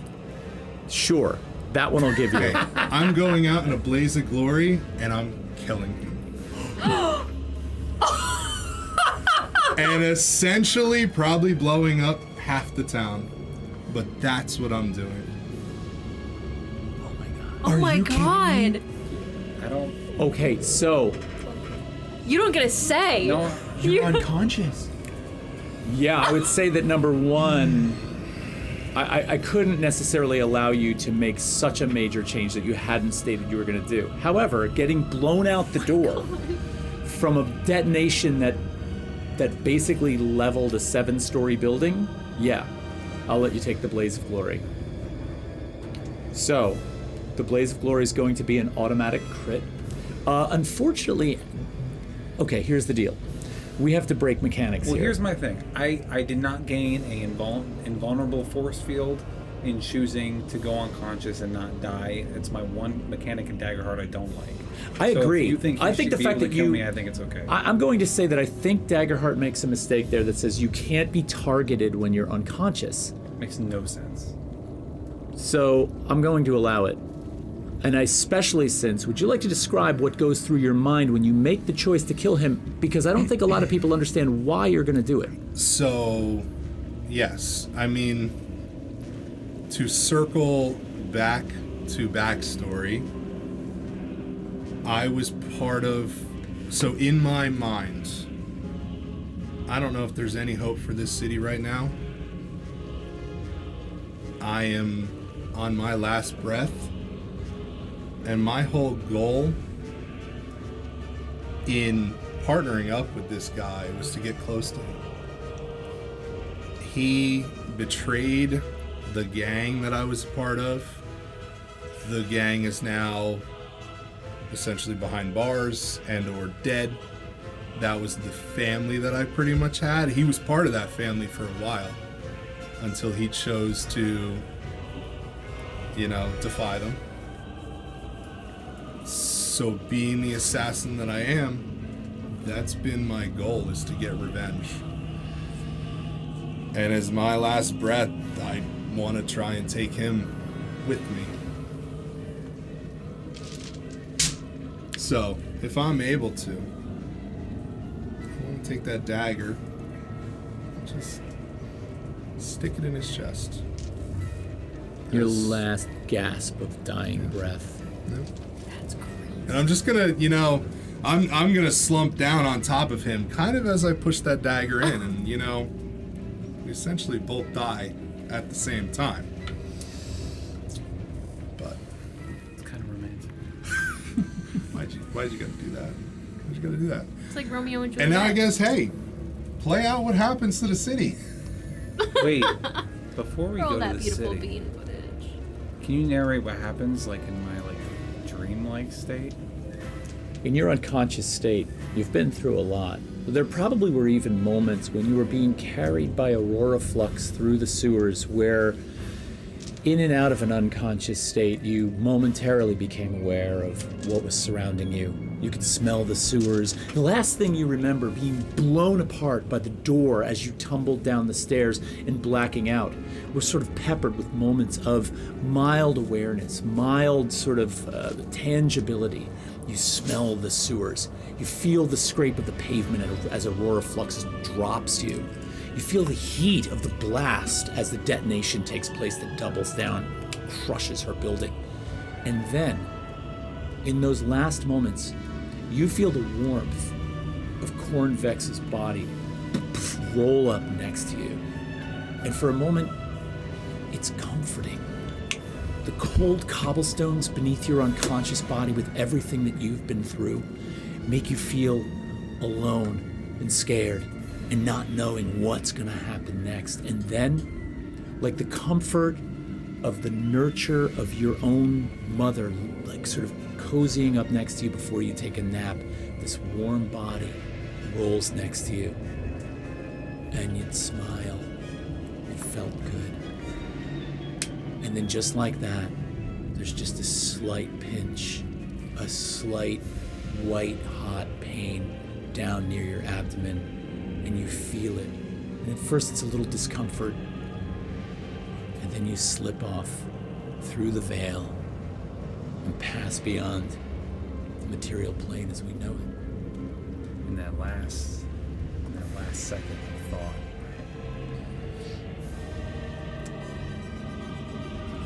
I kind of am hit with the realization that I am never going to find out what happened to my father. The case will always be cold. But for the first time in months, I will sleep.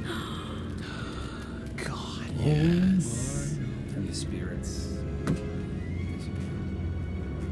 And as we sort of back away from our narrative just a little bit, as all of you sort of pass beyond the bounds of Earth and gain new understanding into the reasons why we've existed, the reasons why we were put here into this perceptual consciousness in the first place, you understand, you come to realize, you find satisfaction in the fact and the knowledge that an augmented hair with mild sentience understood that a blast radius as big as he was about to let off could momentarily blow apart something that was so destabilized and actually save half of the city. What? He disabled the Veritas engine's ability to explode by ripping it to shreds. And that's where we're going to close. Holy shit. What a beautiful ending. Oh, man. Can I just say, you guys were absolutely freaking awesome. Holy shit. First of all, and our audience, you guys out there. Oh my God. I love every one of you. This was so good. It was so good. I gotta say. You guys were like a huge part of this game. You know? Yeah. It was phenomenal. Incredible. I think the thing I appreciate the most is that in the world of collaborative story building, right, the six of us will sit around a table and do what we do and roll dice and react to one another and role play. But bringing the people who support us into this to push a button here and there, to offer support or offer some kind of antagonism is perfect. It's perfect. There were things I did in this story made someone cry. that I would have never done before. Yeah. We made someone cry? Yeah. Oh, that's awesome. That's awesome. I think it's great to touch people. This is good. I also love, like, I don't know, like... Okay, not like that, you freak. But we necessarily failed. And it was still a beautiful story. Can I say, that was like- this is the first time I've ever had a character die. Yeah. Like, this was crazy. And how did that feel? Awful, but like kind of good. Like the fact that we all went out, I think, was. And that was the only ending.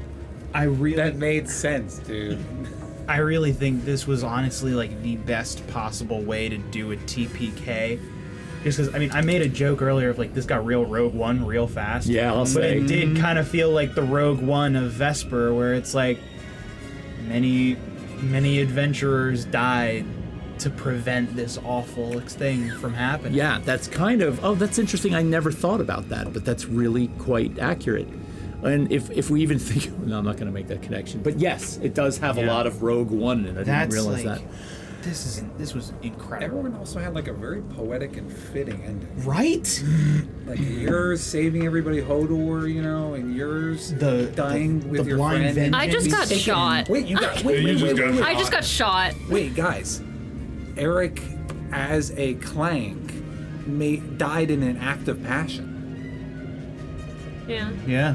Fitting the entire story. Agreed, right? There's that whole, and this is the thing, I really wanted to introduce the moral dilemma of taking consciousness away, taking sentience away from something that never had it, found it, appreciated life, and appreciated this ability to feel something, and kind of to give that to you, to put that in your hands, to say, all right, are you going to take that away? Because if you don't, what's going to happen? Can you stabilize that? It's a really interesting problem, I think, to place on everybody.